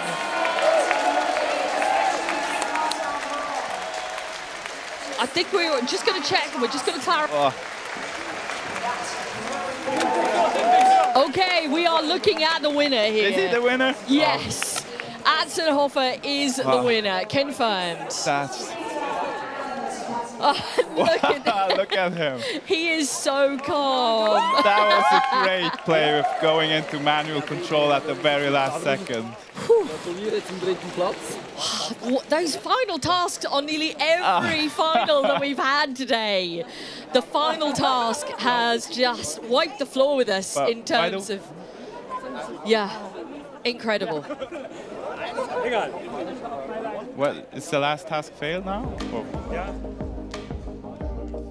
Let's take a look back at some of the moments then from Matthias Atzenhofer here. He did have, Felix, a really strong qualifying earlier. Yeah. And that has translated into a very strong run here.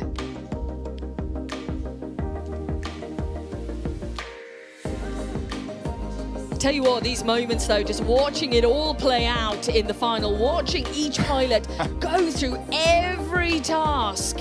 And, you know, mistakes are made, successes are gained.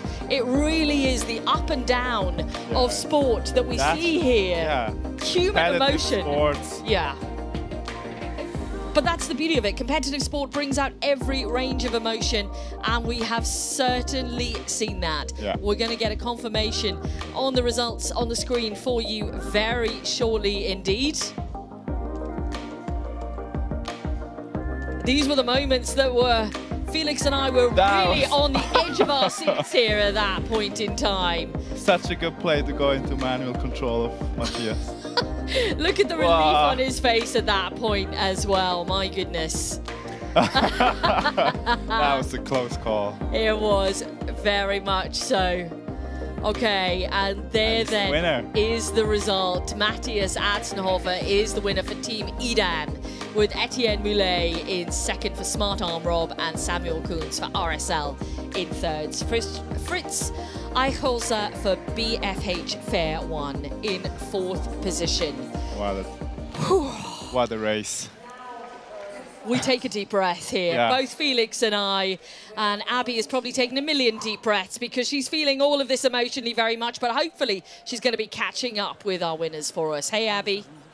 Thank you, Bex. Yes, we are joined by the team leader and the pilot of Edan. First of all, we have to say a huge congratulations, Matthias. There was nervous moments at the end there. It went down to the seconds. Yeah, it was more nervous. The last part was a bit critical, but we done it. It was a faultless performance. If we take the clock out of it, only pilot to get 100 points. Ja, mit den 100 Punkten? I didn't understand. Just with the clean sweep, it was a faultless performance. With not getting any ready fails. Passing all of the tasks. Yeah, we had some issues with dishwasher in the end, but we switched then to another control mode to compensate for dropping the plate, and I'm not even sure if we made it in the time or not, but it was great. We had to double check. You made it literally in a split second. It was a countdown, and we were watching on, and it was so tense. How was it to perform under the pressure of this arena when you know that the spotlight is on you, Matej, but you've got all these people that you are also collaborating with, and I'm sure have a sense of responsibility towards? Yeah, it's a great feeling with my team, and the support me is top. So what happened in those last moments then with the dishwasher? And I know you were spotting him and you were able to give some verbal commands. So, well, typically we have this shared control which helps him to get guidance for the plate, to grasp it, but somehow we were off by a tiny bit. The finger got on top of the plate, and then, we dropped it. But then we basically switched to a direct control mode so that he could, directly control, which we didn't train a lot because the shared control was working nicely, and so I tried my best to coach us both through there. Yeah, exactly. It's a team performance. And tell us then about this robot and what this can do for people in the future, in the present, how present that can be. Yeah, we are working on this for quite some time already. I mean, the idea is to have assistance in guiding the arm when you want to grab an object, or even when you want to use an object. If you want to pour from a bottle to a mug, you need to be precise and rotate the bottle around the tip. And in this, you get guidance with the arm, so that those complicated motions only need a rough joystick command, and the precision comes from the robot. And that's how we do the tasks here. And if needed, we also combine it with a wheelchair, for instance, in the door, that the wheelchair automatically drives backwards when opening the door. And this helps, and I think it makes it intuitive to control. And for you, Matej, your experience of being the one that is helping also to develop this and being the pilot, what does it mean now for you to, be lifting the trophy on behalf of Team Iran? Celebrating this moment for the team and lifting the trophy. Was bedeutet es dir, das gewonnen zu haben? Ja, es ist eine sehr große Bedeutung für mich. Eine große Bedeutung für mich. Yeah. So he is proud, and he will cheer a lot, and we will celebrate all together tonight. Well, I will let you celebrate with the team. Congratulations, you are the winner of Rob in CYBATHLON 2024. Well done, both of you. Okay, we are going to speak to Maria Fossati. Now, Maria competed in 2020, so we will find out about that. She's also going to be part of the medal ceremony for the Arm Prosthesis Race. Is that correct? Yes, today I will give medals. It's a huge honor for me to be here after my participation 4 years ago. So it's great to be here. Great atmosphere. I just love it. What's it like being a spectator in comparison to being a competitor? Well, easier. And less stressful, I imagine. Exactly. I had a lot of fun. As a retired pilot, I could, talk with people, and really without this anxiety made up by the competition. It's very hard for a pilot being here and concentrated on the topic. Really hard tasks this year, so great. And we've seen that then in the Rob race, the fact that it went down to the seconds, and they had a malfunction in the last task, and just the pressure that is on the pilot because they're also responsible for the team. Yes, exactly. This is the issue, big issue, because you're the pilot, okay, but you're driving this technology. So you're there in part of the team, and you really feel the pressure. And well, issues are normal in research, in our labs, but really the competition push the teams to go farther and farther. So great. It's so wonderful, and like we said at the start, you're now back here and enjoying it, and you get to give over the medals. Will you have a few words with the pilots beforehand and just say congratulations? I was in your shoes. I know what it takes to win. Well, I will say them that great job for all the pilots to be here, to really feel the pressure and to stay here. Well, all these eyes on was great, and we do all together, researchers, users, people, the market, the companies. We are all here to say, okay, we are people. In our diversity, we can do it, assisted by technology, but we can do it.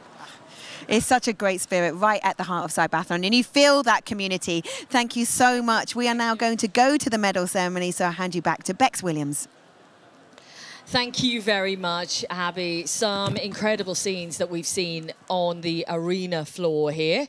And the darkness descends as we are about to get underway with our medal ceremonies. So, und jetzt feiern wir mal alle Teams, die hier Top-Performances geleistet haben. We are now starting with the first ceremony of the day, and that is that of the leg prosthesis category. The medals are being presented by EB member of ETH Zurich, Professor Dr. Ulrich Alois Weidmann, and Ambassador for Circ-Leg, the winners of the CYBATHLON 2020 Global Edition in the Leg Prosthesis Race, Alex Munyambabazi.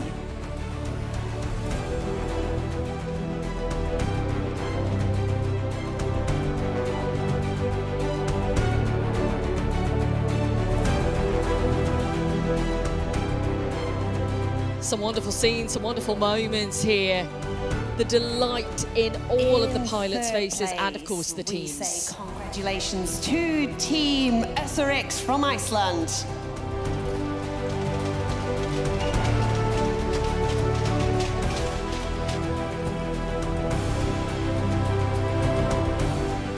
And a huge round of applause here as the team accept the trophies. Winning the bronze medal, it is Faris Amra.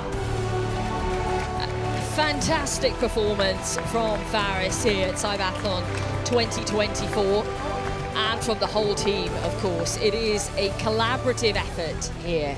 Second place goes to Italy and Team Softfoot Pro.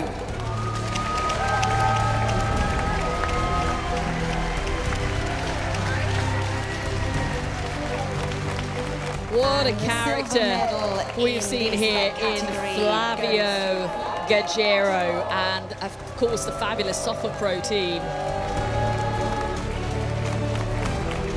And the title in the leg category goes to Italy and Rehab Tech Leg.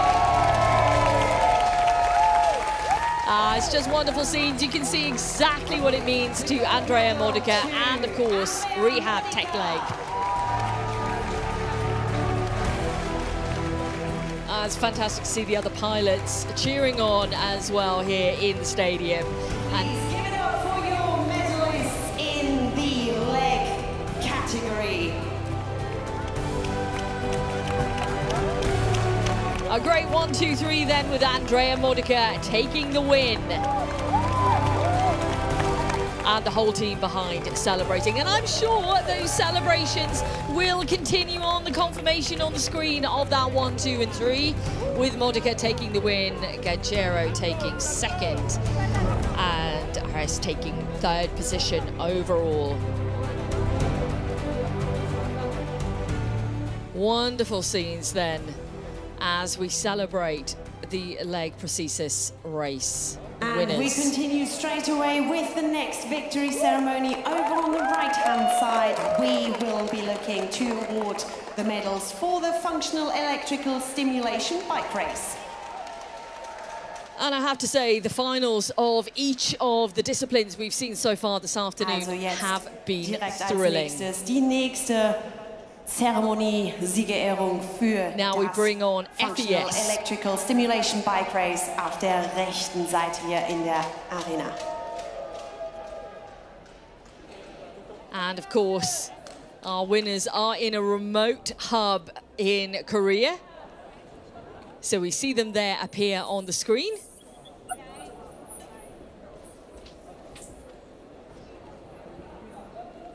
And the team here Andrea Gatti is in 3rd position, but our 2nd place team, which is of course Pulse Racing and Peter van Berk, not here at the moment at least.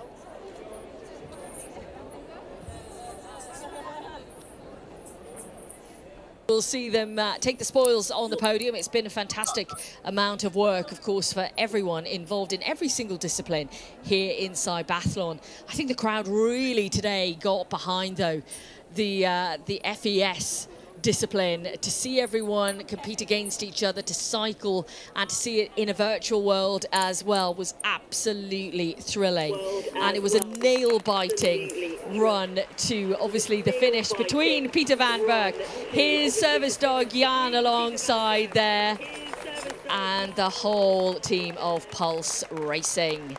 Joining us a 2nd position on the podium. And now coming up, the medal ceremonies for the Functional Electrical Stimulation Bike Race, where the medals will be presented from the professor at ETH Zurich and the initiator of CYBATHLON, Professor Robert Riener.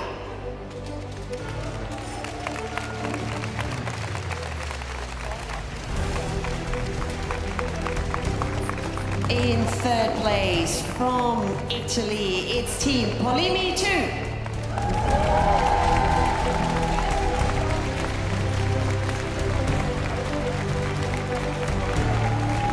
I love the fact that the team is still cheering as loudly as when Andrea Gatti here took 3rd position overall in FES.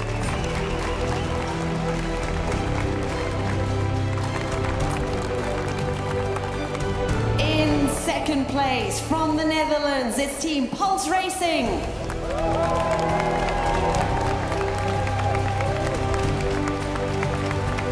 Such a vibrant crew behind Pulse Racing. The medal goes to pilot Peter van Berk.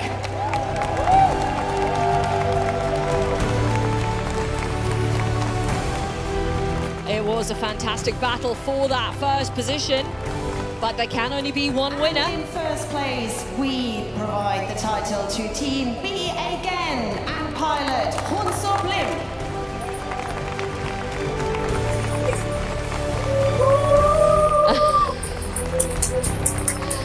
I love the fact that they have recreated that back in their remote hub, and they should celebrate. Please give it up for your medalists in the Functional Electric Stimulation Bike Race.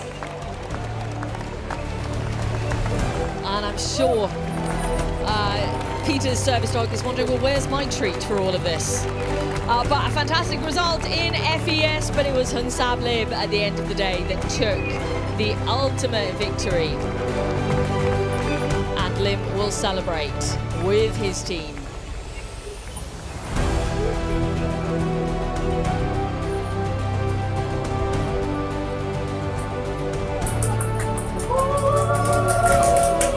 You can hear them clapping in the background and cheering. There's been so many that have been a part of the remote hub experience here, which has brought so much more inclusion to CYBATHLON, being able to communicate out around the world to the teams that cannot travel to be here in Zurich with us today. Confirmation then that Lim took the win in FES, then Van Berk, then Gatti in 3rd.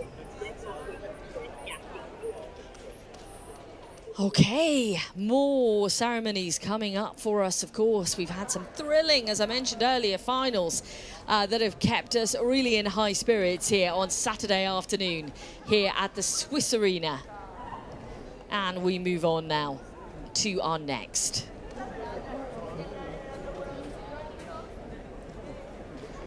You can see the sign up there, make some noise, and that certainly has been the case. The crowd have just been fantastic, supporting all of the pilots. It's been a very motivating spirit inside the stadium this afternoon. And now we move on to the Arm Prosthesis celebration. And again, und es geht direkt another weiter thrilling jetzt final. mit der Siegerehrung für die Armprothesen-Kategorie. So next up is the ceremony for the Arm Prosthesis Race. Ceremony will be presented by designer and former CYBATHLON pirate Dr. Maria Fossati. Great to see Maria Frassati here, ready to give out some awards. Former competitor in CYBATHLON. The Italian team, Bion IT Labs.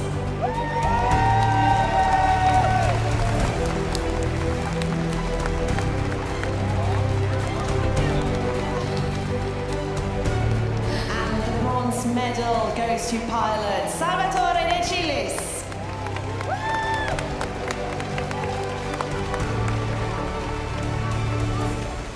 You can see how happy Salvatore is, and of course the whole team. Second place goes to France and Team Bionicle Hand. We saw this dance earlier. They're recapturing it for the podium.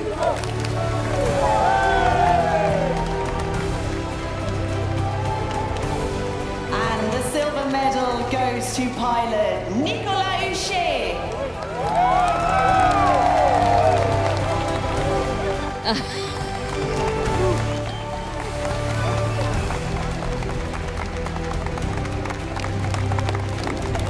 And in first place, from China, it is Team Hands On.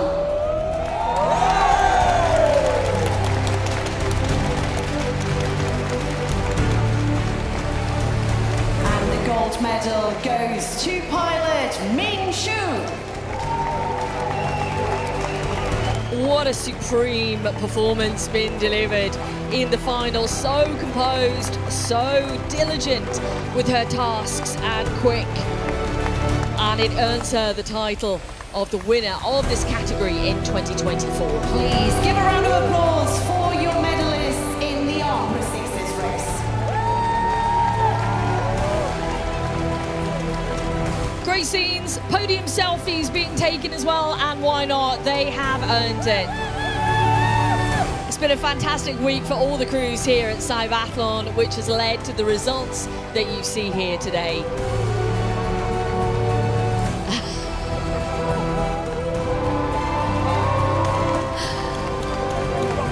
I am loving the characters with the team of Nicolas Huchet. Fantastic. So confirmation there that Shu took the win, Huchet took second, De Chilis took third position overall in the Arm Prosthesis Race.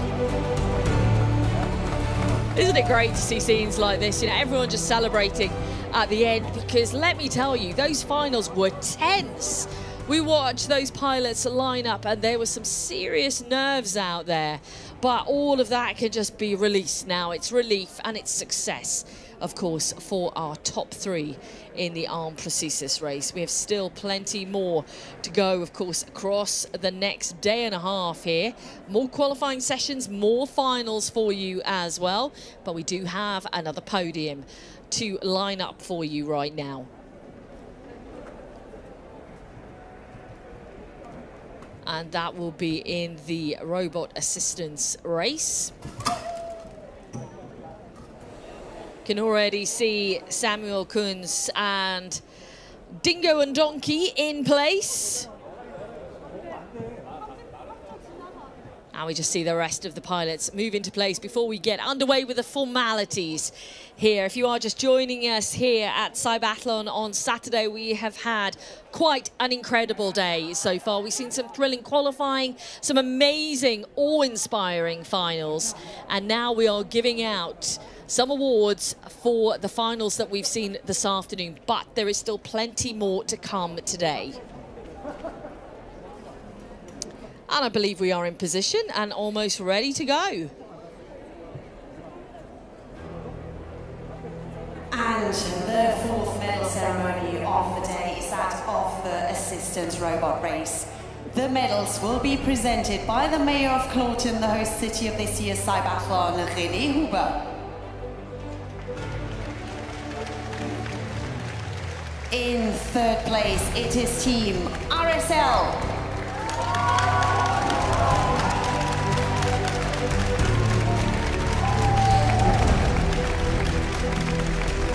And the bronze medal goes to pilot Samuel Kunz. I I was half expecting that trophy to go to one of the robots, then I really was, but they are making their moves at the side of Sammy. It was a really tight race. It's Team Smart Arm Rob of France.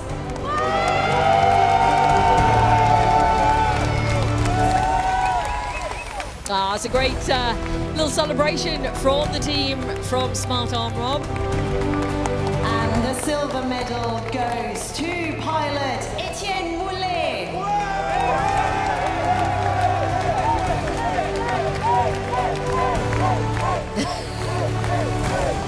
Such great vibes out there right now.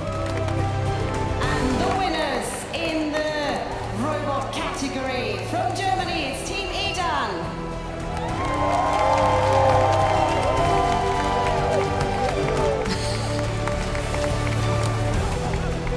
Oh, almost had a little bit of an off there, but we're good. And the gold medal goes to pilot Matthias Atznorfer. What a super strong performance from Matthias, under pressure as well in the closing sectors, but he kept it all together. He's delighted, the team are delighted, they should be. What a fantastic spectacle. In the assistant robot race.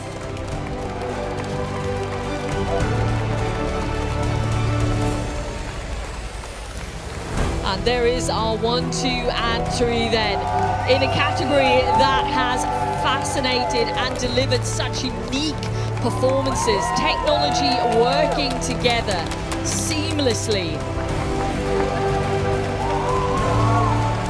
Look at the smiles here, that's full delight.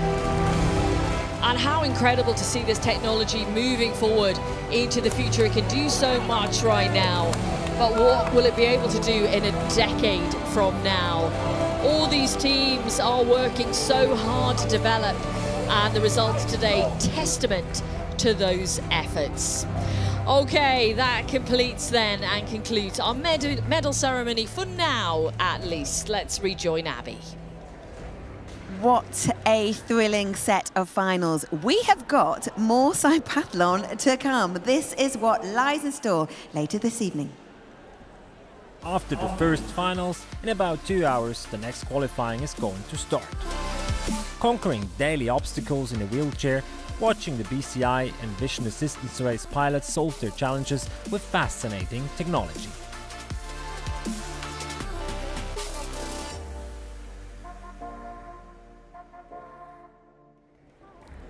What a brilliant session we've had here for these finals. Victories that have been full of meaning, full of purpose, full of emotion, full of impact, full of dedication. It has been absolutely extraordinary. Thank you for your company. As I said, we'll be back later this evening. I'll get the local time right this time, 6 p.m. Am I on the money? I hope so. We look forward to seeing you then.